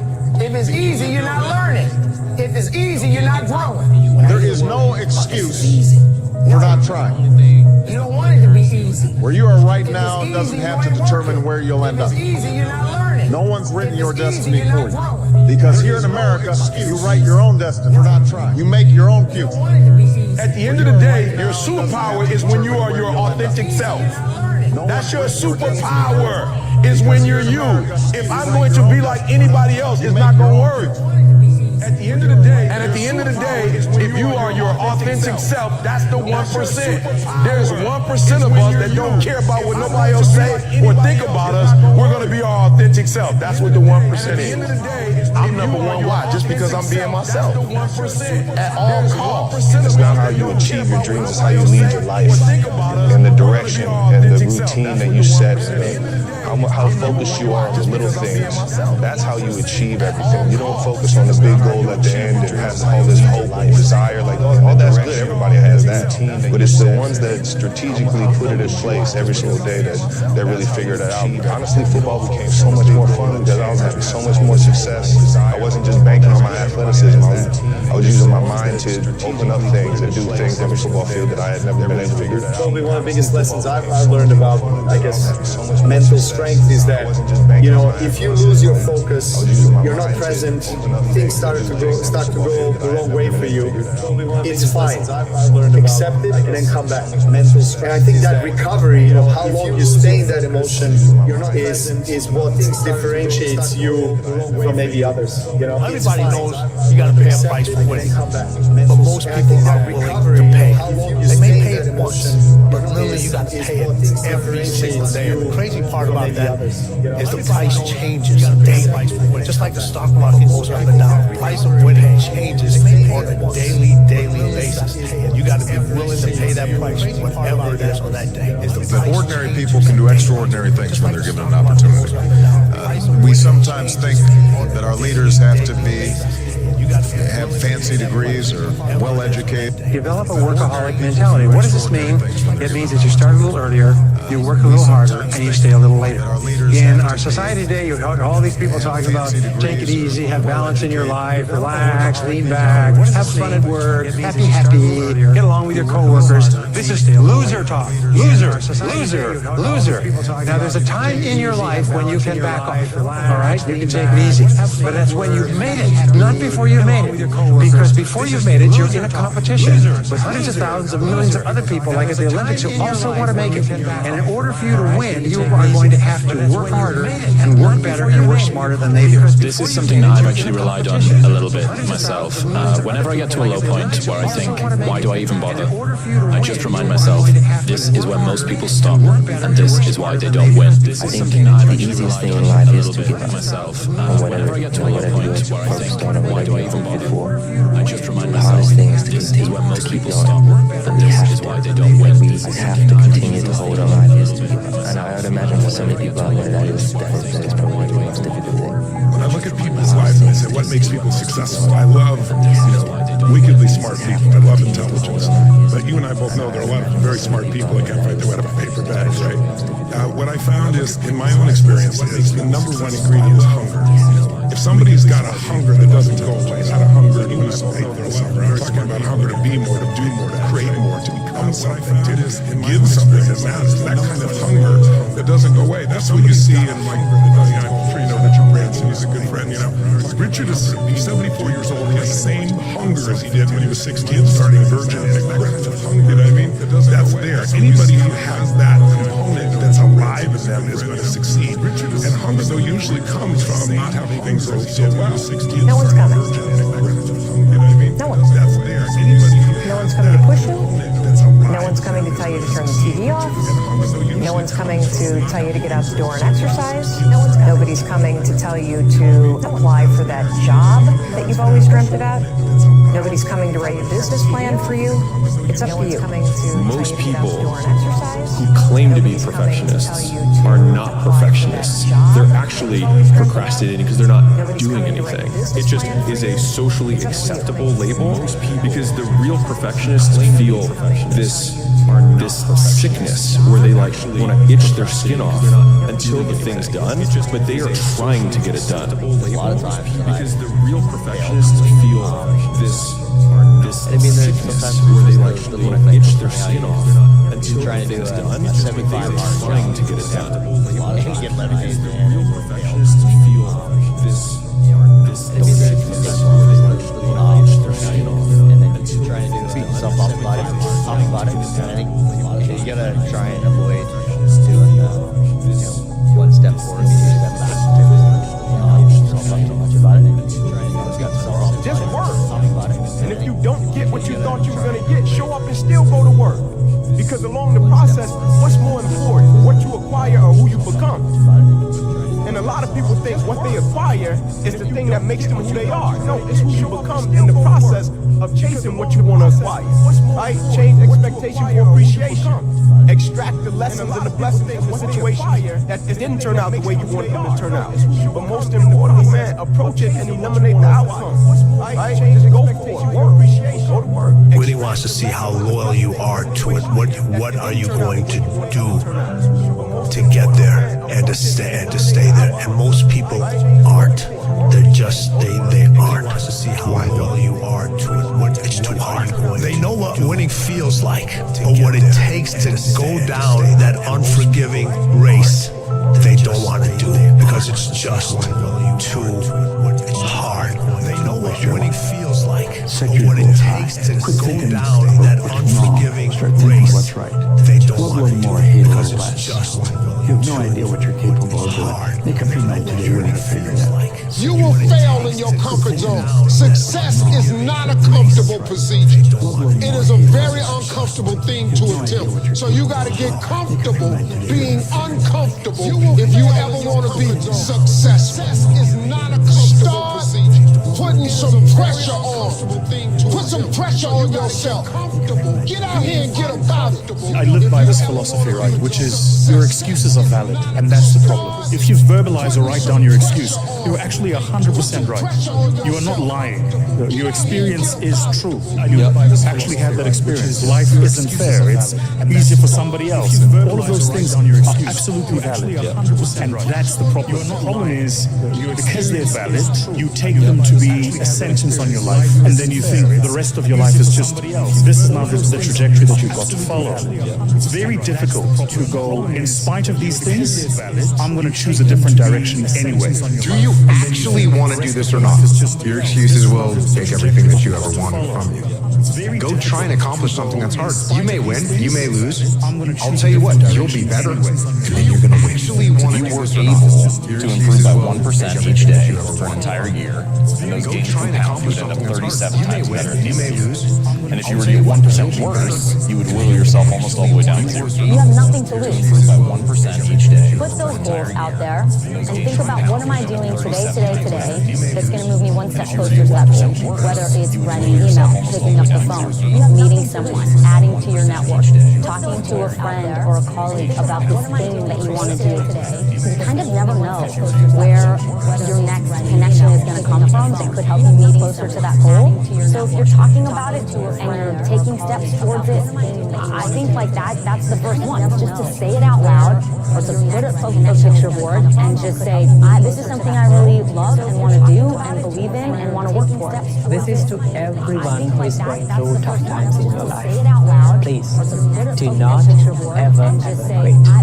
Don't give up. Because the pain you go through today, the troubles you face today, the problems you face today is just a chapter in your life story.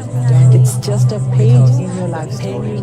It's not your whole life story. Remember the problems you face. If you were to tell your life story in front of thousands and thousands of people after one day you become successful, if you were to tell a nice and a simple and a soft story, no one will be inspired with that story. The more you face troubles, the more you face problems in your life, the more tough your life becomes, your life story will be more interesting.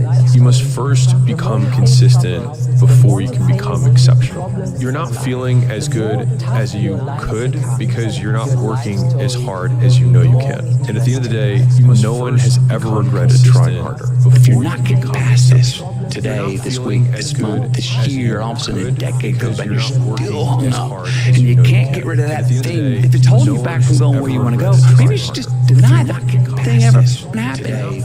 Kick it in the head. Kick it off the curb. I'm done with you. I'm sick of you. I'm tired of hanging out with you. I'm tired of that thing, whatever it is, holding me back from going where I want to go. But what's the one piece of advice?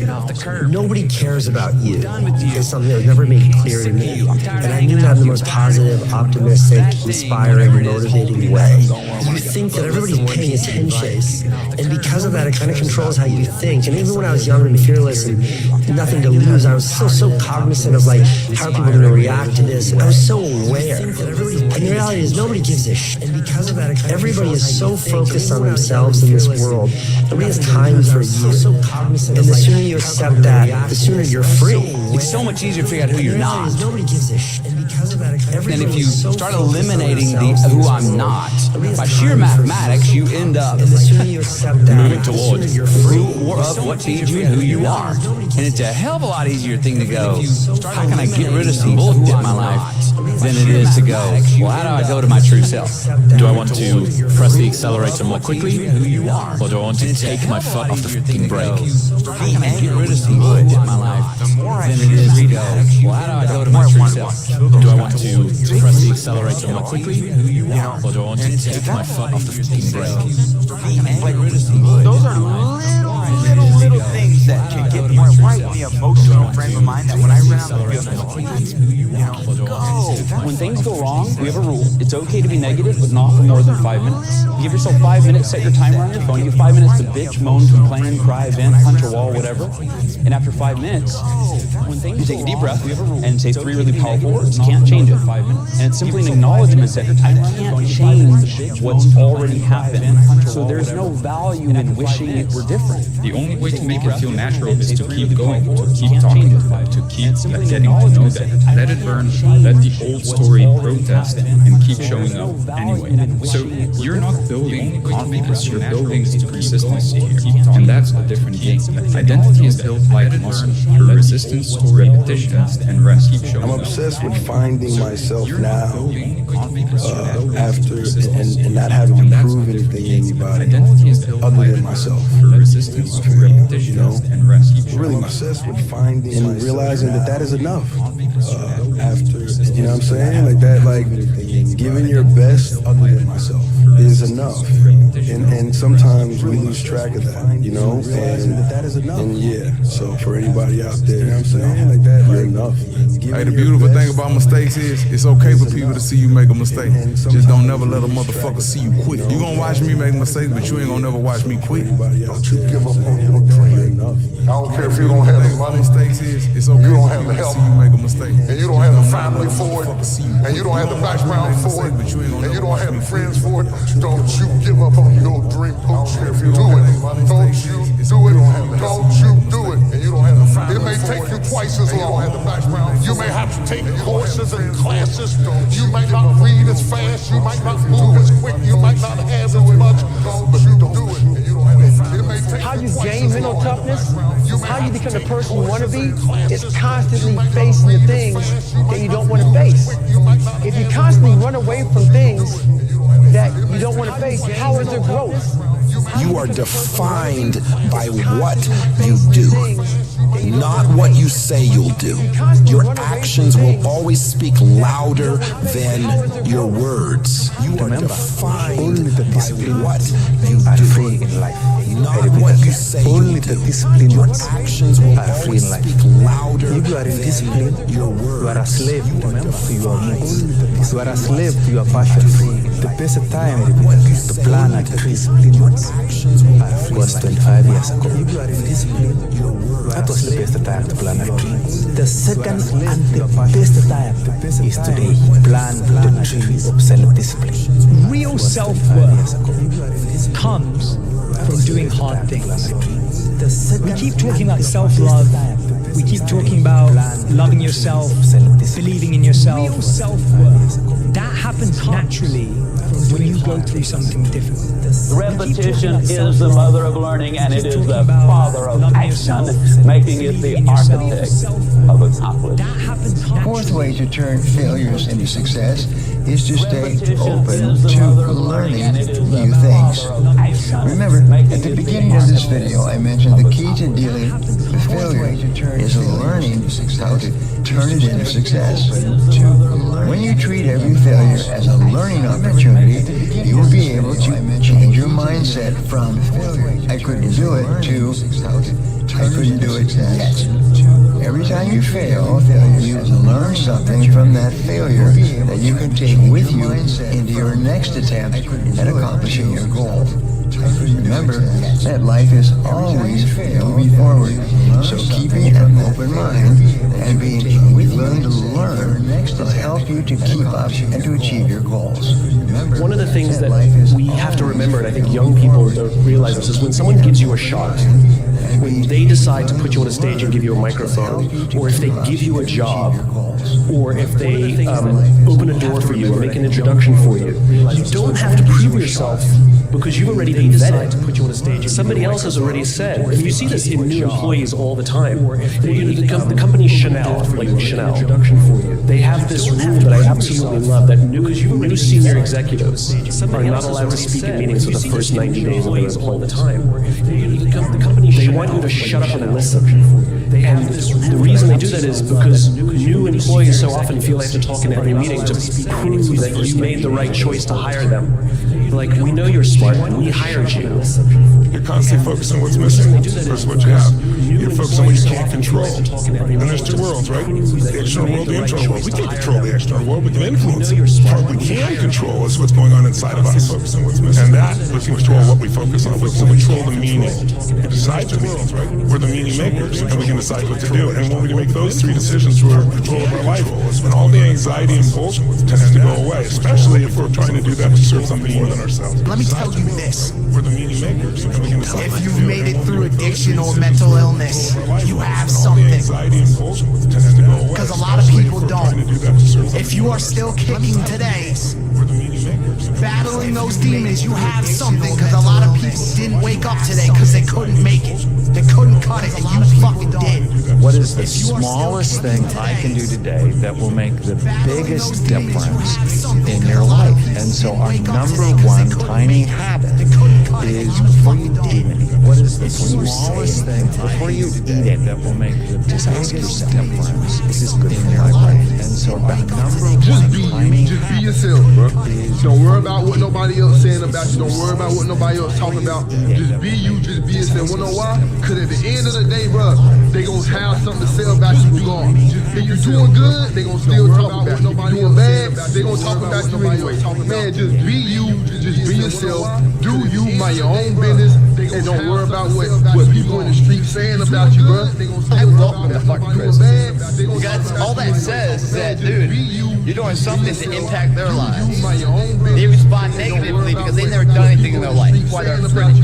Never blame the fucking criticism. Because they've never done anything, all they can do is cast votes and negativity to someone that has done it. If you really want to avoid all the critics in your life, then do nothing, say nothing, and be nothing. And you're going to get their attention. But if you are something and you're doing something, you become something, if you guess what, you get their attention. And that pisses them off because they can never be what you are now. So the only thing they can do to make them feel good is try to bring you the fuck down. I say thank you for that. Thank you for acknowledging the fact that I'm doing something, because I don't know who the fuck you are, but you seem to know who I am. We decide how confident someone is within the first 200 milliseconds of hearing them speak. That means the most important word you can say really is, hey.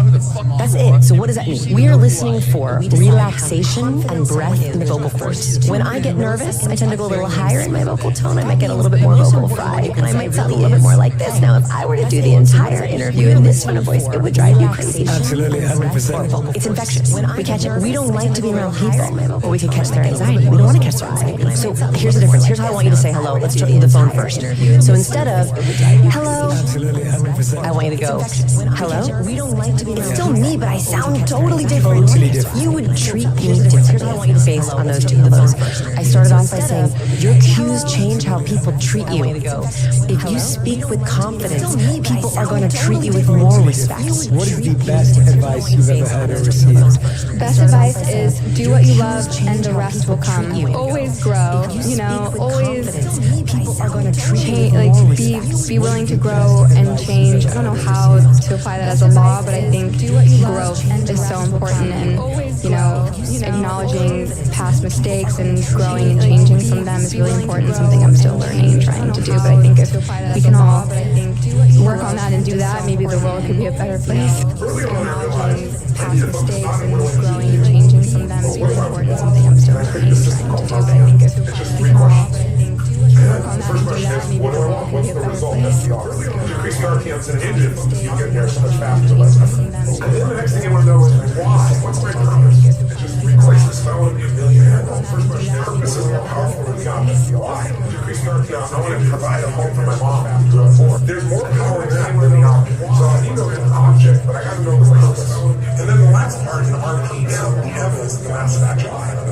And so I brainstorm, what are all the possibilities? What am I doing to achieve this? And then I pick the 20% that are going to be in their science part, because otherwise you get addicted to to-do lists, and you can have lots of movement and no achievement. To-dos will make you crazy. What you try to shift to is the outcomes, results. Purpose is the why, and there's my math or massive action plan. And tighten that baby down to what you really want to do. And here's what I want to say to you. For those of you that have experienced some hardships, don't give up on your dream. As you hold on to that dream, and here's what I want to say. There are moments when you're going to doubt yourself. Those of you that have experienced some hardships, there are rough times are going to come, but they have not come to stay. They have come to pass. It's very important for you to know that. Don't say I'm having a bad day.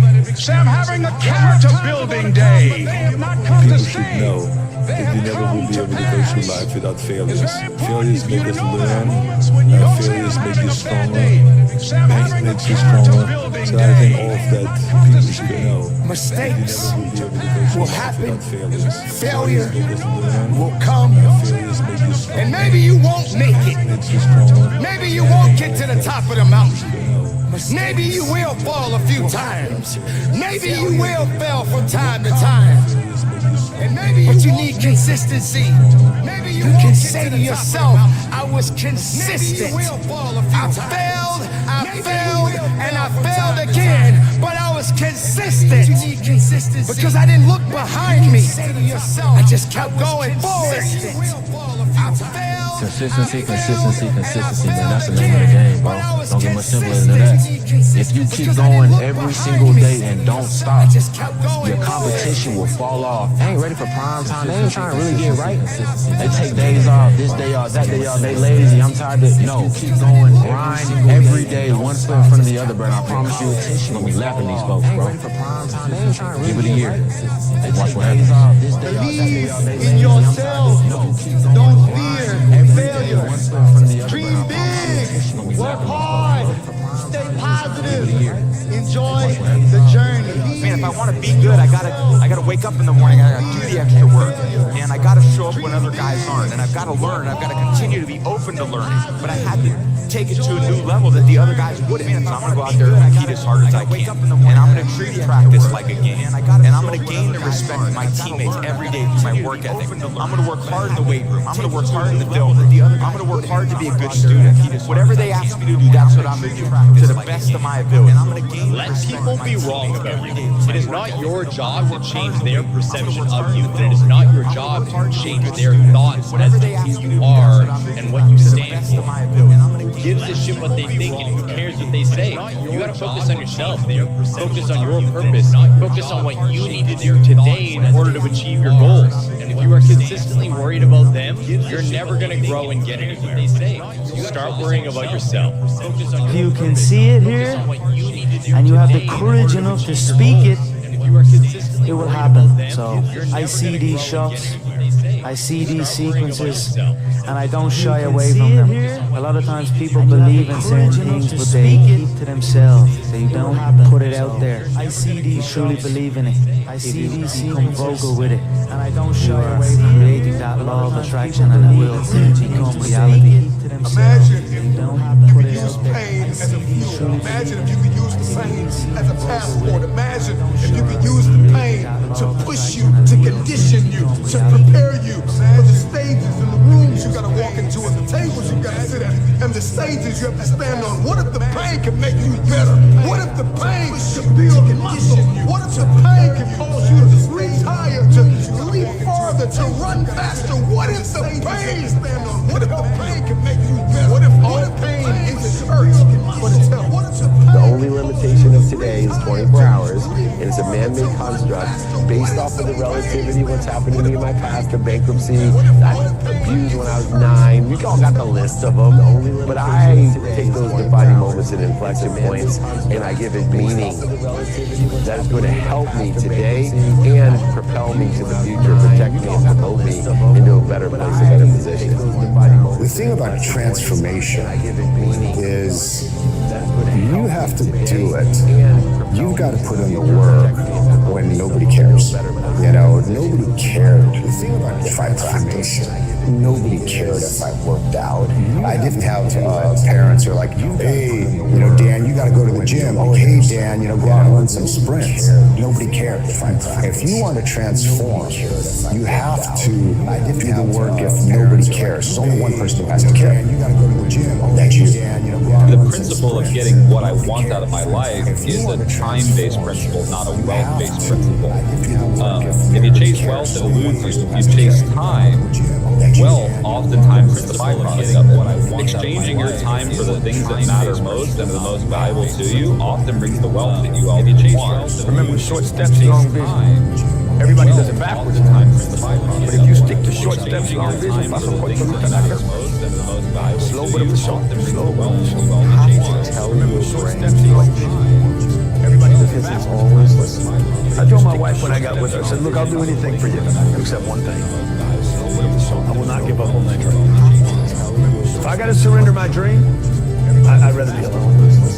Because if I abandon my dream, I'll abandon you. The day we have kids, we cannot blame the kids for not going after our potential and our dreams. I'm like, look, I'll give you anything. Monogamy, I'll never cheat on you, I'll never jack around on you, I'll take care of you, I'll provide you with a life that we can only dream of. If I got to be less than who I'm meant to be with you, monogamy, can't give you that. Imagine Imagine if you could use pain as a fuel. Imagine if you could use the pain as a passport. Imagine if you could use the pain to push you, to condition you, to prepare you for the stages and the rooms you gotta walk into and the tables you gotta sit at and the stages you have to stand on. What if the pain could make you better? What if the pain could build muscle? What if the pain could cause you to reach higher, to leap farther, to run faster? What if the pain could help you? What if all pain isn't hurt, but it's help? What if the pain could For many times I was laughed at and not believed in, but you know what?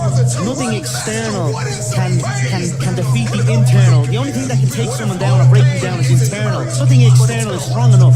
It's just about making sure your internal dialogue and your internal belief in yourself is strong enough that can withstand the external. The external is there. You've got to accept it. You've got to embrace it. You've got to understand it, be aware of it. But don't let it seep into your internal dialogue. I want you guys to believe. Don't just listen to me. Feel me in your soul. Believe you can win. I want you guys to believe you can win. Because we only get one shot at this, King. We didn't come this far to come this far. You want to have a goal that's worth failing for. Don't ask, are you worthy of the goal? Ask, is the goal worthy of you? You're trading your life for. So we should always be going for bigger goals. And we don't go for bigger goals to get. We go for bigger goals to grow. Consistency of work. Monday, You're trading your life for. So we should always be going for and do that over a period of we time. don't go for bigger goals Not like 1 month or 2 We months. go for It's bigger goals 3, to 4, 5, 6, 7, 8, 10 years. And then you get to where you want to go. No matter what happens to you, it ain't over. It ain't over. Ain't no such a thing as over. As long as God wakes you up, that means he ain't through with you yet. It ain't over. And if he wakes you up, you got a shot to correct it and get it right. Nothing's ever going to be given to you. As long as God wakes you up, Everything's going to be earned. that means he ain't through with you. If you don't go out there and put in the work, you don't go out and put in the effort, one, you're not going to get the results. You got a shot to But correct two, it more and get importantly, it you don't right. deserve it. Nothing's ever going to be given to you. You didn't earn it. Everything's going to be earned. I know you want to give If you up. don't go out there and put in the work, you don't go out there and put in the effort, one, you're not going to get the results. I know your body But two, more importantly, you don't deserve it. Nothing's ever going to be given to you. You didn't earn it. You gotta understand.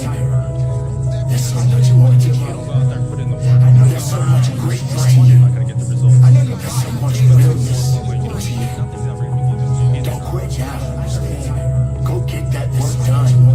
Earn your keep.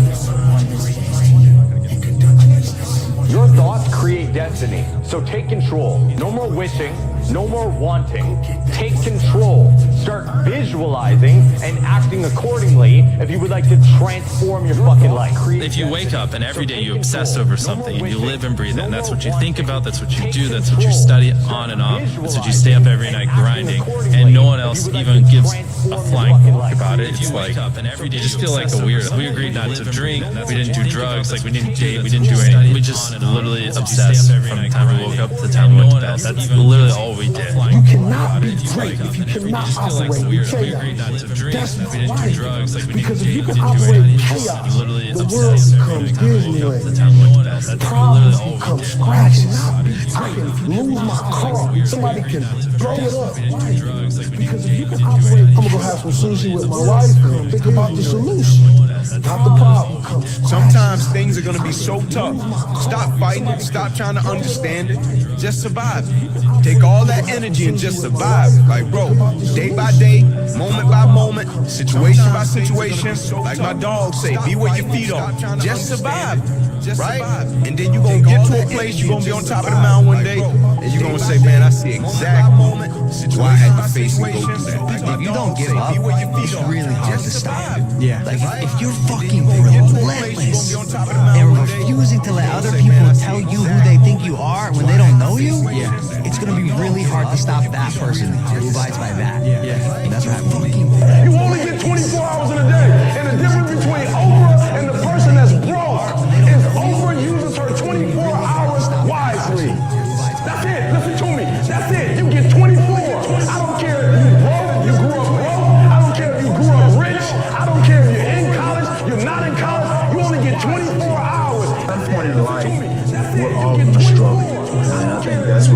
because we're going to be confronted with something. There's going to be some obstacles that we feel that we can't overcome. When you're on your path to success, there's always going to be those roadblocks here and there. It's a part of life. But I think that's what's so rewarding when we do achieve what we achieve. Because of those failures, because of those struggles, because of those roadblocks. Anything can trigger you to try to get you off track. Those are struggles, but at the end of the day, we're all going to struggle. I struggled, but I didn't quit, and that's what I encourage a lot of people to do. To just don't quit. They say like 50% of businesses fail, and I think what happens for a lot of first-time business owners, they're coming out of a job, so they're coming out of an employee mindset. And I know this one guy, for example, in Phoenix, Arizona, and he decided he was going to start his own business, and he had been an employee all his life. So what's the first thing he does? He goes and rents a nice office space, and I know this one. Then he buys all the nice furniture. Then he gets a secretary. He hasn't made not $1, and he spends all this because he thinks that's what an entrepreneur looks like. It's a nice office space. Versus go make the money first, then go rent your office. If you even need an office, start out of your home. We all started. All the entrepreneurs, successful entrepreneurs I know, all started out of their home. But a lot of people I see, they quit their job, they start their part-time business, and because they're struggling for money, they make bad decisions because they're just trying to find how to put money in their pocket to keep their business alive. Whatever obstacles that you face, let them come. How can you grow if everything is easy? How can you grow if everything is handed to you? How can you truly ultimately be a leader in your life if you're not willing to go over the top and get to where you need to be? This is the time right now, ladies and gentlemen. So if you gotta suffer the right way. If you gotta hurt a little bit. If you gotta cry, wipe those tears and keep moving. People give up right before they get what they've always wanted to get. People quit. That's your moment. That's your moment. It's not that all is lost. When you're feeling the most trapped and down and nothing can go right, I feel like those are the moments that define you. Those are those character cannon moments that are like, what am I going to do now? You know, how do you respond to that? You know, you're the closest to getting what you want. It's always the hardest. There's no losing, only learning. What am I going to do now? There's no failure, only opportunities. And there's no problems, only solutions. So to me, what failure is the mother of all success. If it wasn't for Michael Jordan getting cut from his 9th grade basketball team, he wouldn't have became Michael Jordan. Opportunities. You know, if it wasn't for, I seen an article the other day where they were talking about Oprah Winfrey and how she got fired because she wasn't good for television. Michael Jordan getting cut from his 9th grade basketball team. You got people like Walt Disney who got fired, if I'm not mistaken, from a newspaper saying he had no imagination. All they can do is learn and come back bigger, better, stronger, because all it's going to do is lead you in the right direction. See, if you're always winning, then you don't really understand what it is to win. You got to take those losses. You got to take those hits. There's got to be the valleys, the peaks, the ups, the downs. All it's going to do is lead you in order for you to, when it does happen, you go, wow, no, this is what it's all about. And not only that, it's never about making it, guys. It's always about maintaining the valleys, the peaks, the ups, the toughest part. Without commitment, you'll never start. But more importantly, without consistency, you'll never finish. Ease is a greater threat to progress than hardship.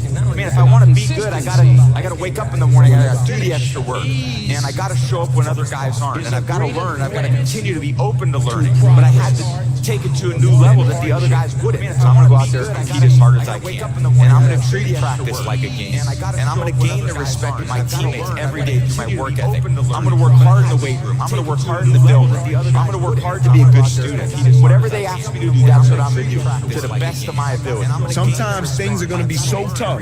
Stop fighting it. Stop trying to understand it. Just survive.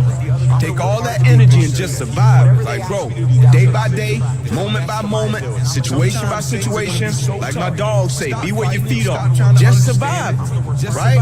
And then you're going to get to a place, you're going to be on top of the mountain one day, and you're going to say, man, I see exactly why I had to face and go through that. Don't look at everything else as a problem. Look at yourself and see how you can change yourself, even how you approach people, even how you move, even how you think. When you change the way you think, you change the way you perceive the world. When you are starting out, I think you gotta find the thing that's the pain. And like, pain motivates significantly faster if you don't reply. Like, people are like, no, passion's the right way. It's like, point a gun at a family member, all of a sudden, 10 out of 10 motivation. You gotta pain.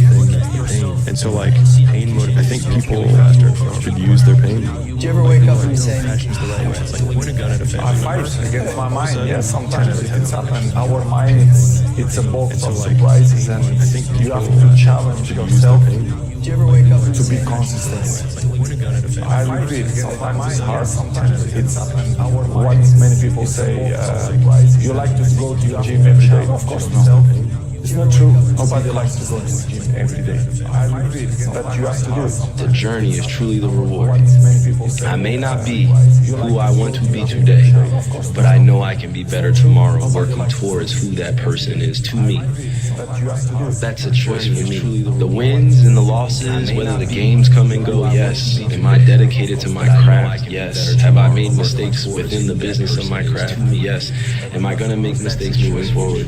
Yes. Am I ever going to be perfect? The games come and go. Yes. No, I'm joking. I'll never be perfect, but like at the same time, I'm just aware that you have to have laughter, you have to have fun in this, you have to smile. You cannot put too much pressure on yourself because this one life to live. I really believe that whatever you think about and really set your mind to, anything is possible. Even if you've been through things in life, you can make it through. You can become successful if you really just put your everything into it and really visualize it. And that's something I do every day, and it's possible. I feel like I've always been that way, where I've been ahead of my time and always thinking one step ahead, always successful. Real self-worth comes from doing hard things. We keep talking about self-love. We keep talking about loving yourself, believing in yourself. Real self-worth. That happens naturally from when you go through something difficult. And all I say to you is I hope you chase those dreams with a burning desire. With a burning desire, and through all the fire, and through all the flame, and through all the pain, I hope that you find happiness deep in your heart. I wish nothing but prosperity and abundance in your life. Much love. You gotta have that mindset that quitting is not an option. Give up? Who, me? Never. Stop? Who, me? Never. That's for the next guy. That's for the next girl. But not me. Why? Because I don't quit. That ain't how I do it. That ain't how I roll. I never give up. Never. Stop? Who, me? What's important to me? Working to be the best person I can be. You're gonna make mistakes, but make them and move on from them. It's just, you're a human being. It's okay to be human. You're not perfect. I'm not perfect. But I don't have to go back down that lane when I've already been and move on from it. It's just, so I value my life. It's okay to be human. I value my family. I value my time. I'm not perfect. I value my health. But I don't have to go back down that lane. Peace of mind. It's more than three. It's everything. It's life. We gotta keep moving forward. Dreams without goals are just dreams. Come on. And ultimately, they fuel disappointment. Exactly. On the road to achieving your dreams must apply discipline, but more importantly, consistency. Because without commitment, you'll never start. Without consistency, you'll never finish. Be the guy who embraces the ugly, the miserable. Be the guy who embraces hard work, the grind. Don't be afraid of being hurt. Don't be afraid of sacrificing some love. It's the moments in life, the decisions you make on a moment-to-moment basis that add up to be the guy or not the guy. Tonight, I did something, you know, that I feel more of a guy. For me, who I am, my guy. Stand up and be a man. Make the hard decisions. Make the sacrifices. Make the unpopular decisions. And become comfortable in your own stance. Stand up. And if you are not a person that you are comfortable being alone with, sacrifices, that is the one person in this universe that you have full power, full right, full responsibility to change. So why you hurt? Being alone with, keep going. If you feel pain, keep going. If your heart beats, keep going. If your lungs are working, so why keep going? But don't you dare give up. Don't you quit. You hurt, you grow, you go. And from the bottom of my heart, keep it moving and transform. Don't you dare give up. Don't you see yourself as high as you possibly can see yourself, right? What do you see yourself as? And there's no right or wrong answer. Clarify and define your vision for yourself in the highest possible way that you can see. See it specific and see yourself as high as you possibly can, right? That's your first job, is to see it as high as you can see it. Be delusional to the point where you know, to where your mind is possible. Right at the apex of what your mind believes is possible, and see yourself. Then you push past that even a little bit. That's your defined job, is to see it. Bro, what are you doing with your life? What do you, I thought you said you want to be a great. I thought you said you want to be the best. But you don't act like you don't move like you wake up late, you sleep late, you don't study, you don't work out. What are you doing with your life? You don't want this shit. And no one's gonna feel sorry for you when you don't get it. Great. I thought you said you want to be the best. That's your problem. But you don't act like you don't move like you wake up late. If you want to be great, oh man, prepare to get up off that mat. You're gonna get knocked down over and over and over. And even when you feel like nobody, I can't be hit this hard. Or if you're down there thinking, there's no way I can get up from this. That's when you're just starting. That's when your survival skills have to kick in, and hopefully you've trained enough in your mental preparation and really believe enough in yourself to get up. Why would you not go for it? Why would you not take a chance? At one point in time, you got to take a chance on you. And dreams without goals Why would you not are just dreams, and ultimately they fuel disappointment. Exactly. On the road to achieving your dreams, you must apply discipline, but more importantly, consistency, because without commitment, you'll never start, but without consistency, what gives you strength when you're getting attacked? You're one of the most attacked people in the world. You can't care that much. I know people that care so much about everything, like what people are saying. You can't care too much because you end up joking. One of the tragic things about life is that it ends. How often do you think about your death? Are you afraid of it? It is what it is. I mean, life is what you do while you're waiting to die, so you might as well do a good job of joking. One of the wealthiest people on earth. The reason they're multi-billionaires is not because they have 100 rental units. The reason they are multi-billionaires is because they have a company that's valued at multi-tens of billions, and they just take a loan out whenever they want. The best part is loans are tax-free. Now I live in Dubai, so I don't need to worry about tax anyways, but that's really how you get to the hundreds of millions. What is the best advice you've ever heard or received? Believe in yourself. What is the worst advice you've ever heard or received? Can't be done. I hope suffering happens to you. Boy, this is going to cause a lot of pain and suffering. And I mean that in a happy way, because you want to train, you want to refine the character of your company. You want greatness out of them. And greatness is not intelligence, as you know. Greatness comes from character. And character isn't formed out of smart people. It's formed out of people who suffer. If you think about the difference between winners and losers, winners define themselves by what they made happen, and losers define themselves by what happened to them. If you think about the end, the difficult part of the lonely chapter is that the Rocky cut scene lasts 90 seconds in the movie and lasts 5 years in reality. I didn't believe in weekends back then, not to mention vacations. So I'm, fairly lazy compared to myself in my 20s. I was a true fanatic. All I believed in was working on software night and day. And for my 20s, that was perfect. I didn't have a wife or family at all. I'm going to tell you a Shark Tank secret. If you walk in and stand on that carpet and you say to us, this is a $7.3 billion market, and if I I only get 1% of that market, I'll have $73 million in sales or profits. It's an immediate, I'm out. Get out of here, right? Because everybody's going to say, if I only get this small percentage, and it seems so easy to get 1%, right? Who can't get 1%? You can't. If I come back in a year and I'm just the same exact person with the same thoughts, same ideas, same ways of delivering them, this is a wasted year of my life. I want to tell all of you that are out there chasing a dream, to keep chasing it. I know right now you might feel alone, but I feel like it's just you out there doing it. Everyone thinks you're crazy. People are talking bad about you. Families worried about you. Bless their heart. Let them worry about you. Let me tell you something. I want you to hear me. Yes, you. You were born to do something great with your life. Daggone it, you were. You're not average and ordinary. There's this part of your heart that wants to be somebody so bad, that wants to make a difference for other people, that wants to win, that wants to accomplish something great. And guess what? God didn't put that dream in your heart as some joke. It's not a hallucination. You're not crazy. Everyone around you might think you're crazy. I'm here to tell you you're not crazy.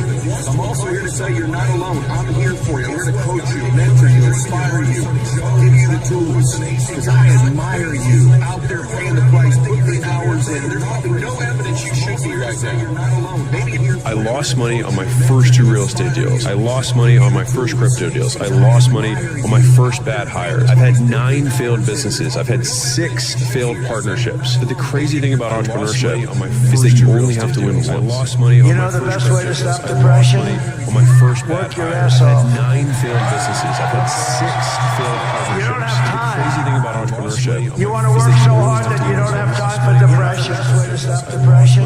If you don't fail, you're not even trying. I'll say it again.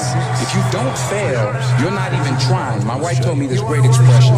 To get something you never had, you have to do something you never did. Les Brown's a motivational speaker. He made an analogy about this.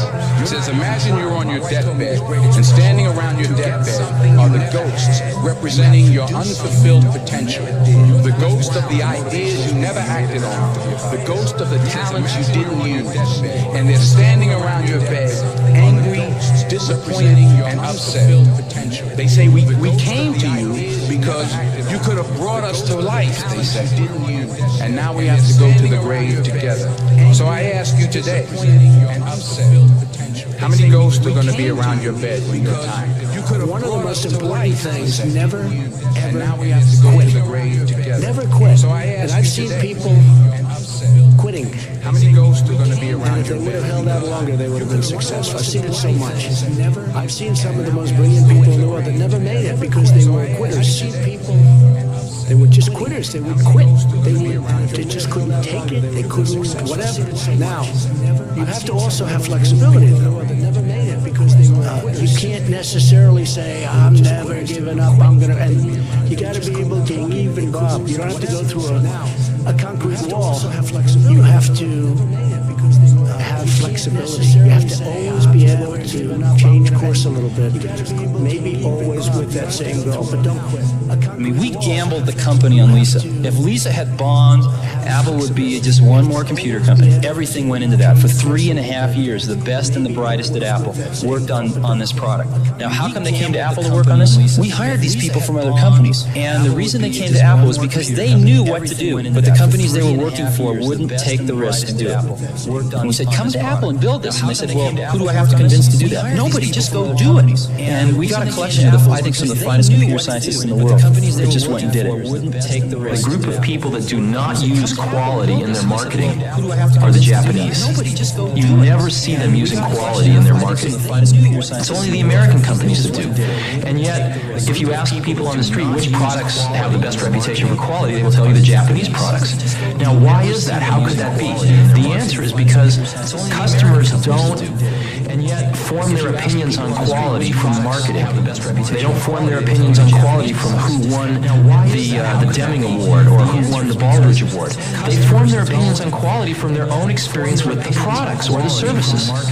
And so one can spend enormous amounts of money on quality. One can win every quality award there is, and yet if your products don't live up to it, customers will not keep that opinion for long in their minds. How do you spend enormous amounts of money on quality? One can win every quality award there is, and yet if your products don't live up to it, It's not about focus.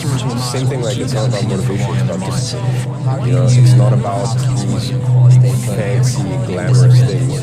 Focus, it's not about that. If you cut out all distractions, there's things left, it's not about motivation. So cut out all the noise, and it's not about things for what you actually enjoy working. I teach you, you work for me for free. It's not about that. That's a wife for free, right there. The poor husband is not left. So if I pay you, you cut out all the noise, and it's not about things for what you actually enjoy working. I teach you, you work for me. If you learn never to work for money, that's a wife for free. Live your life to the fullest and take the calculated risk of what it means to be an entrepreneur, if in fact that's in your blood. I can promise you, if there's 100 people in a room, 100 people have some level of insecurity. You can't have any self-doubt about your commitment and conviction to do this. You might have self-doubt about your ability to succeed, to raise the money, to attract the right people. You don't want to be 40, 50, 60 years old and continuously go back in your life and say, I had this phenomenal idea, I wish I would have done it. Don't look back and have regret. There's this thing people think that, like, I'll be happy when, once I get like this big amazing home, or once I get this car, or once I get this relationship or an amount of money, then I'll allow myself some happiness. The problem is, like, the finish line always moves. You never arrive there, right? The other part is people think, well, if I enjoy myself now, I'm going to lose my drive. In other words, if I can just wire myself with enough pain all the time, I won't lose my drive or ambition. The truth is, there's no correlation between the two at all. There's no relationship between you feeling complete pain all the time and losing drive. For me, our brains, this dopamine hit you get when you do something successful, you constantly cheat yourself out of that hit, right? Biomechanically in your body, less and less in the future will you want to achieve the next level, the next dream, the next step. And that's why so many people stall out in life. They got to a certain point and they cheated themselves out of the bliss, out of the celebration. It's important that we celebrate our wins, we celebrate our lives, because it causes us to want to do Do you like having a tough skin? Do you think you have to have a killer instinct in order to be successful? I think you have to have some to a large extent. I think you do have to have at least a winning instinct. I think that the world is made up of people with either killer instincts or without killer instincts. And the people that seem to emerge all the time, it doesn't mean they're the best people, and it doesn't mean they're the happiest people. And in fact, in many cases, and in most cases, they're probably not killer instincts. But the people that seem to emerge are the people that are competitive and driven and with a certain instinct to win. You use the word competitive and driven. I'd like to know, what drives you? Enjoyment, pure and simple enjoyment. I want to buy the enjoyment, but somehow I feel that there is something underneath it, that there's something more that makes you want to succeed, want to be who you are. What do you think? Maybe I can just, Hey, little window today, little opportunity. They present themselves all the time in life. Right now, here's a big one for you. Whatever you're chasing right now, your dream, your business, your better body, right? Your better mindset, more spirituality. Just remember this right now. Most people are dragging today. They're dragging. It's after the 4th of July weekend. It's the summer. All kinds of stuff on the news. There's a little window right now. What I always call separation season. There's all these mini seasons in life. And one of them's usually after the 4th of July weekend, usually summertime, and now with everything in the news, you got a little window right now. You press the accelerator down, they flinch, you go. You're like a dripping faucet. You just keep coming, you just keep going. When they flinch, when they get weak, when they get distracted, they get tired, they get news. You blow their doors off right now. Yeah, but how I made a career was I was patient. So I would say to anybody still today, if you're going to be good at something, it does take a while. Just enjoy the game there. You're going to get fed up, you're going to get disheartened, and people are going to tell you you're useless. Had all that. But what I can say, after about 15 or 20 years, I learned how to do something well, and I enjoyed that getting there as much as being there. I was pretty happy with my life. Had all that. My wife was not. What she saw was a college dropout who spent too much time in the mountains doing foolish things. She wanted me to work full-time as a computer programmer. my family was still mad at me for not going to medical school.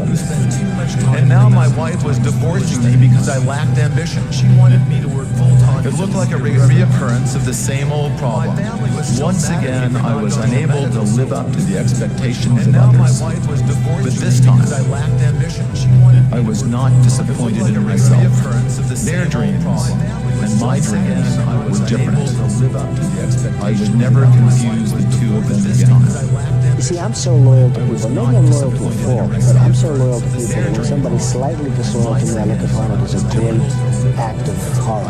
How are you different than you were 3 or 4 years ago? Well, I used to say, and in fact, I think I said in the first book that, and maybe this was foolish, but I really meant it, that someday I'd like to maybe lose everything for a period of time to see who's loyal and who's not loyal.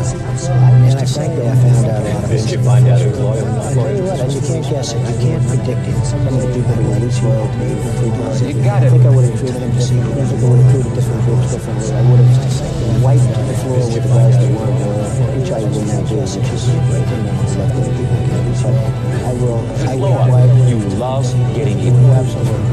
You don't believe in the idea. Yeah, you do. No. I know you well enough. But anyway, but tell me, I mean, you're going to get even with something. Yeah, I know. If given the opportunity, I will believe in some people. There are a lot of good ideas. There are a lot of good ideas. There are a lot of good ideas. Translating a good idea into a great product is unbelievably hard.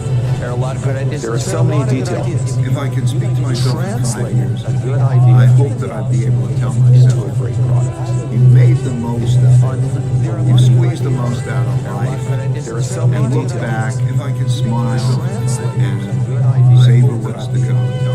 I knew nothing when I got started. Right, I mean, you have to remember, I was 19 years old when I started Facebook, right? So I mean, probably looked at the same age or younger than most of you guys. And I knew nothing about business at all. So many things go wrong. You have to remember, start 19 years. Often I think people ask, what mistakes should you avoid making? And my answer to that question is don't even bother trying to avoid mistakes because you're going to make tons of mistakes, right? And the important thing is actually learning quickly from whatever mistakes you make and not giving up. We're playing a character. And at any time, you could decide to turn the page and write a new chapter in your life and become a whole new character. There just became a point where I'm like, you know what? I am confident. I am stronger. I am funnier. I just started to step into this person. I started to write a new character. I believe there's a man I was born to be. I believe there's a man or woman you were born to be. It's like kind of the ultimate version of you. And I have this hallucination no matter what your faith life is. That's completely your personal belief. But I think at the end of life, you're going to meet that person you were capable of becoming. I really do believe that. I believe you're introduced to this person, the ultimate version of you, the places you could have gone, the differences you could have made, the memories you could have had, the moments of your life. And to me, bliss, heaven, if you will, is meeting that person and we're identical twins. And hell, and a typical terrible way to die would be to never be anywhere near close, be total strangers with that person. Work hard. You're going to need some luck, but the harder you work, the luckier you get. And if it doesn't work out, that's not the end of the world. I just don't have anything in common with people that sit there and say, "Oh my God, it was terrible." So it's over. It's water over the dam, under the bridge. Get on with it and start another business the next day or another career. And be honest. Look in the mirror and say, "Why didn't it work out?" Well, it wasn't the skill set, or it wasn't. I didn't have the temperament for it, or I was in the wrong place, wrong time. Maybe I can afford to do it again. Maybe I can't. But people aren't things for themselves. People with very high expectations have very low resilience. And unfortunately, resilience matters in success. I don't know how to teach it to you except for I hope suffering happens to you. Today I use the phrase pain and suffering inside our company with great glee. And the reason, and I mean that, resilience, boy, this is going to cause a lot of pain and suffering. And I mean that in a happy way, because you want to train, you want to refine the character of your company. You want greatness out of them. And greatness is not intelligence. Greatness comes from character. And character isn't formed out of smart people. It's formed out of people who suffer. Our obsessions become our possessions. What you obsess about most regularly, you will eventually possess in your life. The challenge for most people is that we obsess on the things we're fearful of, what we don't have, what we're worried about.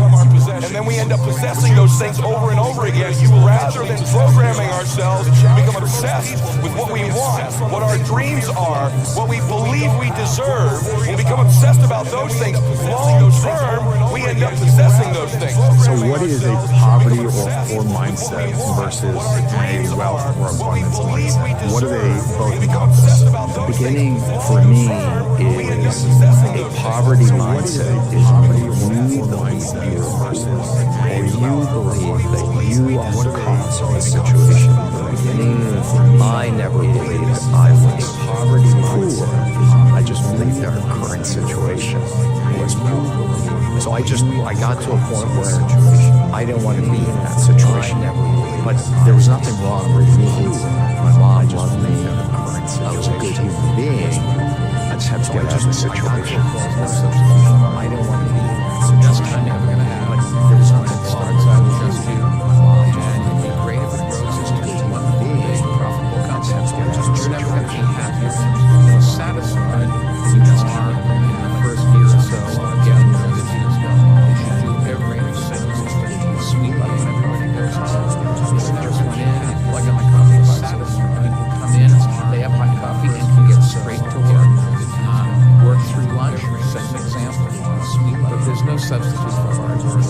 People say, well, yes, but hard work, but come in. I am a nice guy until somebody starts complaining to me about how hard they have it. And I have to tell you, nothing pisses me off more than people that somebody starts complaining to me, or people that have this feeling that life owes them something. Life doesn't owe you anything.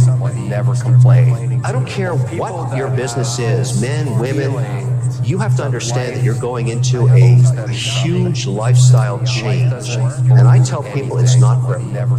Don't do it if you don't have the stamina to get kicked around and driven into the ground and get up and do it again and beaten up by people that tell you, this is not kumbaya stuff, this is hardcore stuff. What's the best piece of advice you ever gave? In a world that's changing so quickly, the biggest risk you can take is not taking any risk. Is it some kind of a surprise that the economy goes up and the economy goes down? If that's as obvious as it sounds, how could any responsible enterprise be run by executives that don't take that truth into account? And what are we to do when there's a downturn? Burn the place down? Fire everybody? How illogical and immature is that? That's exactly what happens in most businesses. A bunch of dimwits get in a room and start cutting costs. You can take waste out of a business. So once you get that puppy down to where it should be, the next book you say, you just change the promise you made to the public, and then you lose your credibility and you lose your business. Capital structure's got to be able to anticipate the certainty of business cycles and the loss of profitability. Apple's strategy is really simple. What we want to do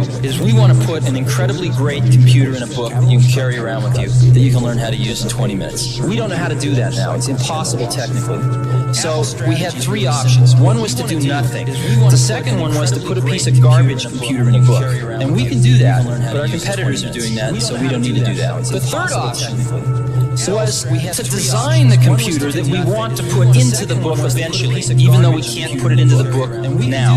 And right now, it fits in a bread box, and it's $10,000, and it's called Lisa. The next thing we will do is we will find a way to put it in a shoebox and sell it for like $2,500. And that'll be the next step. And finally, we'll find a way to get it in a book and sell it for $100,000. It's called Lisa.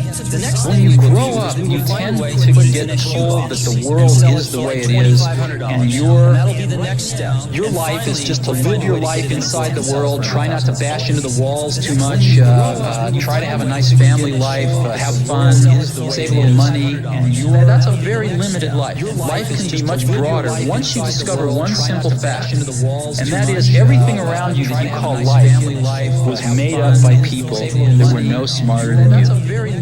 And you can change it, you can influence it, you can build your own things that other people can use. you call life. And the minute that you understand that you can poke life and actually something will, if you push in, something will pop out the other side. You can change it. You can mold it. Other people can. Once you learn that, you'll never be the same again. You understand that you can poke life and actually something will they have an attitude towards money that's different. Hell, I made this money myself. I'll spend it as I damn. First generation wealth has a great tendency towards consumer spending. Look at China. There is no old money in China, and they want the good life. A Rolex store in the Wynn, Macau does $150,000 a day. On the other side of the border, you can get a copy of one of these for $1 penny on the dollar. It looks exactly the same, but they don't want the Lindy. They want the real thing. They want the Birkin bag. They want the Kelly bag, and that's the explanation of China. It's also the explanation of Brazil and Mexico and Chile. Success is a 5-step process. First, you have to know what you're going after, your goals. Then you encounter your problems. Number 2, you encounter your problems on the way to your goals. Then, you have to diagnose those problems and get at the root causes of those problems. And that might be a weakness that you have or a weakness that somebody has, but you better get at the root cause. And then once you got the root cause, then you could design something. You write down on your to-do list, I got to do this thing. That's number 4, design. And then number 5, you got to do it. You just can't say, okay, now I'm going to do that thing and not push through to results. And if you can do that over and over, that's a formula for success. You only have to do those 5 things, you got the formula for success. If you stay in your comfort zone, that's where you will fail. You will fail in your comfort zone. Success is not a comfortable pursuit. It is a very uncomfortable thing to attempt. So you got to get comfortable being uncomfortable if you ever want to be successful. The only thing that you can do is win so big that all of them constantly compare themselves to you, and then you'll forget they exist. Success is the only revenge. He's like, it's not the best revenge. He's like, it's the only one. There's no other revenge. When you win, that's when you become so big that they shrink into irrelevance. You cast a shadow that no one even can see them behind you. Greatest people are self-managing. They don't need to be managed. If they know what, once they know what to do, they'll go figure out how to do it. They don't need to be managed at all. What they need is a common vision, and that's what leadership is. What leadership is having a vision, being able to articulate that so the people around you can understand it, and getting a consensus on a common vision. Everybody on earth gets happier if they live within their means. I believe that what buys happiness is living within the money you make. So if you make $49,000 a year, you can be remarkably happy if you have humility and you live a $37,000 a year life. If you live a $90,000 a year life and get into debt because you're trying to keep up with the Joneses, even though you're not capable of making that kind of money, you're going to get hurt. Live within your means and you get very happy $1,000 a year life. You think that I know a lot. I want to make clear, like from the first line of my first book, the reality is that I'm a dumb shit, and that whatever I know is only a small percentage of what I need to know in order to be successful. And so whatever success I've had in life has had more with my knowing how to deal with not knowing than anything I know. Percentage of what I need to know in order to be successful.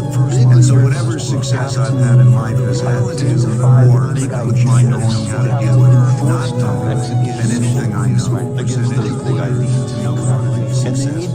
And so whatever success I've had in life has had that's really it. So what I would tell the kid is like, look, dude, your first target needs to be the top 1%. No breaks, no vacations, no cars, no watches until you get in the 1%. If a person would sit down and let their body relax, totally relax, and then start to visualize in their mind, see themselves the way they want to see themselves. See how you'd like to live your life. See yourself living it that way. Take that picture and describe it. Write it out in the present tense. I am so happy now that I see myself, and write it out. Start to read it and read it and read it and read it every day. Carry it around and keep reading it. The one point that all the great teachers all down through history have all agreed on, they've been in complete unanimous agreement on it. We become what we think about. A lot of people will laugh at this and say, that doesn't make any sense. Maybe fantasy at first, it might even appear to us as being a lie. But if you read it often enough, you'll start to believe it. So our thoughts control our actions, our thoughts control our feelings, Feelings control our actions. I've been happy broke, and I've been happy rich, and happy rich is way better. I'll just tell you that. I have been happy when I was. I've been happy. I've had a loving family. But I can't create happiness for a whole lot of other people without it. And happy rich is way better. I feel so strong. I'll just tell you that. The reason I'm here is I dream big dreams. I've had a loving family. But I dream the kind of dreams that other people said would not be possible. I feel so strong. I'm also living proof. This isn't a Hollywood movie. I come literally from the other side of the tracks. If you saw where I grew up, we took a picture of it, the neighborhood, the setting, you say it's not, it's impossible that someone can come from there and get here. If you saw where I grew up, it is possible. We took a picture of it, not to sound too trite, it's possible because we still live in a country where the entrepreneurial spirit is so alive and so well. It is possible. And anyone in this country, if you dream big and surround yourself with great people, with the entrepreneurial spirit, and leave your ego at the door and share success with others, and have a little luck along the way. If you dream and do anything, surround yourself with great people. But there will be people along the way, and I remember this, who will say to you, you know, you're dreaming too big. It's not possible. Those things just can't happen. There will be people along the way. Don't allow anyone who will say to you, friend, family, acquaintance, teachers, whoever it is, don't allow anyone to tell you that what you are dreaming for yourself and your family is not possible. It is possible. Don't be one of those people 20 years from now are going to be walking around in a 9-to-5 job, miserable and angry and bitter because you let your dreams get away from you because you did not believe strongly enough in yourself and what was possible.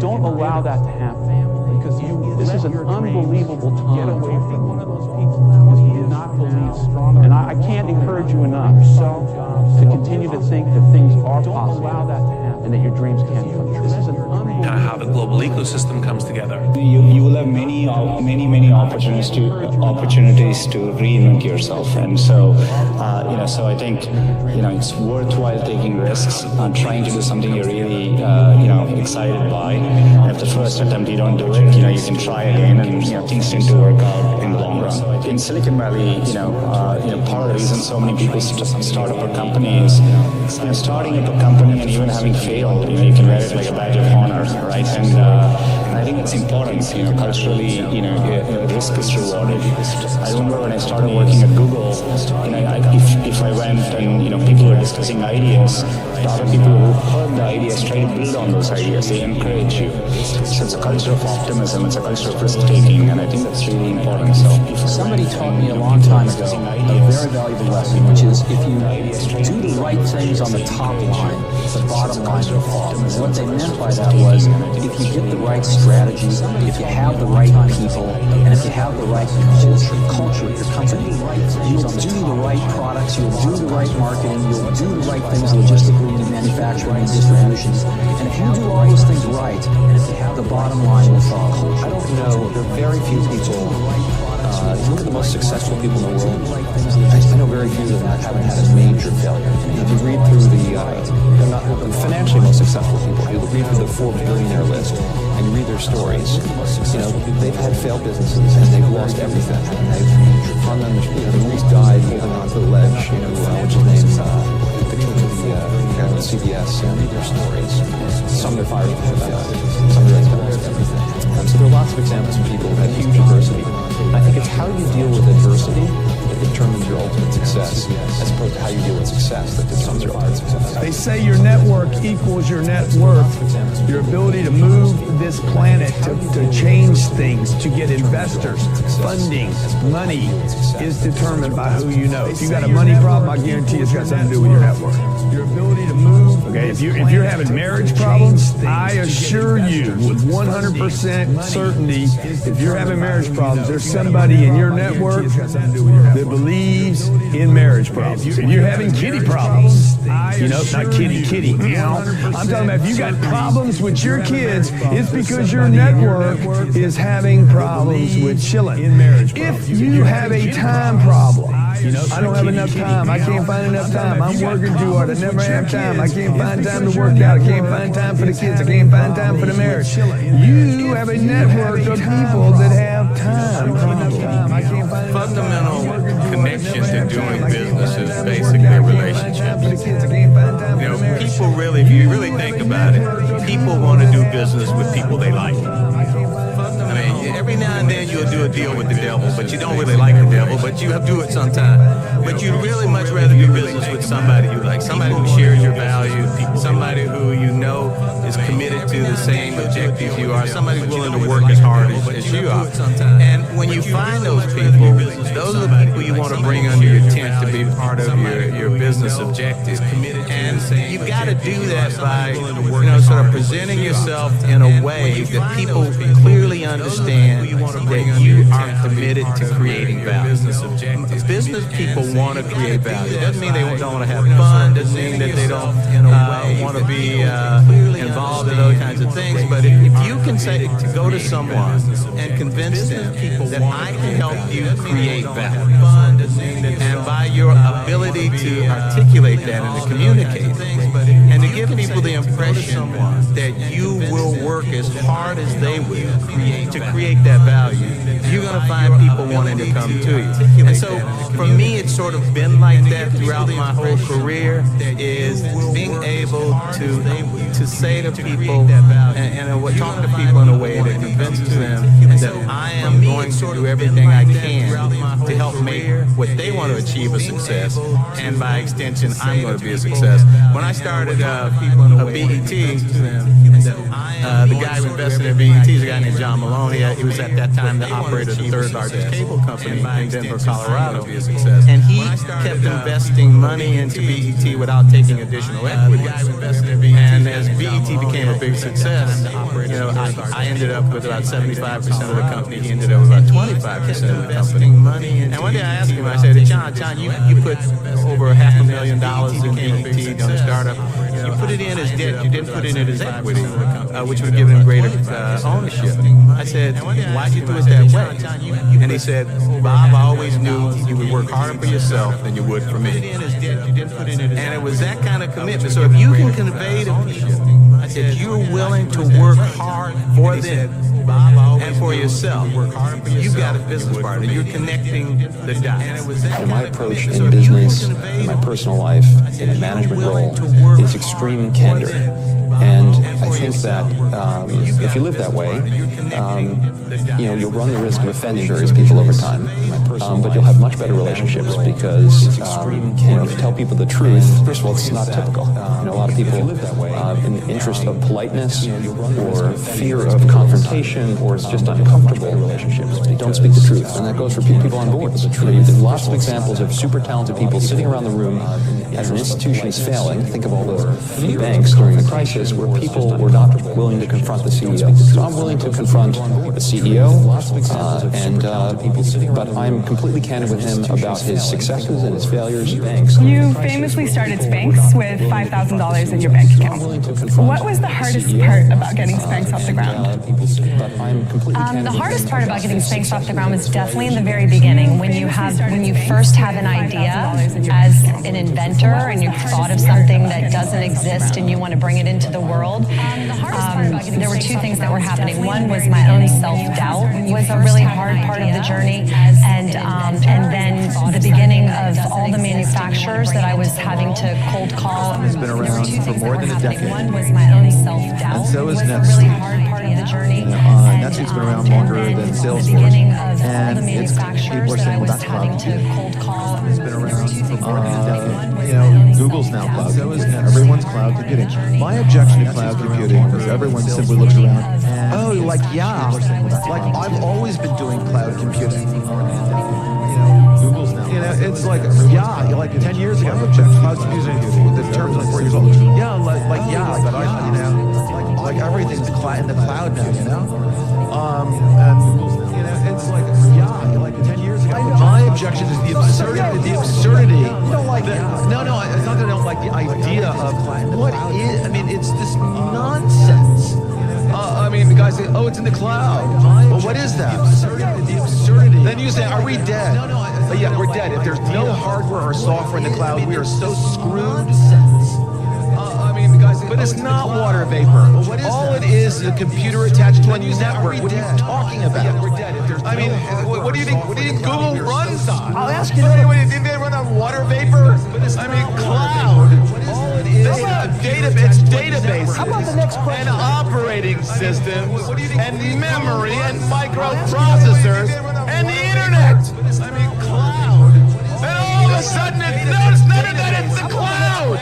What are you talking about? And now, the VCs, I love the VCs. Oh, we only fund, is that cloud? Oh yeah, whoa. Microsoft Word, change internet to cloud. What are you talking about? Mass change, give it back to these nitwits on Sandhill Road. Oh yeah, whoa. This is the millionaire mindset. Internet to cloud. It's just money. Mass change, give made it back up. to these nitwits on Sandhill Pieces of paper with pictures on it so we don't have to shit each other just to get something to eat. The millionaire mindset. Rich people's mindset. The millionaire mindset, the real, most important millionaire mindset is this. You think and you know and you have complete confidence in your own ability to create. You know that you have the ability to create money. You have confidence that you have the ability to create money anytime you need. With the help of the universe. There's nothing wrong with being broke, homie. It's only wrong with someone being poor. Because poor is a mindset. Broke is just a temporary situation. Just to be fixed. Nothing wrong with being broke. Being poor, it's a mind state. Let me tell you something. There is no nobility in poverty. I've been a rich man and I have been a poor man, and I choose rich every time. Poor thinking habits keeps most people poor. Not poor working hard. Most people work hard, but they don't think hard. And so taught me that the mind is like a factory, a mental factory. And whatever you think about all day long pours ingredients into this mental factory. And that's what builds the economic, social, and financial fabric of your life. As you think, so you become. How pours ingredients into There's an important phrase used here. I think it's time you all learn. Act as if. You understand what that means? Act as if you are the president of this firm. And your important phrase there. It's just that simple. Let me tell you what rich people do. Rich people give themselves pep talks when no one's around. Act as if you are the When they're by themselves, they say things like, I'm a winner. It's just that simple. I am sick and tired of being sick and tired, and I am going to win. I'm going to make this happen. By themselves, they say things Look at all those like, people down there. They follow the rules for what? Sick and tired, and I am They're letting fear lead them. I'm going to make this happen. By themselves. What happens if they don't? Life's simple. They follow the rules for what? You make choices and you don't look back. They're letting fear lead them. Stay small enough, long enough, you'll be big enough soon enough. See you at the top because the bottom is too crowded, but we never look down on anybody unless we're willing to help them up. Believing that you can is way more profitable than believing that you can't. Successful people are always too busy doing what the other guys are still talking about. Successful people are always willing to do what the other guys are not willing to do. Your friends are shit. They told me 25 grand last month. They're not going to believe you. Yeah. Always willing to do. Parents don't like the life you lead. You mom and dad. See how it feels feels when you're making their 25 grand last month. They're not going to Set a goal to become a millionaire. Here's why. For what it will make of you to achieve it. Set a goal that will make you stretch that far. For what it will make of you to achieve it. Today, it's easier to make money than ever before. You are on your way to having your first $1 million in the bank and all of your bills paid. Think and grow rich. It's easier to make money think. Success is something you attract, not something you pursue. Success is looking for a good place to stay. So instead of going after it, you work on yourself. Personal development. Why is it that people are Success successful? is something you attract. It's simply this. The rich get richer, the poor get poorer. Why? It's because the rich think about wealth and affluence all the time. And what do the poor think about? The poor think about life, loss, and limitation, risk, danger, fear, and failure all the time. Think and grow rich. Think and grow rich. Think and grow rich. You become what you think about. And here's the interesting thing. You can choose. Choose what you think about. Choose. With your business, choose what you're aiming at. With your leadership, choose what you're aiming at. With your team, choose. Help them. You can choose. The act of intentionality is so freaking powerful. It's unbelievable. With your business. Henry Ford said, if you think you can, your leadership, or you think you can't, you're right. I'm amazed at the things we don't do because we have this little tiny bit of fear that offsets all the other data and all the other evidence in our life that causes us to not go do something. Because we just don't believe. And it's weird. When you start to believe, you become what you think about. Never say you can't do it. Say I haven't done it yet. I haven't done it yet. And that's true of everything. It's like there's nothing you can't do. You may not have done it yet. You don't know if you can do it or not until you say I haven't really practice. And then you find out if you can do it or not, or how well you can do it. Money is not our issue. The mindset of money is our issue. If you don't have a mindset for money, then trading stocks and options wouldn't be the game for you because you're not going to know how to manage your risk. You're not going to have the discipline to be able to stay out of the market when necessary. You're not understanding money in its totality. So when you got the mindset of money coupled with the skill of making money, this is what equals a wealthy person. This is what allows a person to be able to build wealth throughout their generations. You cannot have what you're not willing to become vibrational. If you do get it, you'll lose it. This is why people that win the lottery, they lose everything. They'll get a modicum of success but can't hold on to it because inside they weren't vibrationally aligned. They really hadn't become it. So you can temporarily manipulate and get things, but to have it completely, you have to lift your vibrations and become it. You can have more than you've got because you can become more than you are. And of course, the other side of the coin reads, unless you change how you are, you'll always have what you got. I have found in my experience that income does not far exceed personal development. Now, sometimes income takes a lucky jump, but sure enough, unless you grow out where it is, it'll usually come back where you are. Life has strange ways. If somebody hands you $1 million, best you become a millionaire quickly, so you get to keep the money. Otherwise, sure enough, it'll disappear. Somebody once said, if you took all the money in the world, divided it up equally among everybody, it would soon all be back in the same circus. Incredible. Money does not exist. Did you know that? I learned that years ago from a very wealthy man. I was free from money that day. He says money is an idea. It's in your head. It's an idea. You are supposed to work for purpose, not money. If you find your purpose, money will find you. If you're not in your purpose, you don't find your purpose, you're still working for money. Money is your boss. Think and grow rich. If you focus on building something for you, your life will be way better. So I started down that journey because at the end of the day, thoughts are things. What you think about truly becomes your reality. One of the most magnificent things that I've discovered in the 46 years I've been on this earth is that genuinely, whatever reality you create in your mind, you can eventually walk towards and exist in. That's amazing because I believe we're creative. I believe that we can co-create. A lot of people just have this hocus pocus. But like my mentor said, he said, no, it's hocus focus. Wow. Focus on it for real. Like really focus on a particular destination that you want to get to, and then you're willing to put in the work every day, consistently. Eventually, you can get there. Focus on it for real. Like really focus on everything is possible in your life when you believe. When you believe, everything is possible. What come out your mouth is what's going to come back to you. It's the law of attraction. All men are dogs. You finna meet all of them. I never get nobody. You're not. I can't lose this weight. You sure ain't. I'm gonna be fit this year. Strong possibility. I'll never be rich. Promise you. All men are dogs. I'm gonna be rich one day. Strong possibility. That's how it works, man. It is the law of attraction. The moment you say it, you begin to change. It's the process. If you think big, you'll be big. If you think small, you'll be small. A negative mental attitude can bring you nothing but failure. Remember always, you are where you are and what you are because of your mental attitude in which you relate yourself to other people. Remember also, your mental attitude is the one and the only thing over which you have complete control. Success is something which has to be planned, and success is something which has to be earned. Anything that you can hold in your mind on a continuing basis, you can be, have, or do. You will become what you think about.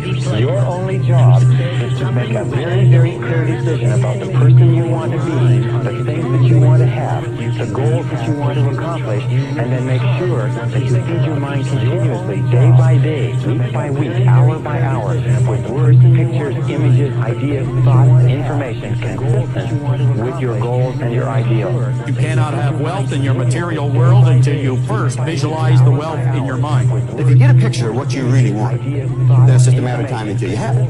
And keep reminding yourself that you have tremendous reservoirs of potential within you, and therefore you are quite capable of doing anything you set your mind to really can. So all you must do is figure out how you can do it, keep reminding yourself whether you can or not.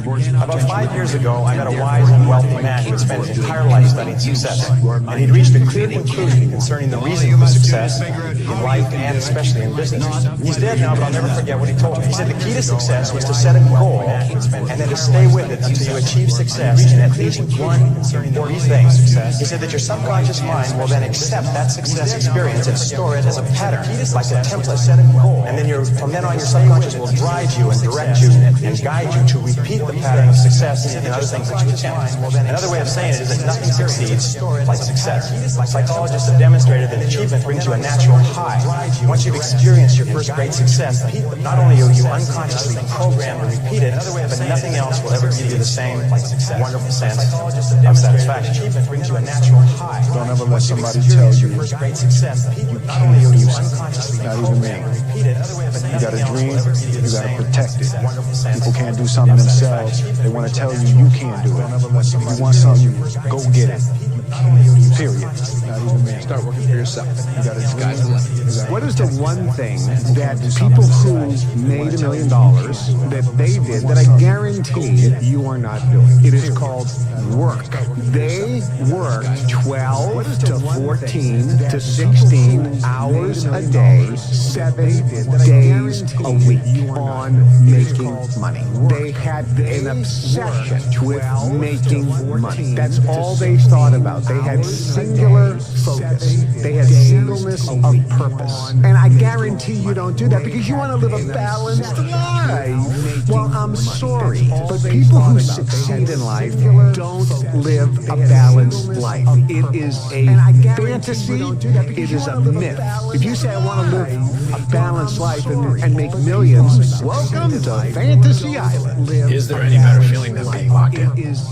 Like when you are locked in, you're taking it, you're in a rhythm, and every day you're knocking it down, you never miss a step. Like you go to bed feeling great, you wake up feeling inspired, you go in the gym with energy, right? Like that's the best way to live. But I promise you, you have so much fun. You never miss a step. If you literally just took it and put it in one place, you could literally change your life.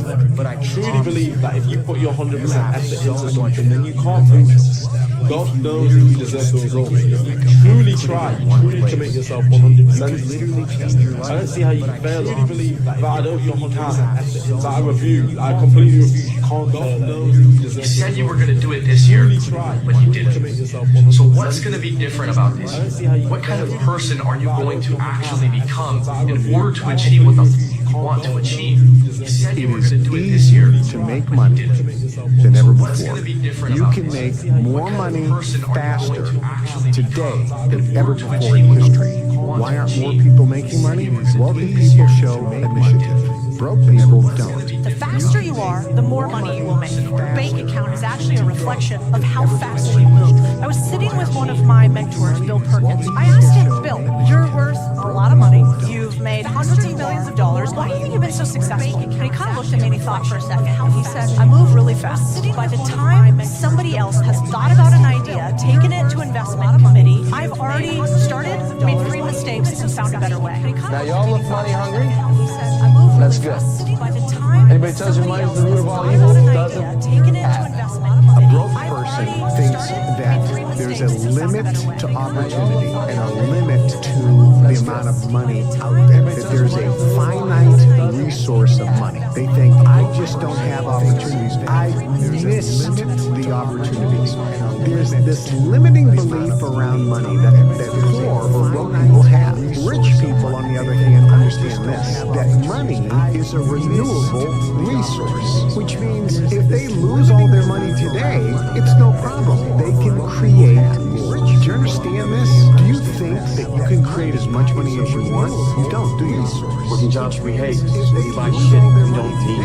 You really want something? Just in my life experience, and seeing other people, seeing myself, seeing other people that like made stuff happen. Like, man, when you really want something, you gonna find a way. Ultimately, every single day is about winning that battle. Just in my life experience, it might not be today or next year or 5 or like 10 years, but this thing takes priority and precedent over all other things. You have to want it. You have to want to be better. When you realize you have to make this shit work, or you're falling on your face, it's a different kind of grind, a different kind of mentality, a different kind of person, a different side of you that you've never seen before that comes out when you go on your fall. Everybody has the desire to do something. It's a different kind they don't have that. a different They kind don't know of how to really mentality, complete the process of dedicating themselves and having the discipline to do it. that comes out. This shit Everybody has the is desire worth more money than anything ever because you're giving so much money out.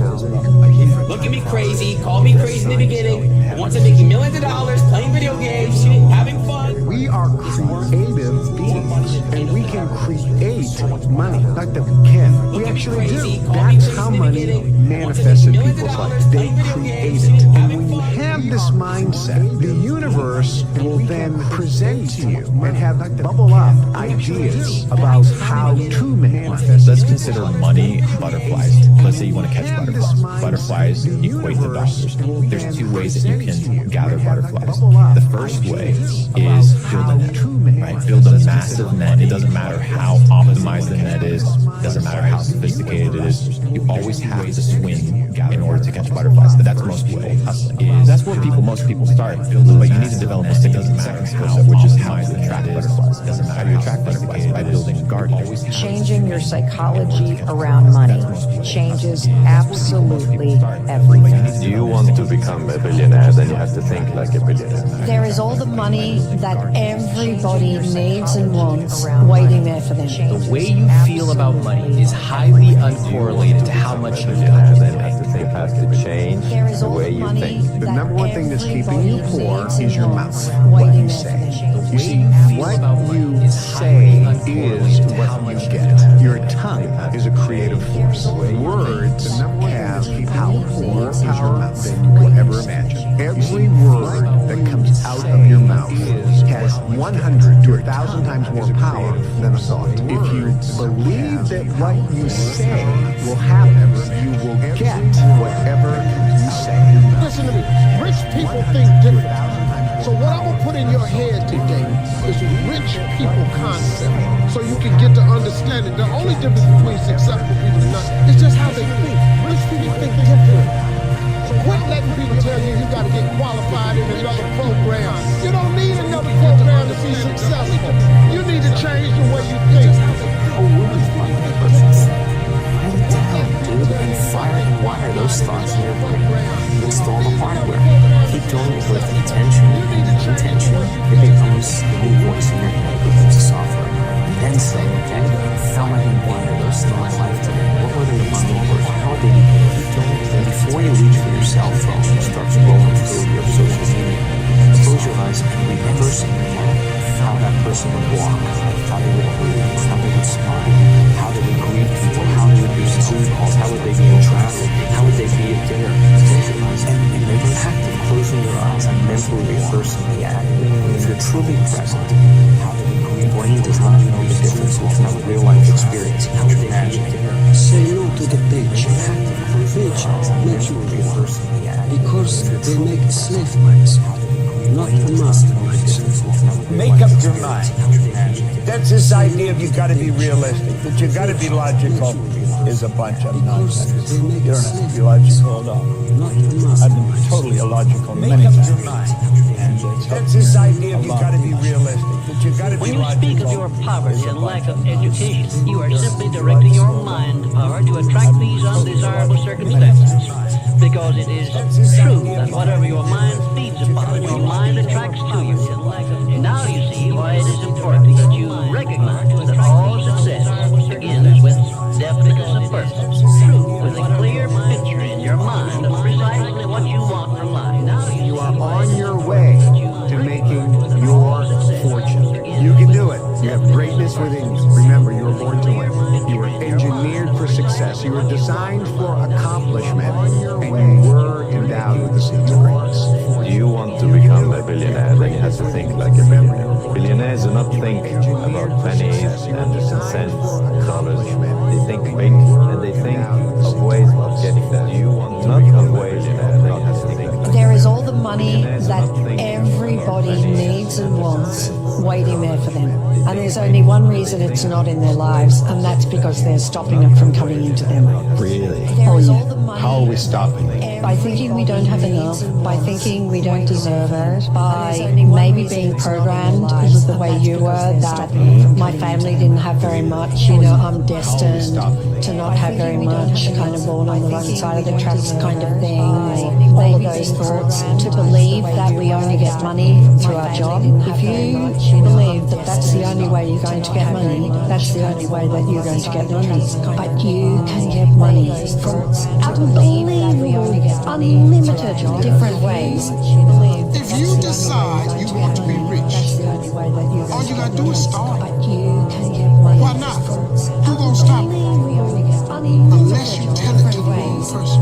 If you decide you want to be rich, I'm going to be rich. Anybody rich in this family, go in there and sit down somewhere. Get yourself a good job. Unless you tell mama, you must be right.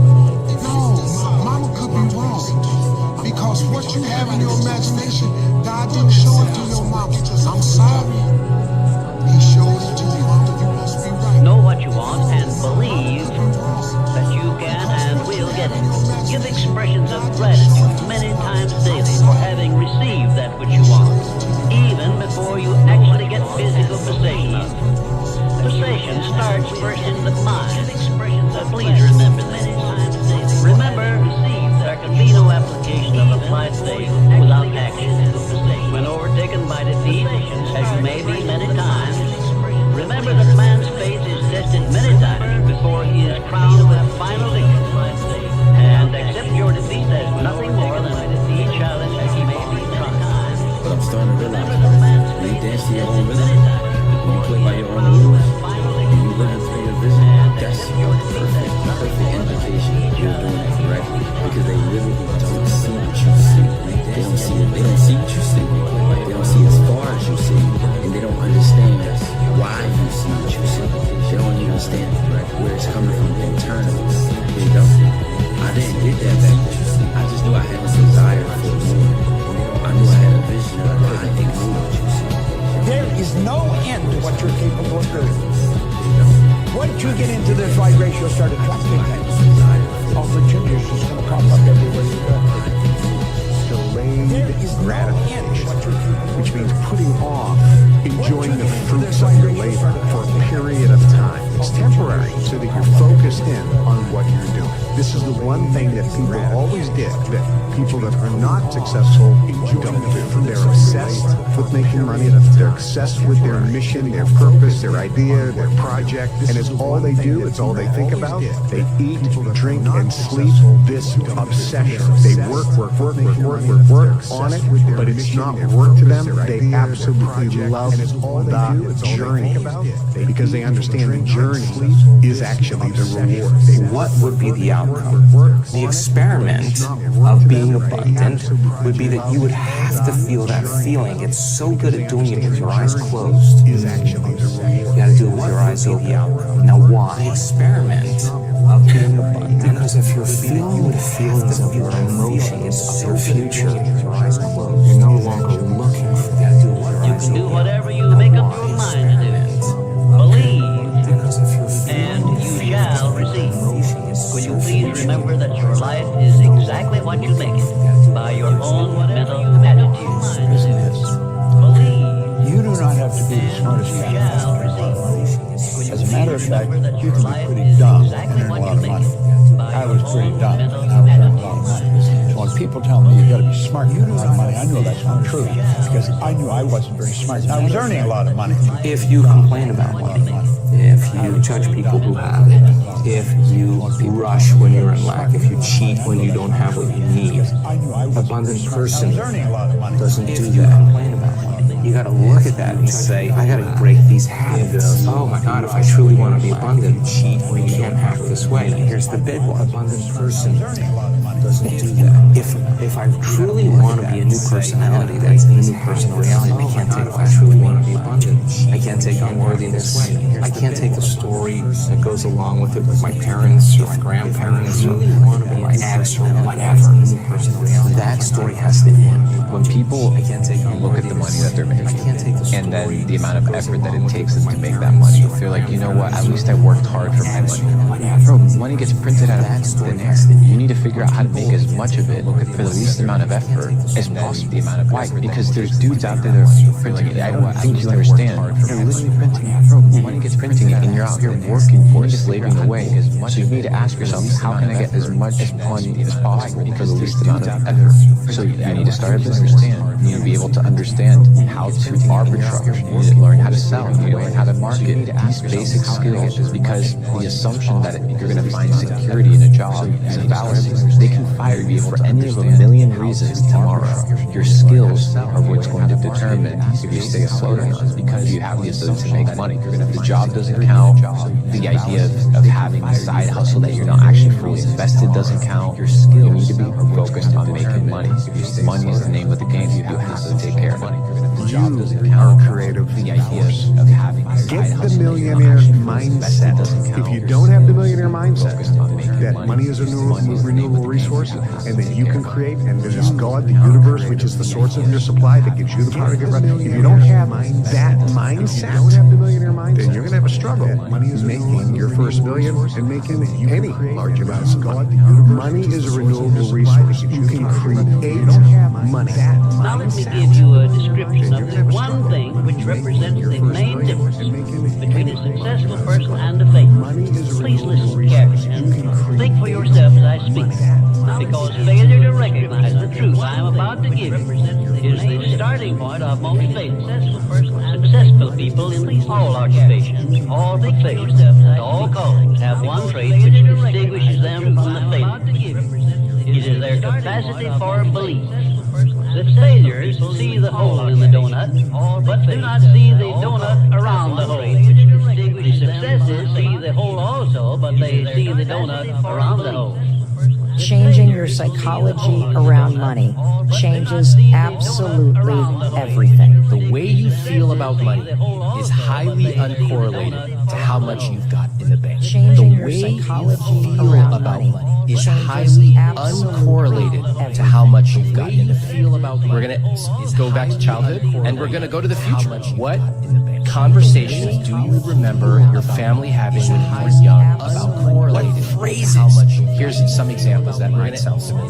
We can't afford it. Here's the consequence of it. This person, hopefully, they end up in a pretty nice job. Maybe they've done well. They have some decent amount of money.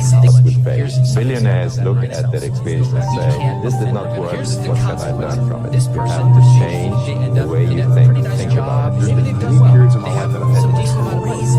Which was this, work, no results, but I'm a little bit better from it. Work, no results, but I'm a little bit better. Work, no results, I'm a little bit better. Work results, but I'm a little bit better. Just got paid. I just got paid. And it looks like overnight success. It's like, oh, it happened in a year. No, bro. It doesn't.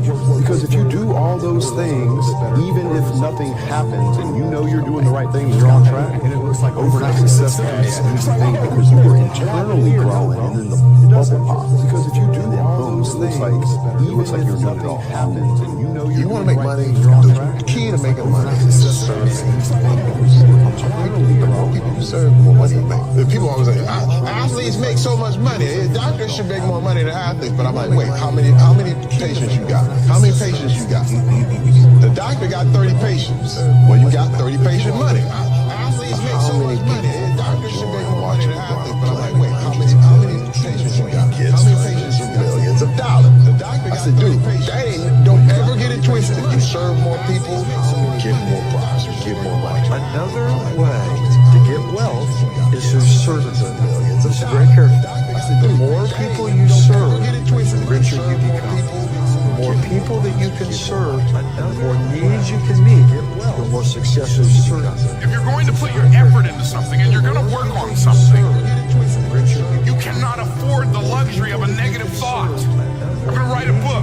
I can't afford to think that it won't sell. If you're going to put your effort into something, I'm going to build a business. I can't afford to think that I'm not going to get any clients. The luxury of a negative thought. Do not accept from life or anyone else anything you do not desire. And remember that Mahatma Gandhi proved himself to be more powerful than the great British military forces by this simple method of passive resistance. Keep your mind eternally engaged in thinking of that which you desire most, your major purpose in life, so no time will be left for you to waste on thinking of that which you do not want.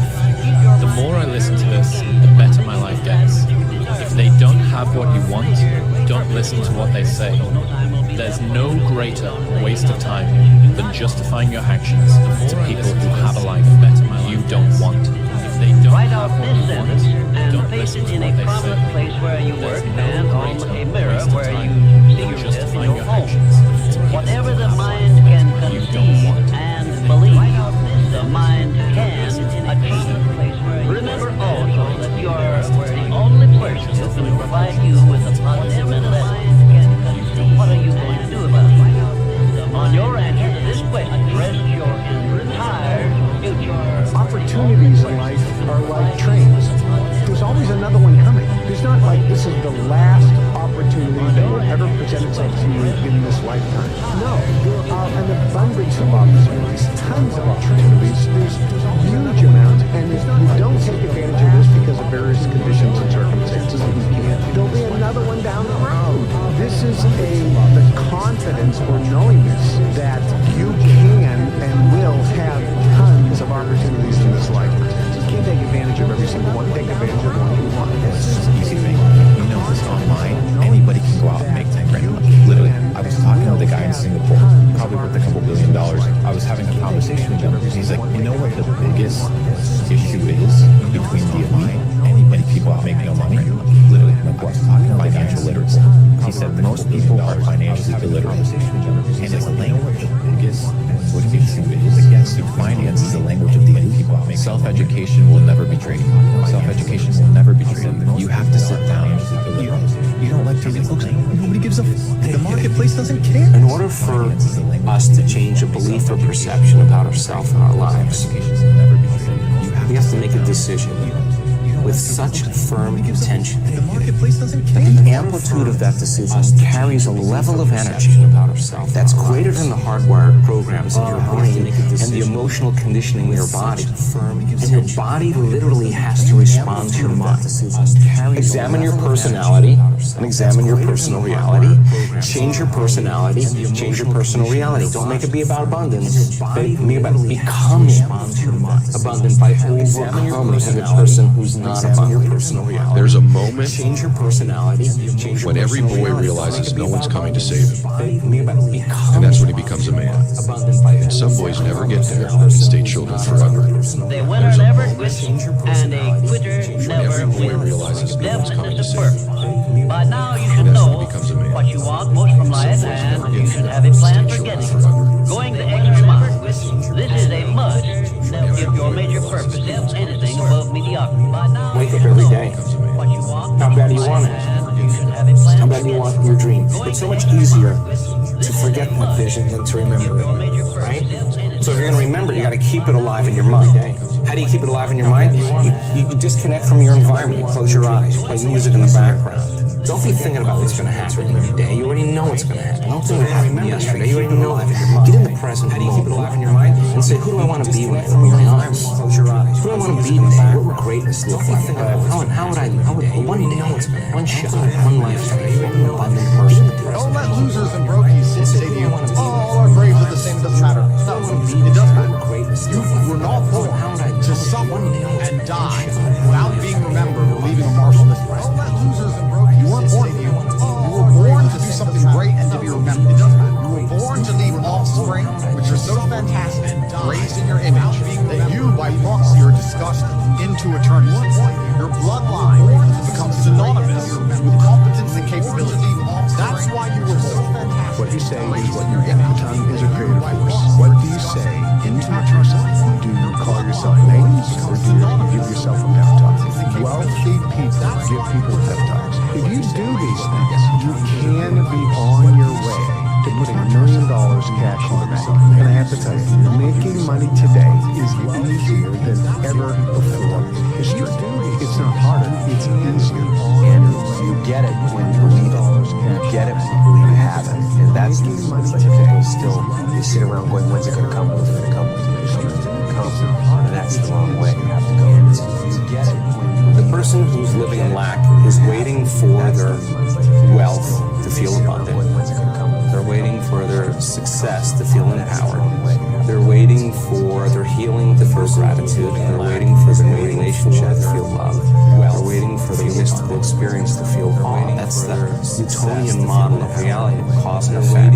Waiting for that event to happen to take away this separation or lack. Nothing wrong with it.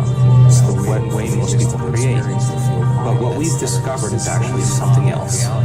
The moment you feel gratitude, your healing begins. The moment you feel worthy and abundant, you're generating wealth. The moment you're empowered, you are moving towards your success. The moment you're in love with yourself and you're in love with life, you'll create an equal. The moment you are in awe of life, you're going to have mystical experiences. So moving towards your that's cause and effect. If you want it, don't just think you want it. Go and want it.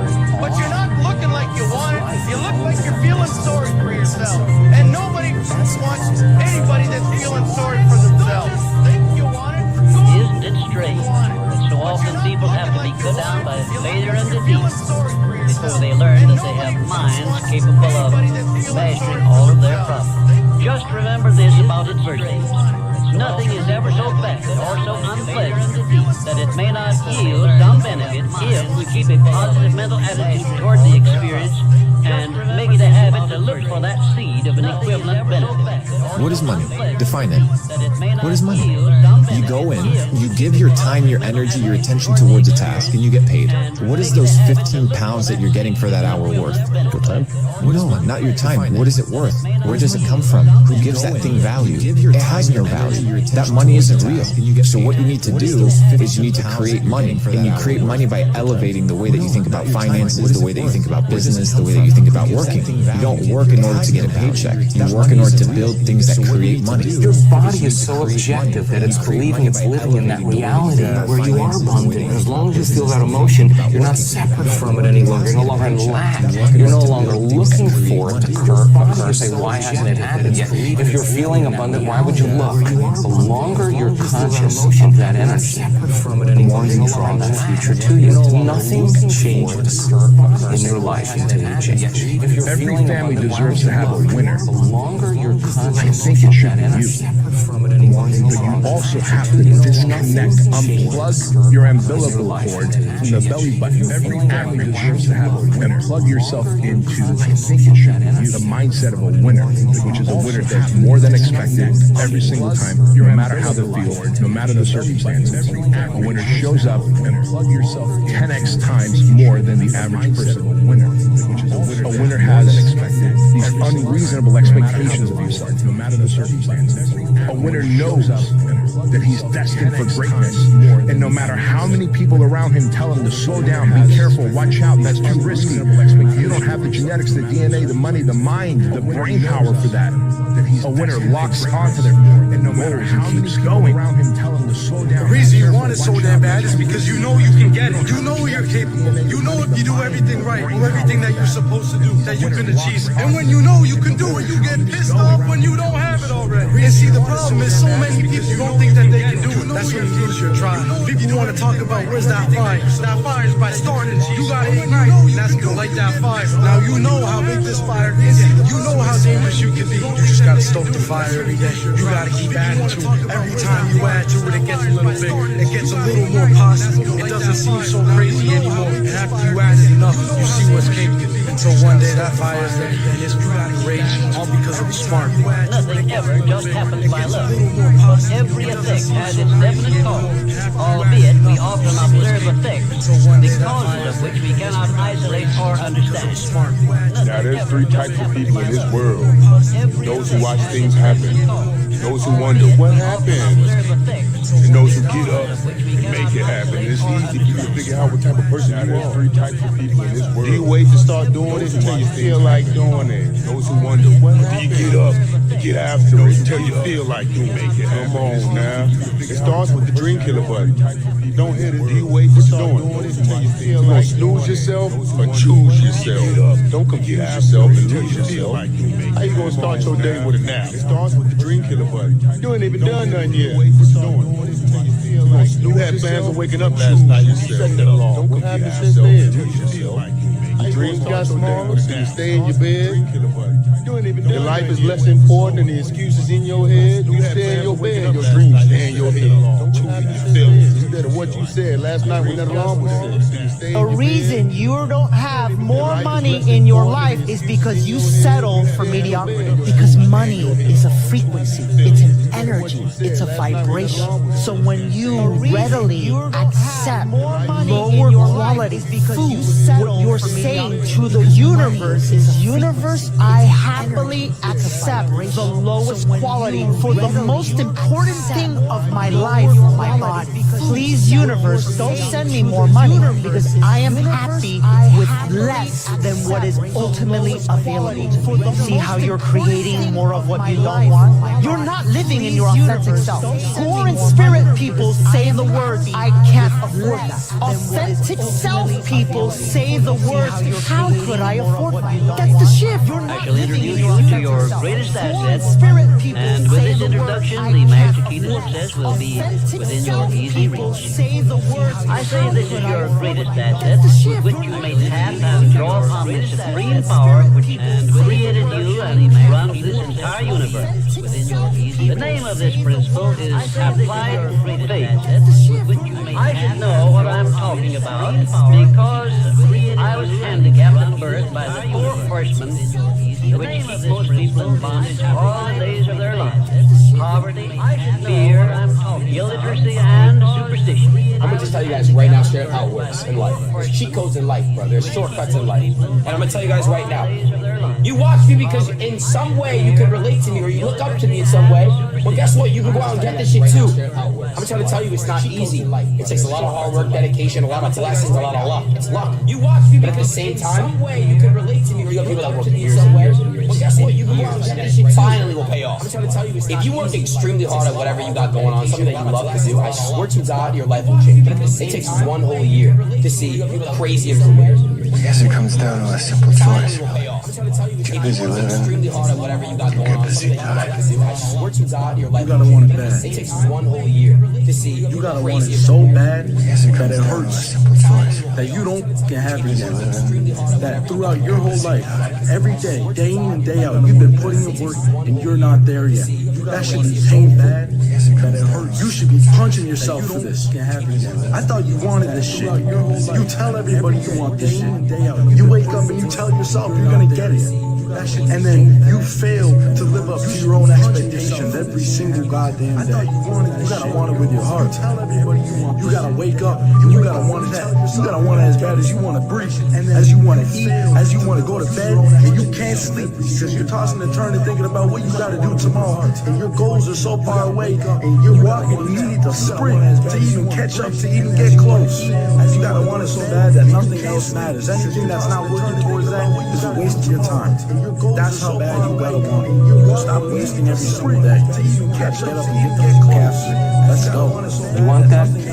Not a problem. Let's learn the formula of how to create, right? So then you would have to feel those emotions before the experience occurred. And if you understood that you could dissociate all of your attention from this three-dimensional reality and have no attention on anything else, and understand that it's the field that creates matter, not matter that emits the field. And if you could get to that place and change your energy with a clear intention and an elevated emotion, your heart starts beating. There's a beautiful rhythm like a drum. We've measured it so many times. When that occurs, the next thing that happens is the heart forms the brain. Elevated emotion. It's safe to create. Starts beating. Everyone, said Mr. Carnegie, comes to the earth plane blessed with the privilege of controlling his mind power and directing it to whatever ends he may choose. But, he continued, everyone brings over with him at birth the equivalent of two sealed envelopes, one of which is clearly labeled, the riches you may enjoy if you take possession of your own mind and direct it to the ends of your own choice. And the other is labeled, the penalties you must pay if you neglect to take possession of your mind and direct it. Your only limitations are those which you set up in your own mind or permit others to set up for you. I can't. You can't? Are you kidding me? You just said I can't? Like, I want to fucking slap that motherfucker. You know what I'm saying? I can't? Applied faith is the mental attitude wherein you may clear your mind of all fears and doubts and direct it to the attainment of whatever you desire in life. The next year is going to go by whether you're doing something about your life or not.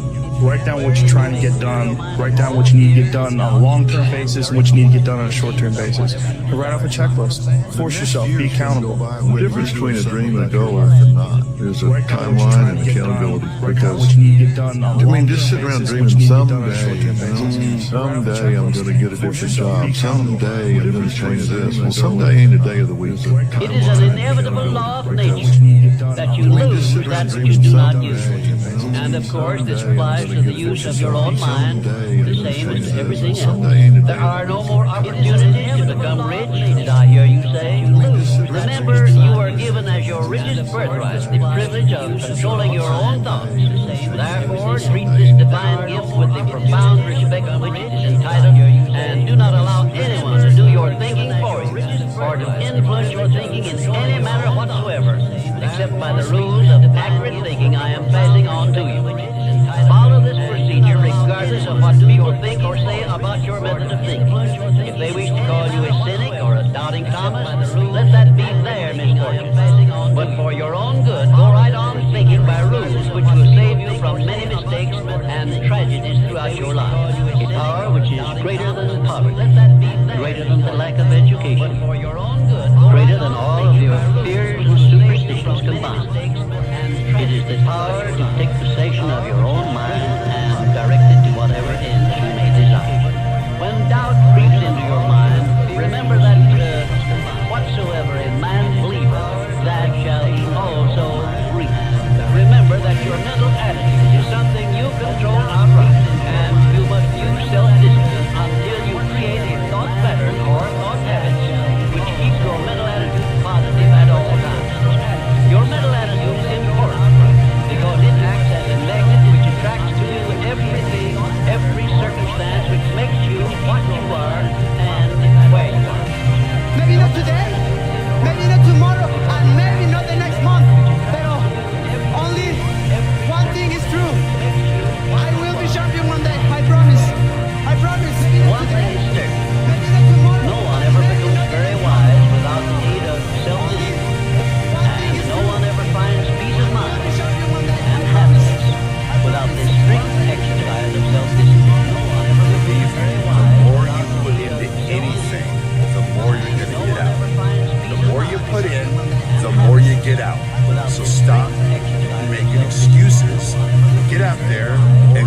whatever the it takes to reach your fucking goals. The more you put in, the more you Pretty get soon out. you win. So stop. Pretty soon you'll making excuses. You have the courage, Get out the there heart, the dedication, and do the whatever mindset. Like it everybody takes go. to reach your fucking goals. You put so much practice into it. You know exactly what pretty soon you win. It just sucks doing it. Pretty soon there is no get out of jail free card. This is why I say stay home. Because when you are given the gifts, the only thing you can do in life is stay home. Exactly you put that practice in every day. You lace them up. There is no get out of jail free card. Just a matter. Stay home. Because remember, faith is not something you get. Faith is something you already have. But you may be using it in reverse gear by believing in the circumstances and things you do not want. Faith is something you hear. Faith is guidance only. It is not a power which will bring you what you want, but a power that can guide you to go after what you want and get it. You hear. Nobody's coming to save you, big dog. Don't you get that? Your whole life is like this work because of you. Your shitty decisions, your habits, your poor choice. Nobody's coming to save you to end up in Destroy. The only person, big dog, that's gonna get you out of this spot is you. You need to get scared. You need to get freaked out. If you're not where you want to be right now, you need to get scared. These people that are telling you it's not your fault, you have time, yada, yada, yada. No, you don't. Because those are the exact people that don't make it. It should freak you out that your parents aren't taking care of you. It should freak you out that you don't have the life you want to have. It should freak you out that if something happens, something went wrong, you can do nothing about it because you're living paycheck to paycheck. That should freak you out. Bro, this is not that hard. It's just hard to do. There is no secret. There is no quick fix. There is no hack. There is no path of least resistance. The quickest way for you to go from where the you are to where you want to be is that shit you're trying to avoid doing. And not only is it the fastest way, it's the only way in most cases you get where you're trying to go. I must work hard. I must have failures so I develop skills. And I must not quit so I can continue to push forward. It's the only way in most cases you get where you're trying to go. To win, I will destroy. I will do everything to win. And I need to win. Because when I win, it's my proof that I am alive. My philosophy is, because when I win, is that I can be the best. My proof I am alive. My philosophy is, because I cannot stress this enough. The more you put into anything in life, the more you're going to get out. The more you put into anything, building a business, the more you're going to get out of it. The more hours you spend working on anything, the more you're going to get out of it. The more hours you spend you wanna know how you gonna win? You treat every day like a Monday and every month like a January. You gotta wake up every day and put 110% to your craft because there's someone out there that's getting it more than you. So don't be acting shocked when they up and you down. The person who grinds the hardest always gets more than you. Hard work needs talent every time. Remember that. The person who grinds the hardest always gets more than you. Going to need to parent yourself. You're always going to need to parent yourself. In the end, you realize it's just you. No one is coming to save you. No one can understand you at the depth you want them to. No one is going to lift you up other than yourself. No one can understand you. No one can be there for you all the time. No one else can overcome the thoughts that are weighing you down. It was always you, and it will always ever be just you. A lot of you niggas gonna spend your whole life waiting on a handout, waiting on somebody to come and put you on, waiting for some money to fall on your back, waiting for somebody to come and save you. Ain't nobody coming to save you, bro. Once you understand, you're gonna have to do this shit on your own. You're gonna have to have your own motion. You're gonna have to have your own grind. You move different, you talk different, you apply pressure to shit different. It's different when you know nobody's coming. You talk different. You apply pressure to shit different. I can't help you. Lee can't help you. Joe Rogan can't help you. Talk different. Only you can be better. Grab your fleeting ball, get a notebook, and write down what the fuck you're gonna do this. And this is it. You're not gonna have these bombs, the drugs, and write down cigarettes. It all starts today, right? No more excuses. That's the drugs. This is the year of the soldier. We're getting back what belongs to us. That's it. You chase something that you believe you deserve until you get it. And it doesn't matter what happens to you. You chase something that you believe, doesn't matter how many people don't until you get it. You just go until you get it. That's the point. Are you tired yet? You just go until some of you need to get tired. That's the point. You need to be tired of what's going on in your life. Get tired of it. Some of you get tired of results. You need to be tired of the actions that you're putting in every day. You gotta change, man.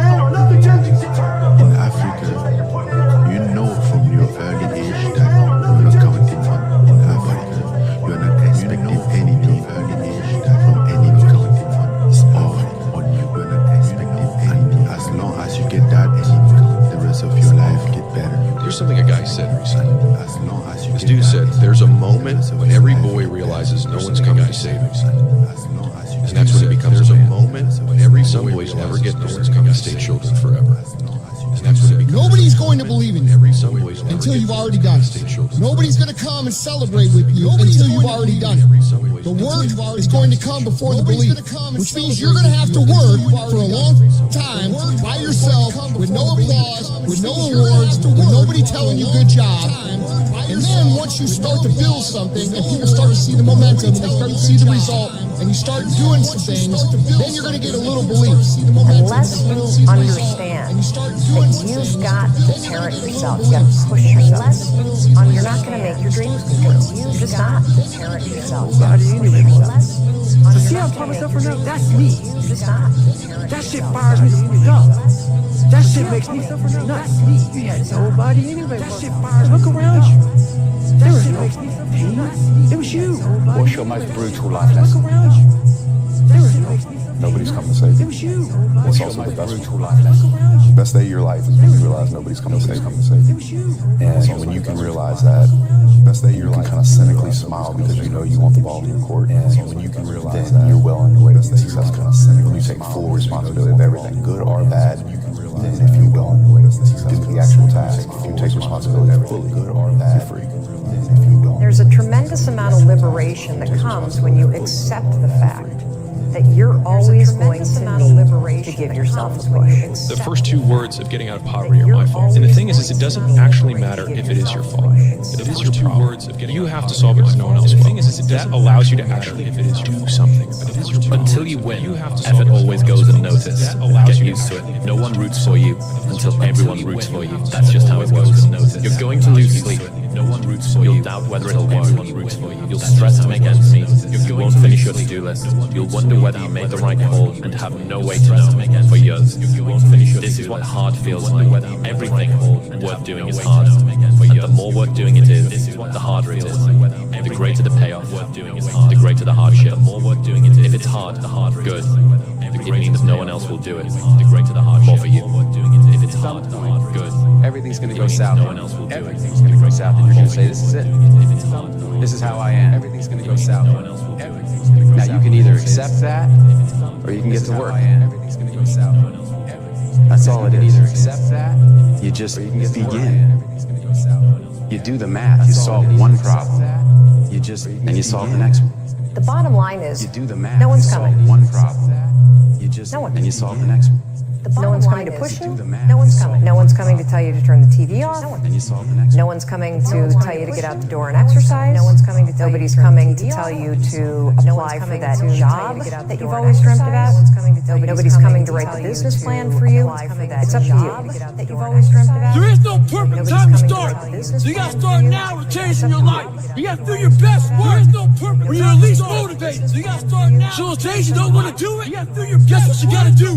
When you're at least you gotta second the to do it. So stay home. Guess what you gotta do? When you're at least you gotta this idea you have, there's a way to stay. It's childish and cowardly. This idea you have is bouncing from experiencing it, including childish and cowardly. Once you fall, I said, okay, I'm gonna give you the most extreme example, but I just want to see what happens, okay? What's the percentage chance of you making $1 million this year legally, and if you don't, everyone that you love dies? Of you making $1 million, and everyone's like 100%, 100%, 1,000%. I said, what changed? The goal didn't change, the time frame didn't change. Why you're doing it changed. Would you wake up in the morning if everyone that you love's life depended on it and be like, yeah, well maybe I should scroll on TikTok for a day? No, you'd be like, I'm gonna take action immediately. And so it doesn't need to be like a fear of losing everybody, but what's really behind that is like, why? So you never wanted a regular type of life. Is that barbecues and ball games? So you never wanted a regular type of life. Yeah. Is that barbecues and ball games? If you want to feel like your life has meaning, if you want to go to bed and sleep with a clear conscience, if you want to wake up in the morning looking forward to the day, purpose is a more meaningful, more reliable category than happiness. How do I know? A lot of people, when they think of the phrase, how do I know, they always want to put the what behind it. How do I know what I'm supposed to do? When they think of the phrase, how do I know? The question that you really should ask is, how do I know why I'm here? Because when you know your why, your what becomes more clear, more impactful. In order to be successful, you need to have a powerful why. Why do you want to be successful? Why do you want to achieve great things? Why are you doing the shit that you're doing on a daily basis? Why? I ask people this on a daily basis, and everybody gives me these generic answers. Because I want to help people. Because I want to give back. Because I want to live a happier life. Why? What's the why? Why do you want to do these things? Why do you want to feel this way? Why do you want to help people? Why do you want to give back? What's the reason? If you don't have a powerful reason, you're never going to reach your goal. Because you don't have something that's pulling you towards. You don't have something that's going to wake you up before your alarm bells. That why is everything. My why is very simple. I want to be remembered forever, and I want to inspire one person a day because I know what it's like to struggle with drugs and alcohol. You feel like you're alone in life, having nobody to help you. What's your why? You know, when you're built different than everybody else, and you have this desire for more, this desire for achievement, and this desire to win, everybody else looks at you like this desire for more, this desire for achievement, and they'll tell you to win. What's wrong with everybody else? Why can't you just relax? Why can't you just do this? Why can't you? Because I'm just not built that way, man. How do I manage all this misery and suffering and futility? It's like, well, I need to figure out what I would have to do in order to make that clearly worthwhile. And so then you have your goal, and then you think, well, I need to move towards that incrementally because I'm kind of useless and can only do so much, and maybe not even that. But all I have to do is be a little bit better than my miserable self yesterday. And that'll propel you forward very rapidly. If you don't have a strong enough why, if you don't know your compelling future, if you're not ready to climb through every brick wall, then go upstream, find that desire, find it so when you're facing, oh my God, the money didn't come through, the bank fell through, the bank called their loan, or whatever, go through different markets. You're just thinking, I just want to make more money to get the Ferrari. You have a reason for that Ferrari. You have a reason for your success. You have a reason for your future. That's when you say, oh, this failed, let's try again. That didn't work, let's try again. And how many times do you have to try again? Could be 100, right? It's the people who give up on the 60th one and don't realize that your 61st time, that's that failure. People who give up on the 60th one and don't realize that you forget that. Every day I wake up and I don't want to do something, shit. I'm like, okay, man, do you want to be in there? Every day I wake up, do you want to feel like a movie? Do you want to walk around all day knowing that you could, that you didn't? The main purpose of life is you. Do you want to feel like a movie? So if you wake up in the morning, you don't want to do something, the main purpose of life is you. You don't care about something. If you wake up in the morning, and that's what you need to really research is, man, why am I not doing this for myself? Because that is the number one purpose of life, is to better oneself. That is the number one purpose of life. So what you focus on? Is to better what you running after, what you chasing after. You may not apprehend it, but what gets you out of bed without an alarm? What you running after, what gets you going when you don't feel like it? What makes you go get it when everybody says you can't? If you don't know where you want to go or who you want to be, you eventually just float around and you eventually crash. Most people walk around with no goals, no ambition. They don't know where they're going. It's like a ship with no destination. If you don't know where you're going, you'll never get there. Once you know where you want to go, then you direct your time, your energy, and your attention to the execution and the achievement of that goal. It's all about intention. But most people walk around in life thinking that life is just a big fat lottery. And it's just not that case. Those that live by the lottery of life most likely end up losing. Make up your own mission statement. What do you We're a platform. It doesn't work that way. It all boils down to the actual math. And so the easiest analogy is if you think about your business as a pig, and this is the world's ugliest pig, if you put lipstick on the pig, it's still a pig. And so if you put lipstick or you sprinkle some software on your lawn care business or your local service business, it's still a local service business. And one of the mistakes that I honestly see all the time is where people will take their service, say, I'll give you the service for free if you use the software, but here's the problem. The revenue will look just like service revenue. And so just because you bill through a software system, if you still have the same churn as a service business and the same margins as a service business, then they will still value you like a service business. You'll get valued based on a multiple of bottom line, which is fine. It's just not going to be a top line multiple or some big number on top of that because that's not the nature of the business you're in. And that's okay. So I think just leaning into who you are and what your business really is, rather than wasting a tremendous amount of time trying to be something you're not, would serve a huge percentage of business owners. What do you say to all the people now that want to start a whole career? Just like, I'm going to go buy businesses because that's what cool people do, and I'm going to go hire an operator Twitter? Do you have any words for those people? Well, right now, buying businesses is like in vogue. I don't really know why it got in vogue, but my best guess is that we have so many people retiring right now that there's just a huge supply spike, and then a lot of people who've never made their money buying businesses selling courses on how to buy businesses. Because the thing is, and this is kind of for the audience, is like if you make your money buying businesses and you're really good at it, you don't need to sell it. Like the best people at buying businesses buy businesses and hold them and invest. Like I think Naval said, like the best investors don't sell courses, don't invest. You know what I mean? Because like if you're really good at it, you don't need to. And I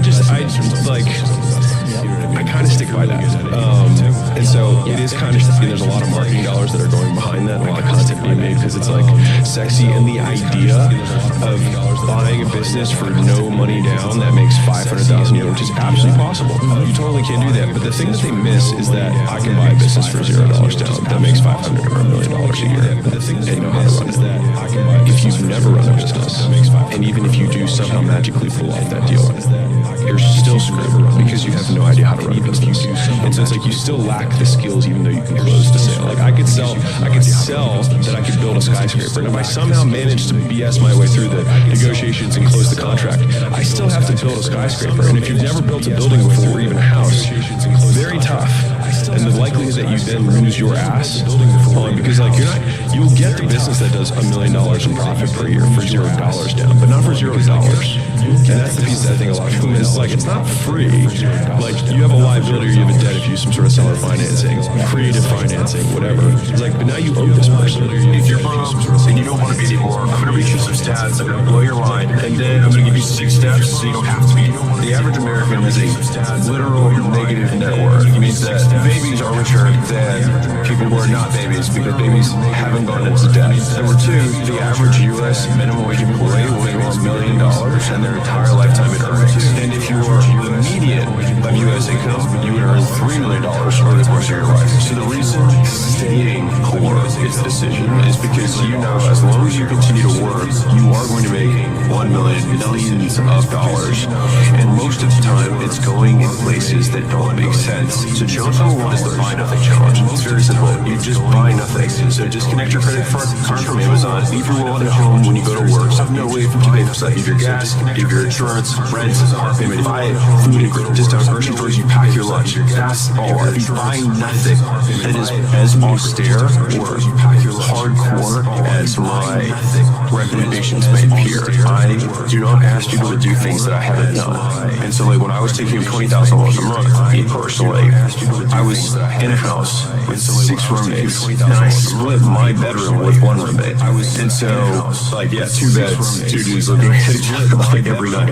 When I was making $1 million a month, I was living on less than 15. And so the key takeaway that shifted how I thought about making money and more importantly keeping money is that wealth is actually a ratio between what you earn and what you need. And the number 1 rule of money is spend less than you make. And so I always like being super conservative with my expenses relative to what I make because I don't like spending money that I feel like I do. My expenses relative to what I make because I don't like spending money that I feel like I do.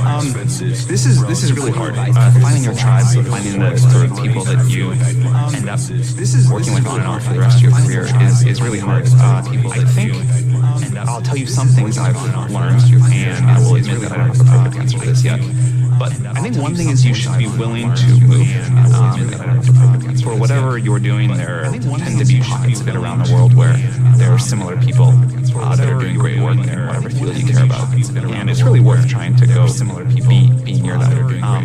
Whatever field you care about. And so, we get criticized sometimes at YC for having people move to the Bay Area, but bringing people together that are interested in similar things, startups, I think has been really valuable for a lot of people. I think another thing that I have learned is that whenever I've helped people sort of for no immediate benefit and with no intention of ever getting benefit at all, time and again in my career, it has really later benefited me a lot.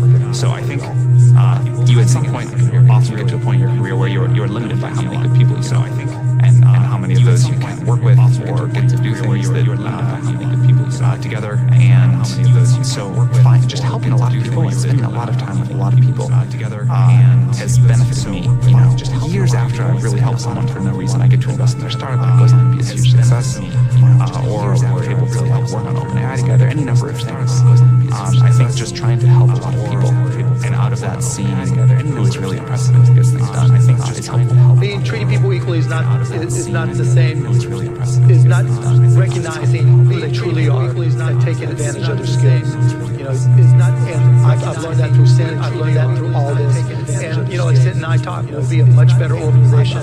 I'll be a better exec. I'll be a better investor. I'll be a better shark. Because I recognize that treating people equally is not the same as treating them, recognizing their skills and their differences. And for this audience, it's critically important recognizing their skills. And I think there's an opportunity now, and I know hopefully people like me will recognize that the old white guys, now really old white guys that are in positions of power, that there are things that you can do that I can't do. There are things you see that I don't see. There are opportunities that you can create that I can't create. We were trying to sell to the black community through the Mavs. We were trying to sell multiple white men. We were trying to sell to moms with multiple white men. It's not that they're not capable. We were trying to sell that they're not skilled. It's just everybody brings something different to the table. First of all, I really need to give some thought to how can I provide advice that can be most helpful, and I'm not sure I've given enough thought to that to give you the best possible answer. But I think certainly being focused on something that you're confident will have high value to someone else, and just being really rigorous in making that assessment, because people tend to a natural human tendency is wishful thinking. So a challenge for entrepreneurs is to say, well, what's the difference between really believing in your ideals and sticking to them versus pursuing some unrealistic dream that doesn't actually have merit?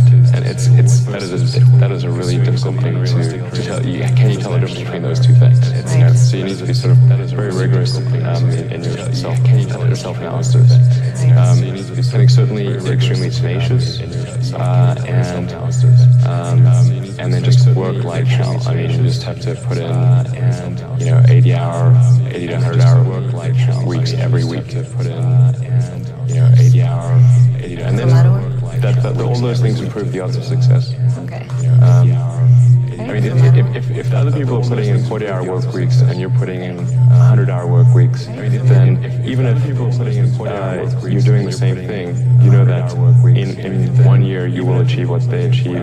You will achieve in 4 months what it takes them a year to achieve. Bigger is better. How many agree with this? 4 months. Okay. If you can live on 900 grand, the only people that won't go to 9 million are the people that are selfish. Unselfish people grow their businesses. Selfish people don't. Okay, if you're taking notes, if you're going to walk away with something today, I'm talking to the able people here. Give me the name of a great company that has 7 employees. I'm talking to the able people. I'm waiting. Give me the name of a great company. Give me the name of a great company that doesn't spend a load of money on advertising. Who is this company? Tell me, give me one name. One name of any company that's great. Who is this company? Tell me, give me one name. One name of any company that's great. See, you built a business on a fantasy. Right? It's like, I'm going to get a State Farm. I'm going to get a State Farm. I'm going to get an All-State company. Right? It's like, I'm going to be an All-State guy, and I'm going to make 900 grand a year. You're selfish, folks. See what I'm saying about the selfish person makes what they need. The unselfish person says, I'm going to make more than I need.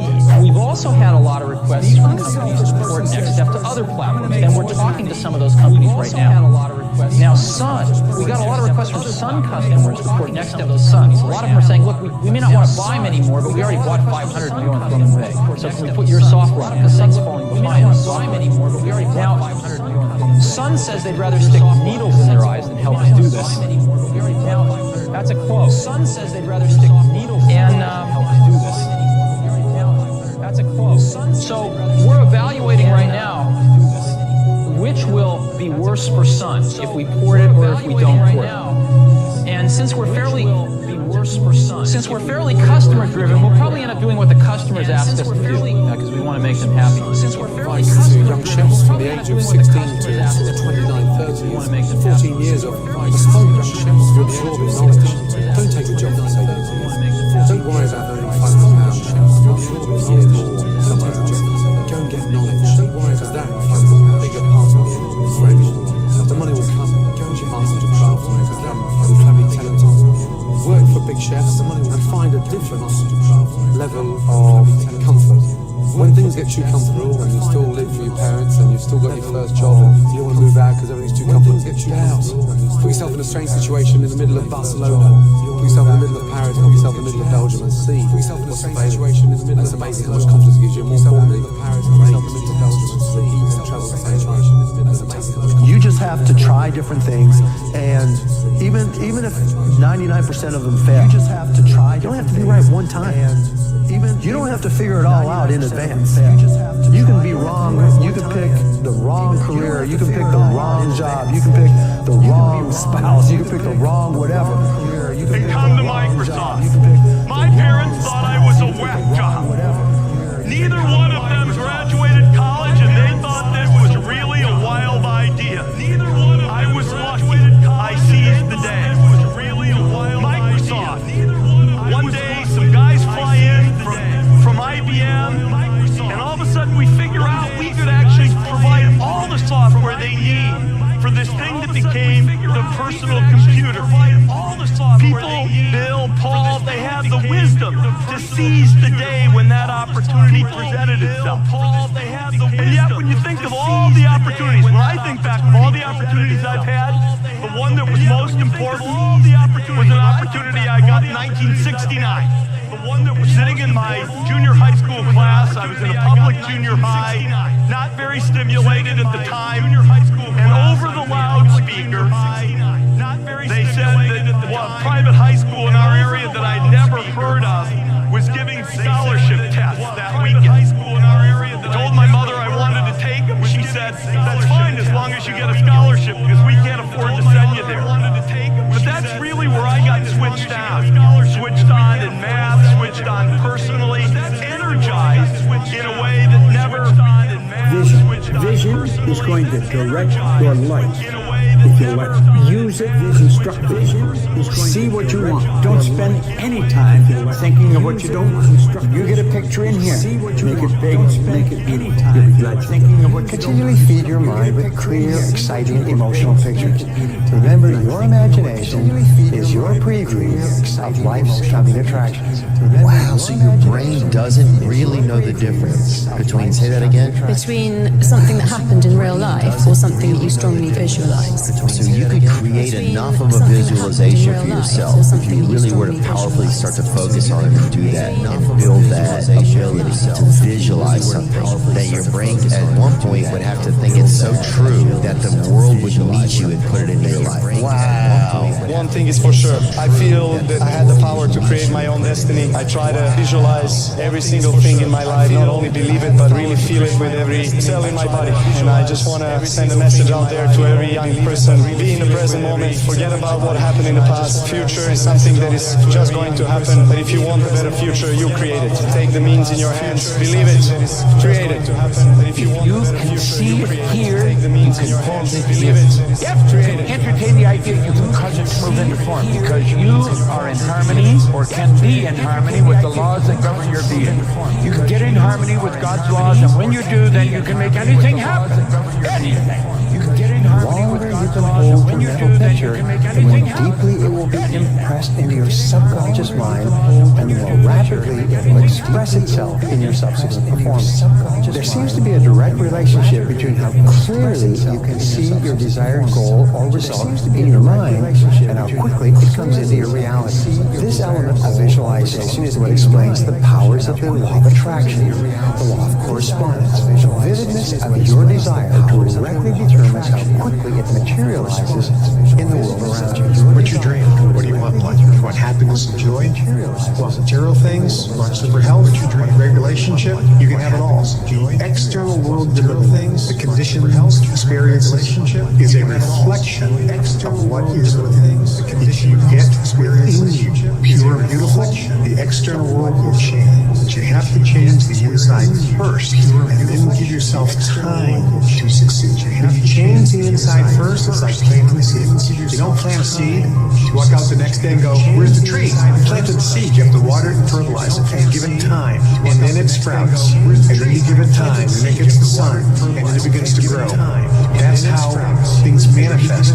Visualizing became a normal thing. If I can see it, then it must be a reality, and I can make it a reality. So for me, the vision became a reality. So it was only then a matter of following through with the work, but it was pleasure. So that is the great thing. When you go to work and you know exactly why you're working, then it becomes fun, a challenge.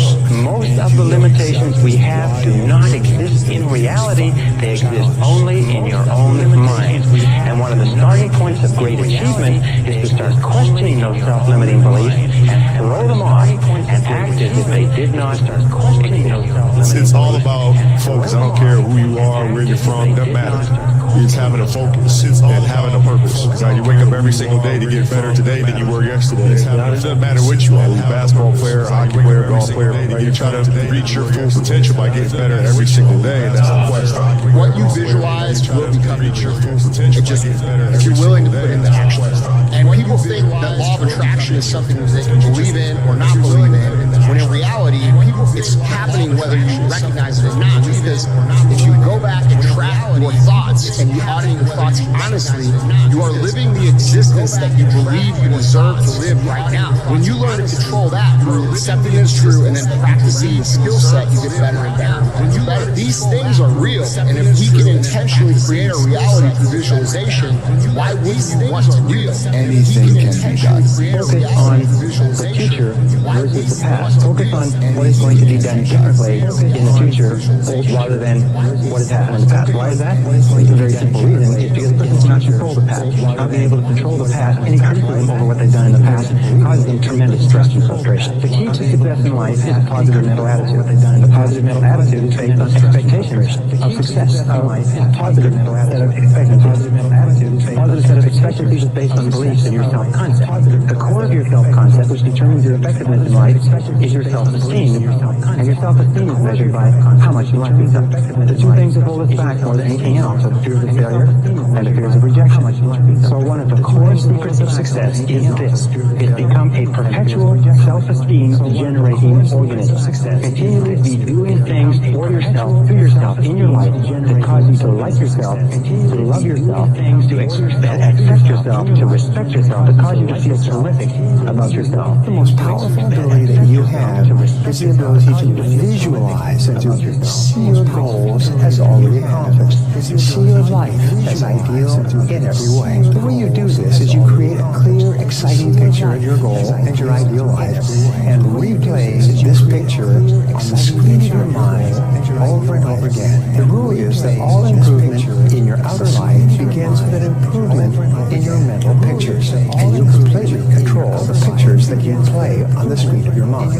As you see yourself on the inside, you will start to be that person with those accomplishments on the outside. You're creative. If you can visualize it, you can do it. It doesn't matter what it is. That's what y'all said. Anything the mind can conceive and believe it can achieve. We can grow into anything we choose because we built the idea. It becomes the nucleus. It controls our vibration, and that dictates what we attract to us. You know what our problem is? We're growing into an oak tree one day, a carrot the next. Get locked into your idea and stay in that vibration regardless of what's happening. When you do that, it will attract to you all things requisite to the fulfillment of that picture, and it'll attract it by the harmonious vibration, the law of attraction. Life is much too short to live fearfully, to settle for less than the best that's in us. We can become what we expect of ourselves. We just act the part before it can become the expect of When ourselves. you really want something, just in my life experience and seeing other people, seeing myself, seeing other people that like made stuff happen, it's like, man, when you really want something, you gonna find a way. Ultimately, Every single day is about winning that battle against yourself. it might not be today or next year or 5 years or 10 years, but this thing takes priority and precedence over all other things. You have to want it. You You have to want to be better. When you realize you have to make this shit work, or you're falling on your face, it's a different kind of grind, a different kind of mentality, a different kind of person, a different side of you that you've never seen before that comes out when you go all.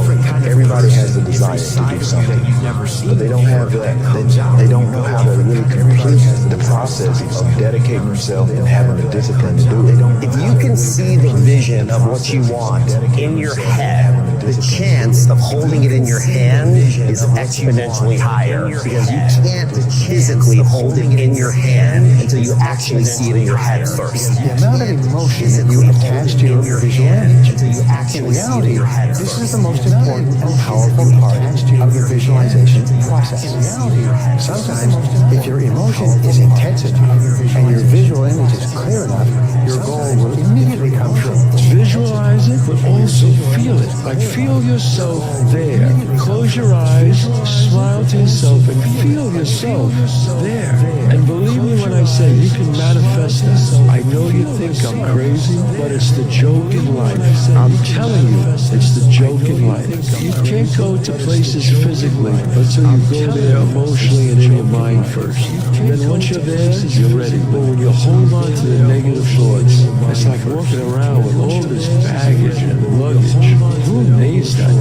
Really? Most people don't use their imagination constructively. Most people use their imagination destructively. They imagine, but they don't want. We've got to consciously and deliberately imagine what we do want.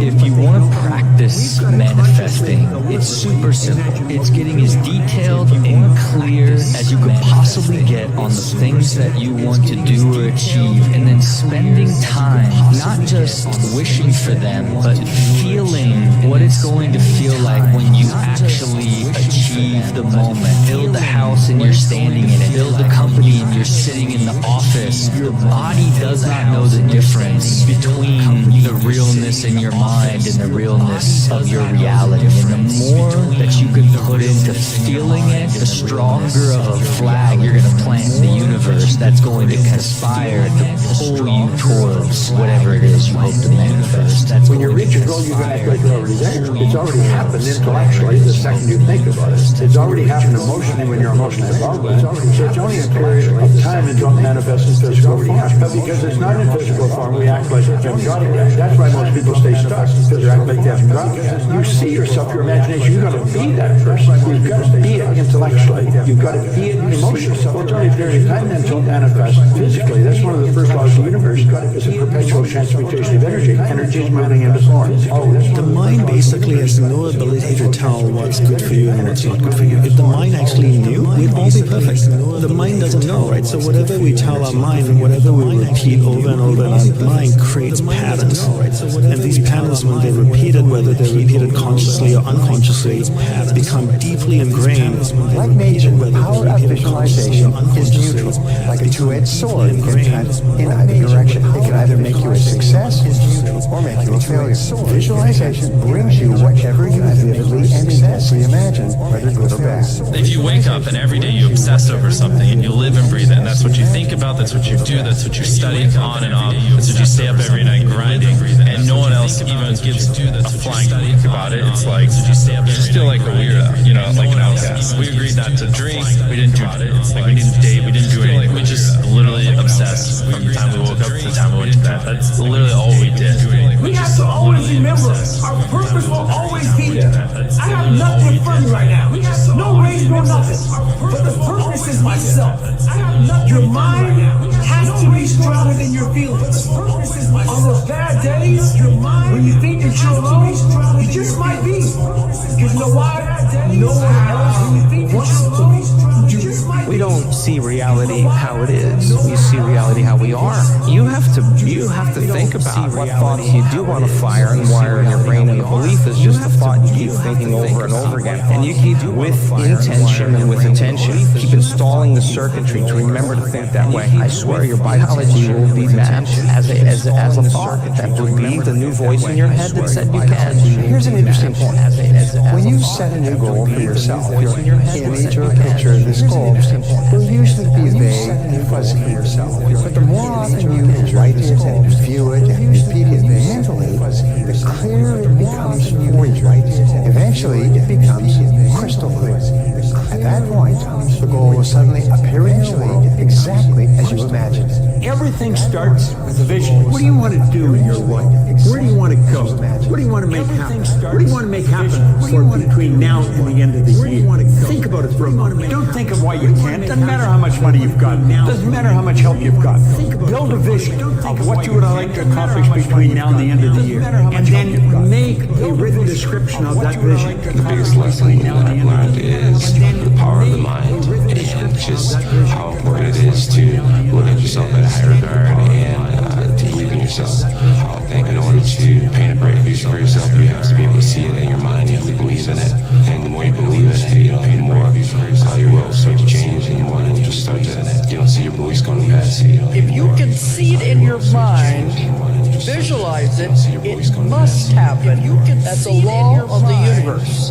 I want you to think about what it is you want in your life, but be specific. See it as already done, already accomplished. Don't worry about how it's going to happen. It will happen in a way that you would ever in a million years figure is going to happen. You say, I've got to do this and this and this, you're limiting to them as the only possible way it can happen. Just say, this is what I want. See it as already done, already accomplished. They fill in the blanks. You're listening to all the negative things around you. What kind of vibration do you feel that would put you in? Well, obviously, because the mind is like fertile ground, what you plant grows. So you want to make sure you don't plant what's negative, because what's negative will grow. You can't plant negativity and expect positivity to grow. So in any situation, even if there's some negative aspects to that situation, I think the most intelligent thing we might do is focus on the positive aspects of that situation, figure out the silver lining in every cloud, and focus on the good in every situation, because what goes in grows. So you do not want to focus on the negative. If you know that you were destined for something, and that you were fated for something, that you have a sense that your life had a meaning, a purpose for something, then you can withstand the traumas, the setbacks, the difficulties, the bullets, the criticism, and all the other. The secret is to get and hold fast in your mind the mental image of the person you would most like to be. Then in every situation you act and talk as you feel that person would be. You make the kind of decisions you think that person would. This is the way to constantly grow into a better, more effective person. You immediately begin to act with more confidence, and confidence is the first step to accomplishment. As your accomplishments begin to grow, which they most certainly will, real confidence slowly takes the place of the part you've been playing. Day by day, you grow into the image you hold in your mind. Albert Einstein said, imagination is everything. It's the preview to life's coming attraction. So when you have something in your imagination, it ain't hocus pocus. It's actually a preview of a coming attraction that God has for you. He places everything He has for you in your imagination. You can't tell it God to everybody. You know why you can't tell it to everybody? Because if you want to kill a big dream, tell it to a small-minded person. God has shown you some amazing stuff in your life that you thought was brilliant. And you took it to your friends and your family, and you shared it with them, and they shot it down. You know why they shot it down? Because they couldn't see it. You know why they couldn't see it? Because God didn't show it to them. He showed it to you. A goal or something you want to accomplish is that the moment that you focus in on what you want to do, that's when you begin to have energy to do it. A distracted person lacks energy. And when they get to the thing they need to be focusing in on, they don't have the energy to give. But when a person says, no, this is the one thing I'm going to do, and they set their mind to it, they set their eyes on it, they set their hand to do it, all of a sudden energy begins to fill their life. Why? Because what you focus on, what you concentrate on, what you desire to accomplish, once your eyes are fixed on that, it begins to energize you, and you begin to see the possibility of making it happen. If we will take and sit down with us and ask ourselves, what do I really want? What do I really want? And write it down. And then make a written description of it in the present tense. Writing causes thinking. Thinking creates an image. And you get these images going, you're building a vision in your mind. It's the visionaries that change the world. One of the most important laws of human existence. In the universe, we know that all of energy is in a state of vibration. And we also know there's a law of radiation, that everything is vibrating. vibrating outward. And we find that whatever you are thinking, your thoughts are also a form of energy that is vibrating and radiating out from you, and it travels at the speed of light so that you can affect people and circumstances at great distances. That's why it's so important that you keep your thoughts on what you want, keep your thoughts on what you desire, and keep your thoughts off of what you don't want. Visualize every day about what you want and make it surround yourself with everything that you're inspired by. Surround yourself with a vision board where you can see at your desk or see at home. When you're visualizing at night, you should be trying to smell, you should be trying to feel, you should be trying to make it as real as possible.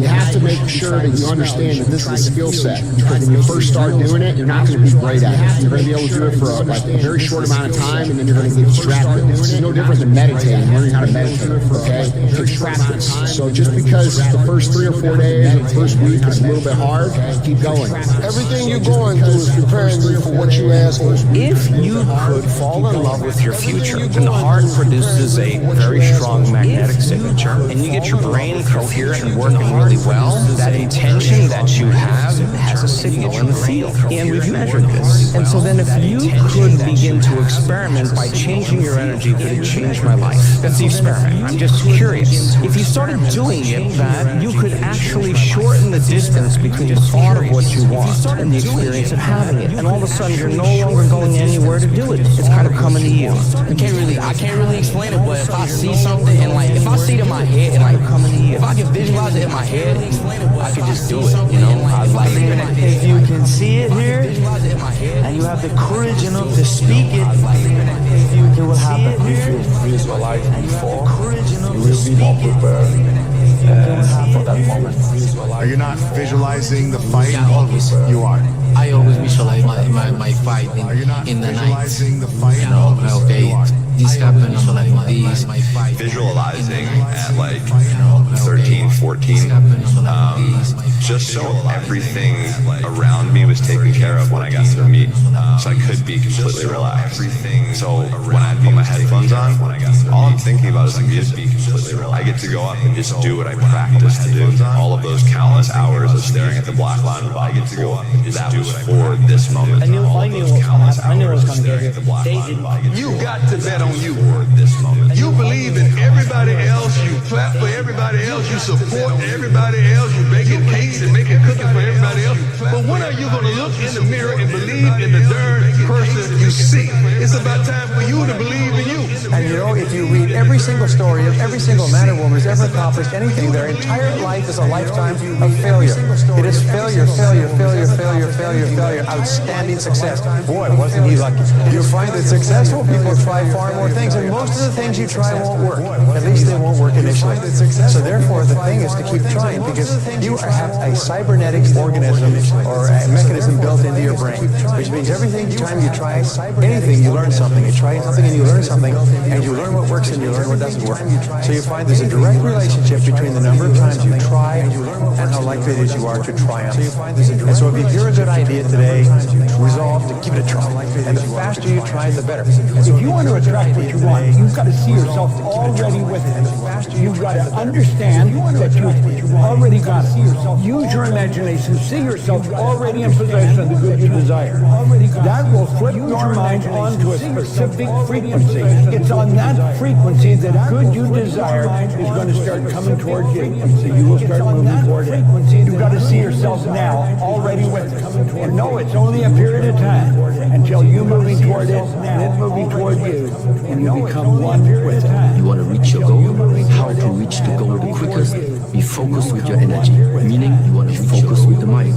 Don't lose the goal from the mind. Focus with whatever you do from the moment of waking up until the evening. Whatever you do, keep the goal in the mind. Nothing changes in the winner's mind. You understand that?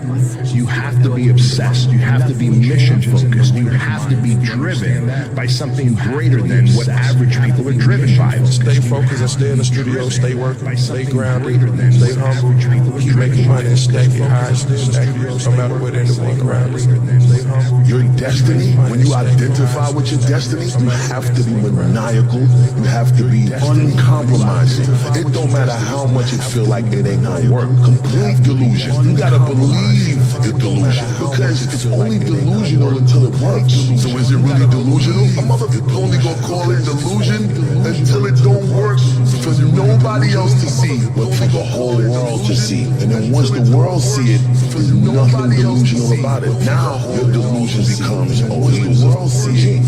You didn't see it when he saw it. You didn't understand it when he did. You thought this motherfucker was crazy. The first aspect of visualization is called frequency. This refers to the number of times that you visualize a particular goal as achieved of yourself performing in an excellent way in a particular event or circumstance. Repeat a clear mental picture of your very best performance or result, the more rapidly it will appear as part of your reality. Delayed gratification, which means putting off enjoying the fruits of your labor for a period of time. It's temporary, so that you're focused in on what you're doing. This is the one thing that people always did. People that are not successful don't do. They're obsessed with making money. They're obsessed with their mission, their purpose, their idea, their project, and it's all they do. It's all they think about. They eat, drink, and sleep this obsession. They work on it, but it's not work to them. They absolutely love the journey because they understand the journey is actually the reward. You see, what you say is what you get. Your tongue is a creative force. Words have power, more power than you could ever imagine. Every word that comes out of your mouth has 100 to 1,000 times more power than a thought. If you believe that what you say will happen, you will get whatever you say. The act of rehearsing mentally in your mind who you want to be, the act of just closing your eyes and mentally rehearsing that scene literally causes the brain to look like you already did it.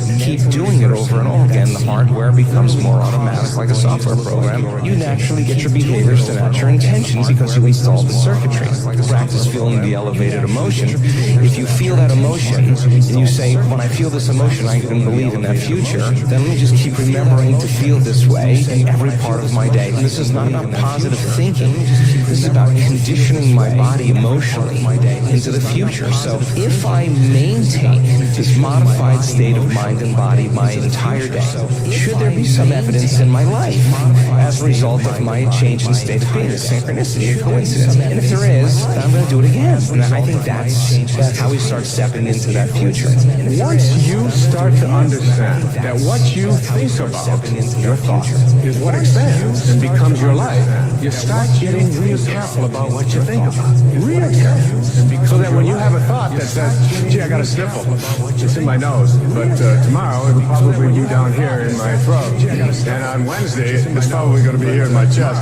It always seems to happen this way. And on Thursday, I'm going to have a fever. I get one every time. You can just about count on it. I'm going to have to take Friday off. Now, it's Monday morning, and you got a sniffle, but in your mind, in your thoughts, you're taking Friday off with a fever, and lo and behold, your body begins to react to this thought, which is just a mistake of the intellect to begin with. Here's how the system works. Everything you could ever ask for, you could ever have now, or ever ask for in the future, you already have right now. You already have all of it. You simply are not experiencing it. Because everything that has ever happened is happening now, and ever will happen, is happening right now. It is for you merely to reach into the sea of infinite possibilities and call forth the reality you choose now to experience. And you do this through three devices mainly: thought, word, and action. That is what you say, what you think or believe, and of course what you do. Wherever focus goes, energy flows. When you focus on something continuously, something magical happens. You get insights, don't you? You overhear a conversation, you hear something you wouldn't have heard if you didn't have that outcome or goal that you wanted so badly. Learn to become still and to take your attention away from what you don't want and all the emotional charge around it and place the attention on what you wish to experience. Energy flows toward attention. You can begin right now to feel healthy. You can begin to feel prosperous. You can begin to feel the love that's surrounding you, even if it's not there. And what will happen is the universe will correspond to the nature of your soul. The universe will correspond to the nature of that inner feeling and manifest, because that's the way you feel. Where awareness goes, energy flows. Look at awareness as a glowing ball of light. So imagine your mind is a vast space, and your awareness is a glowing ball of light that's floating through the mind. And you can control where it goes. And if your awareness is going to a particular area of the mind, that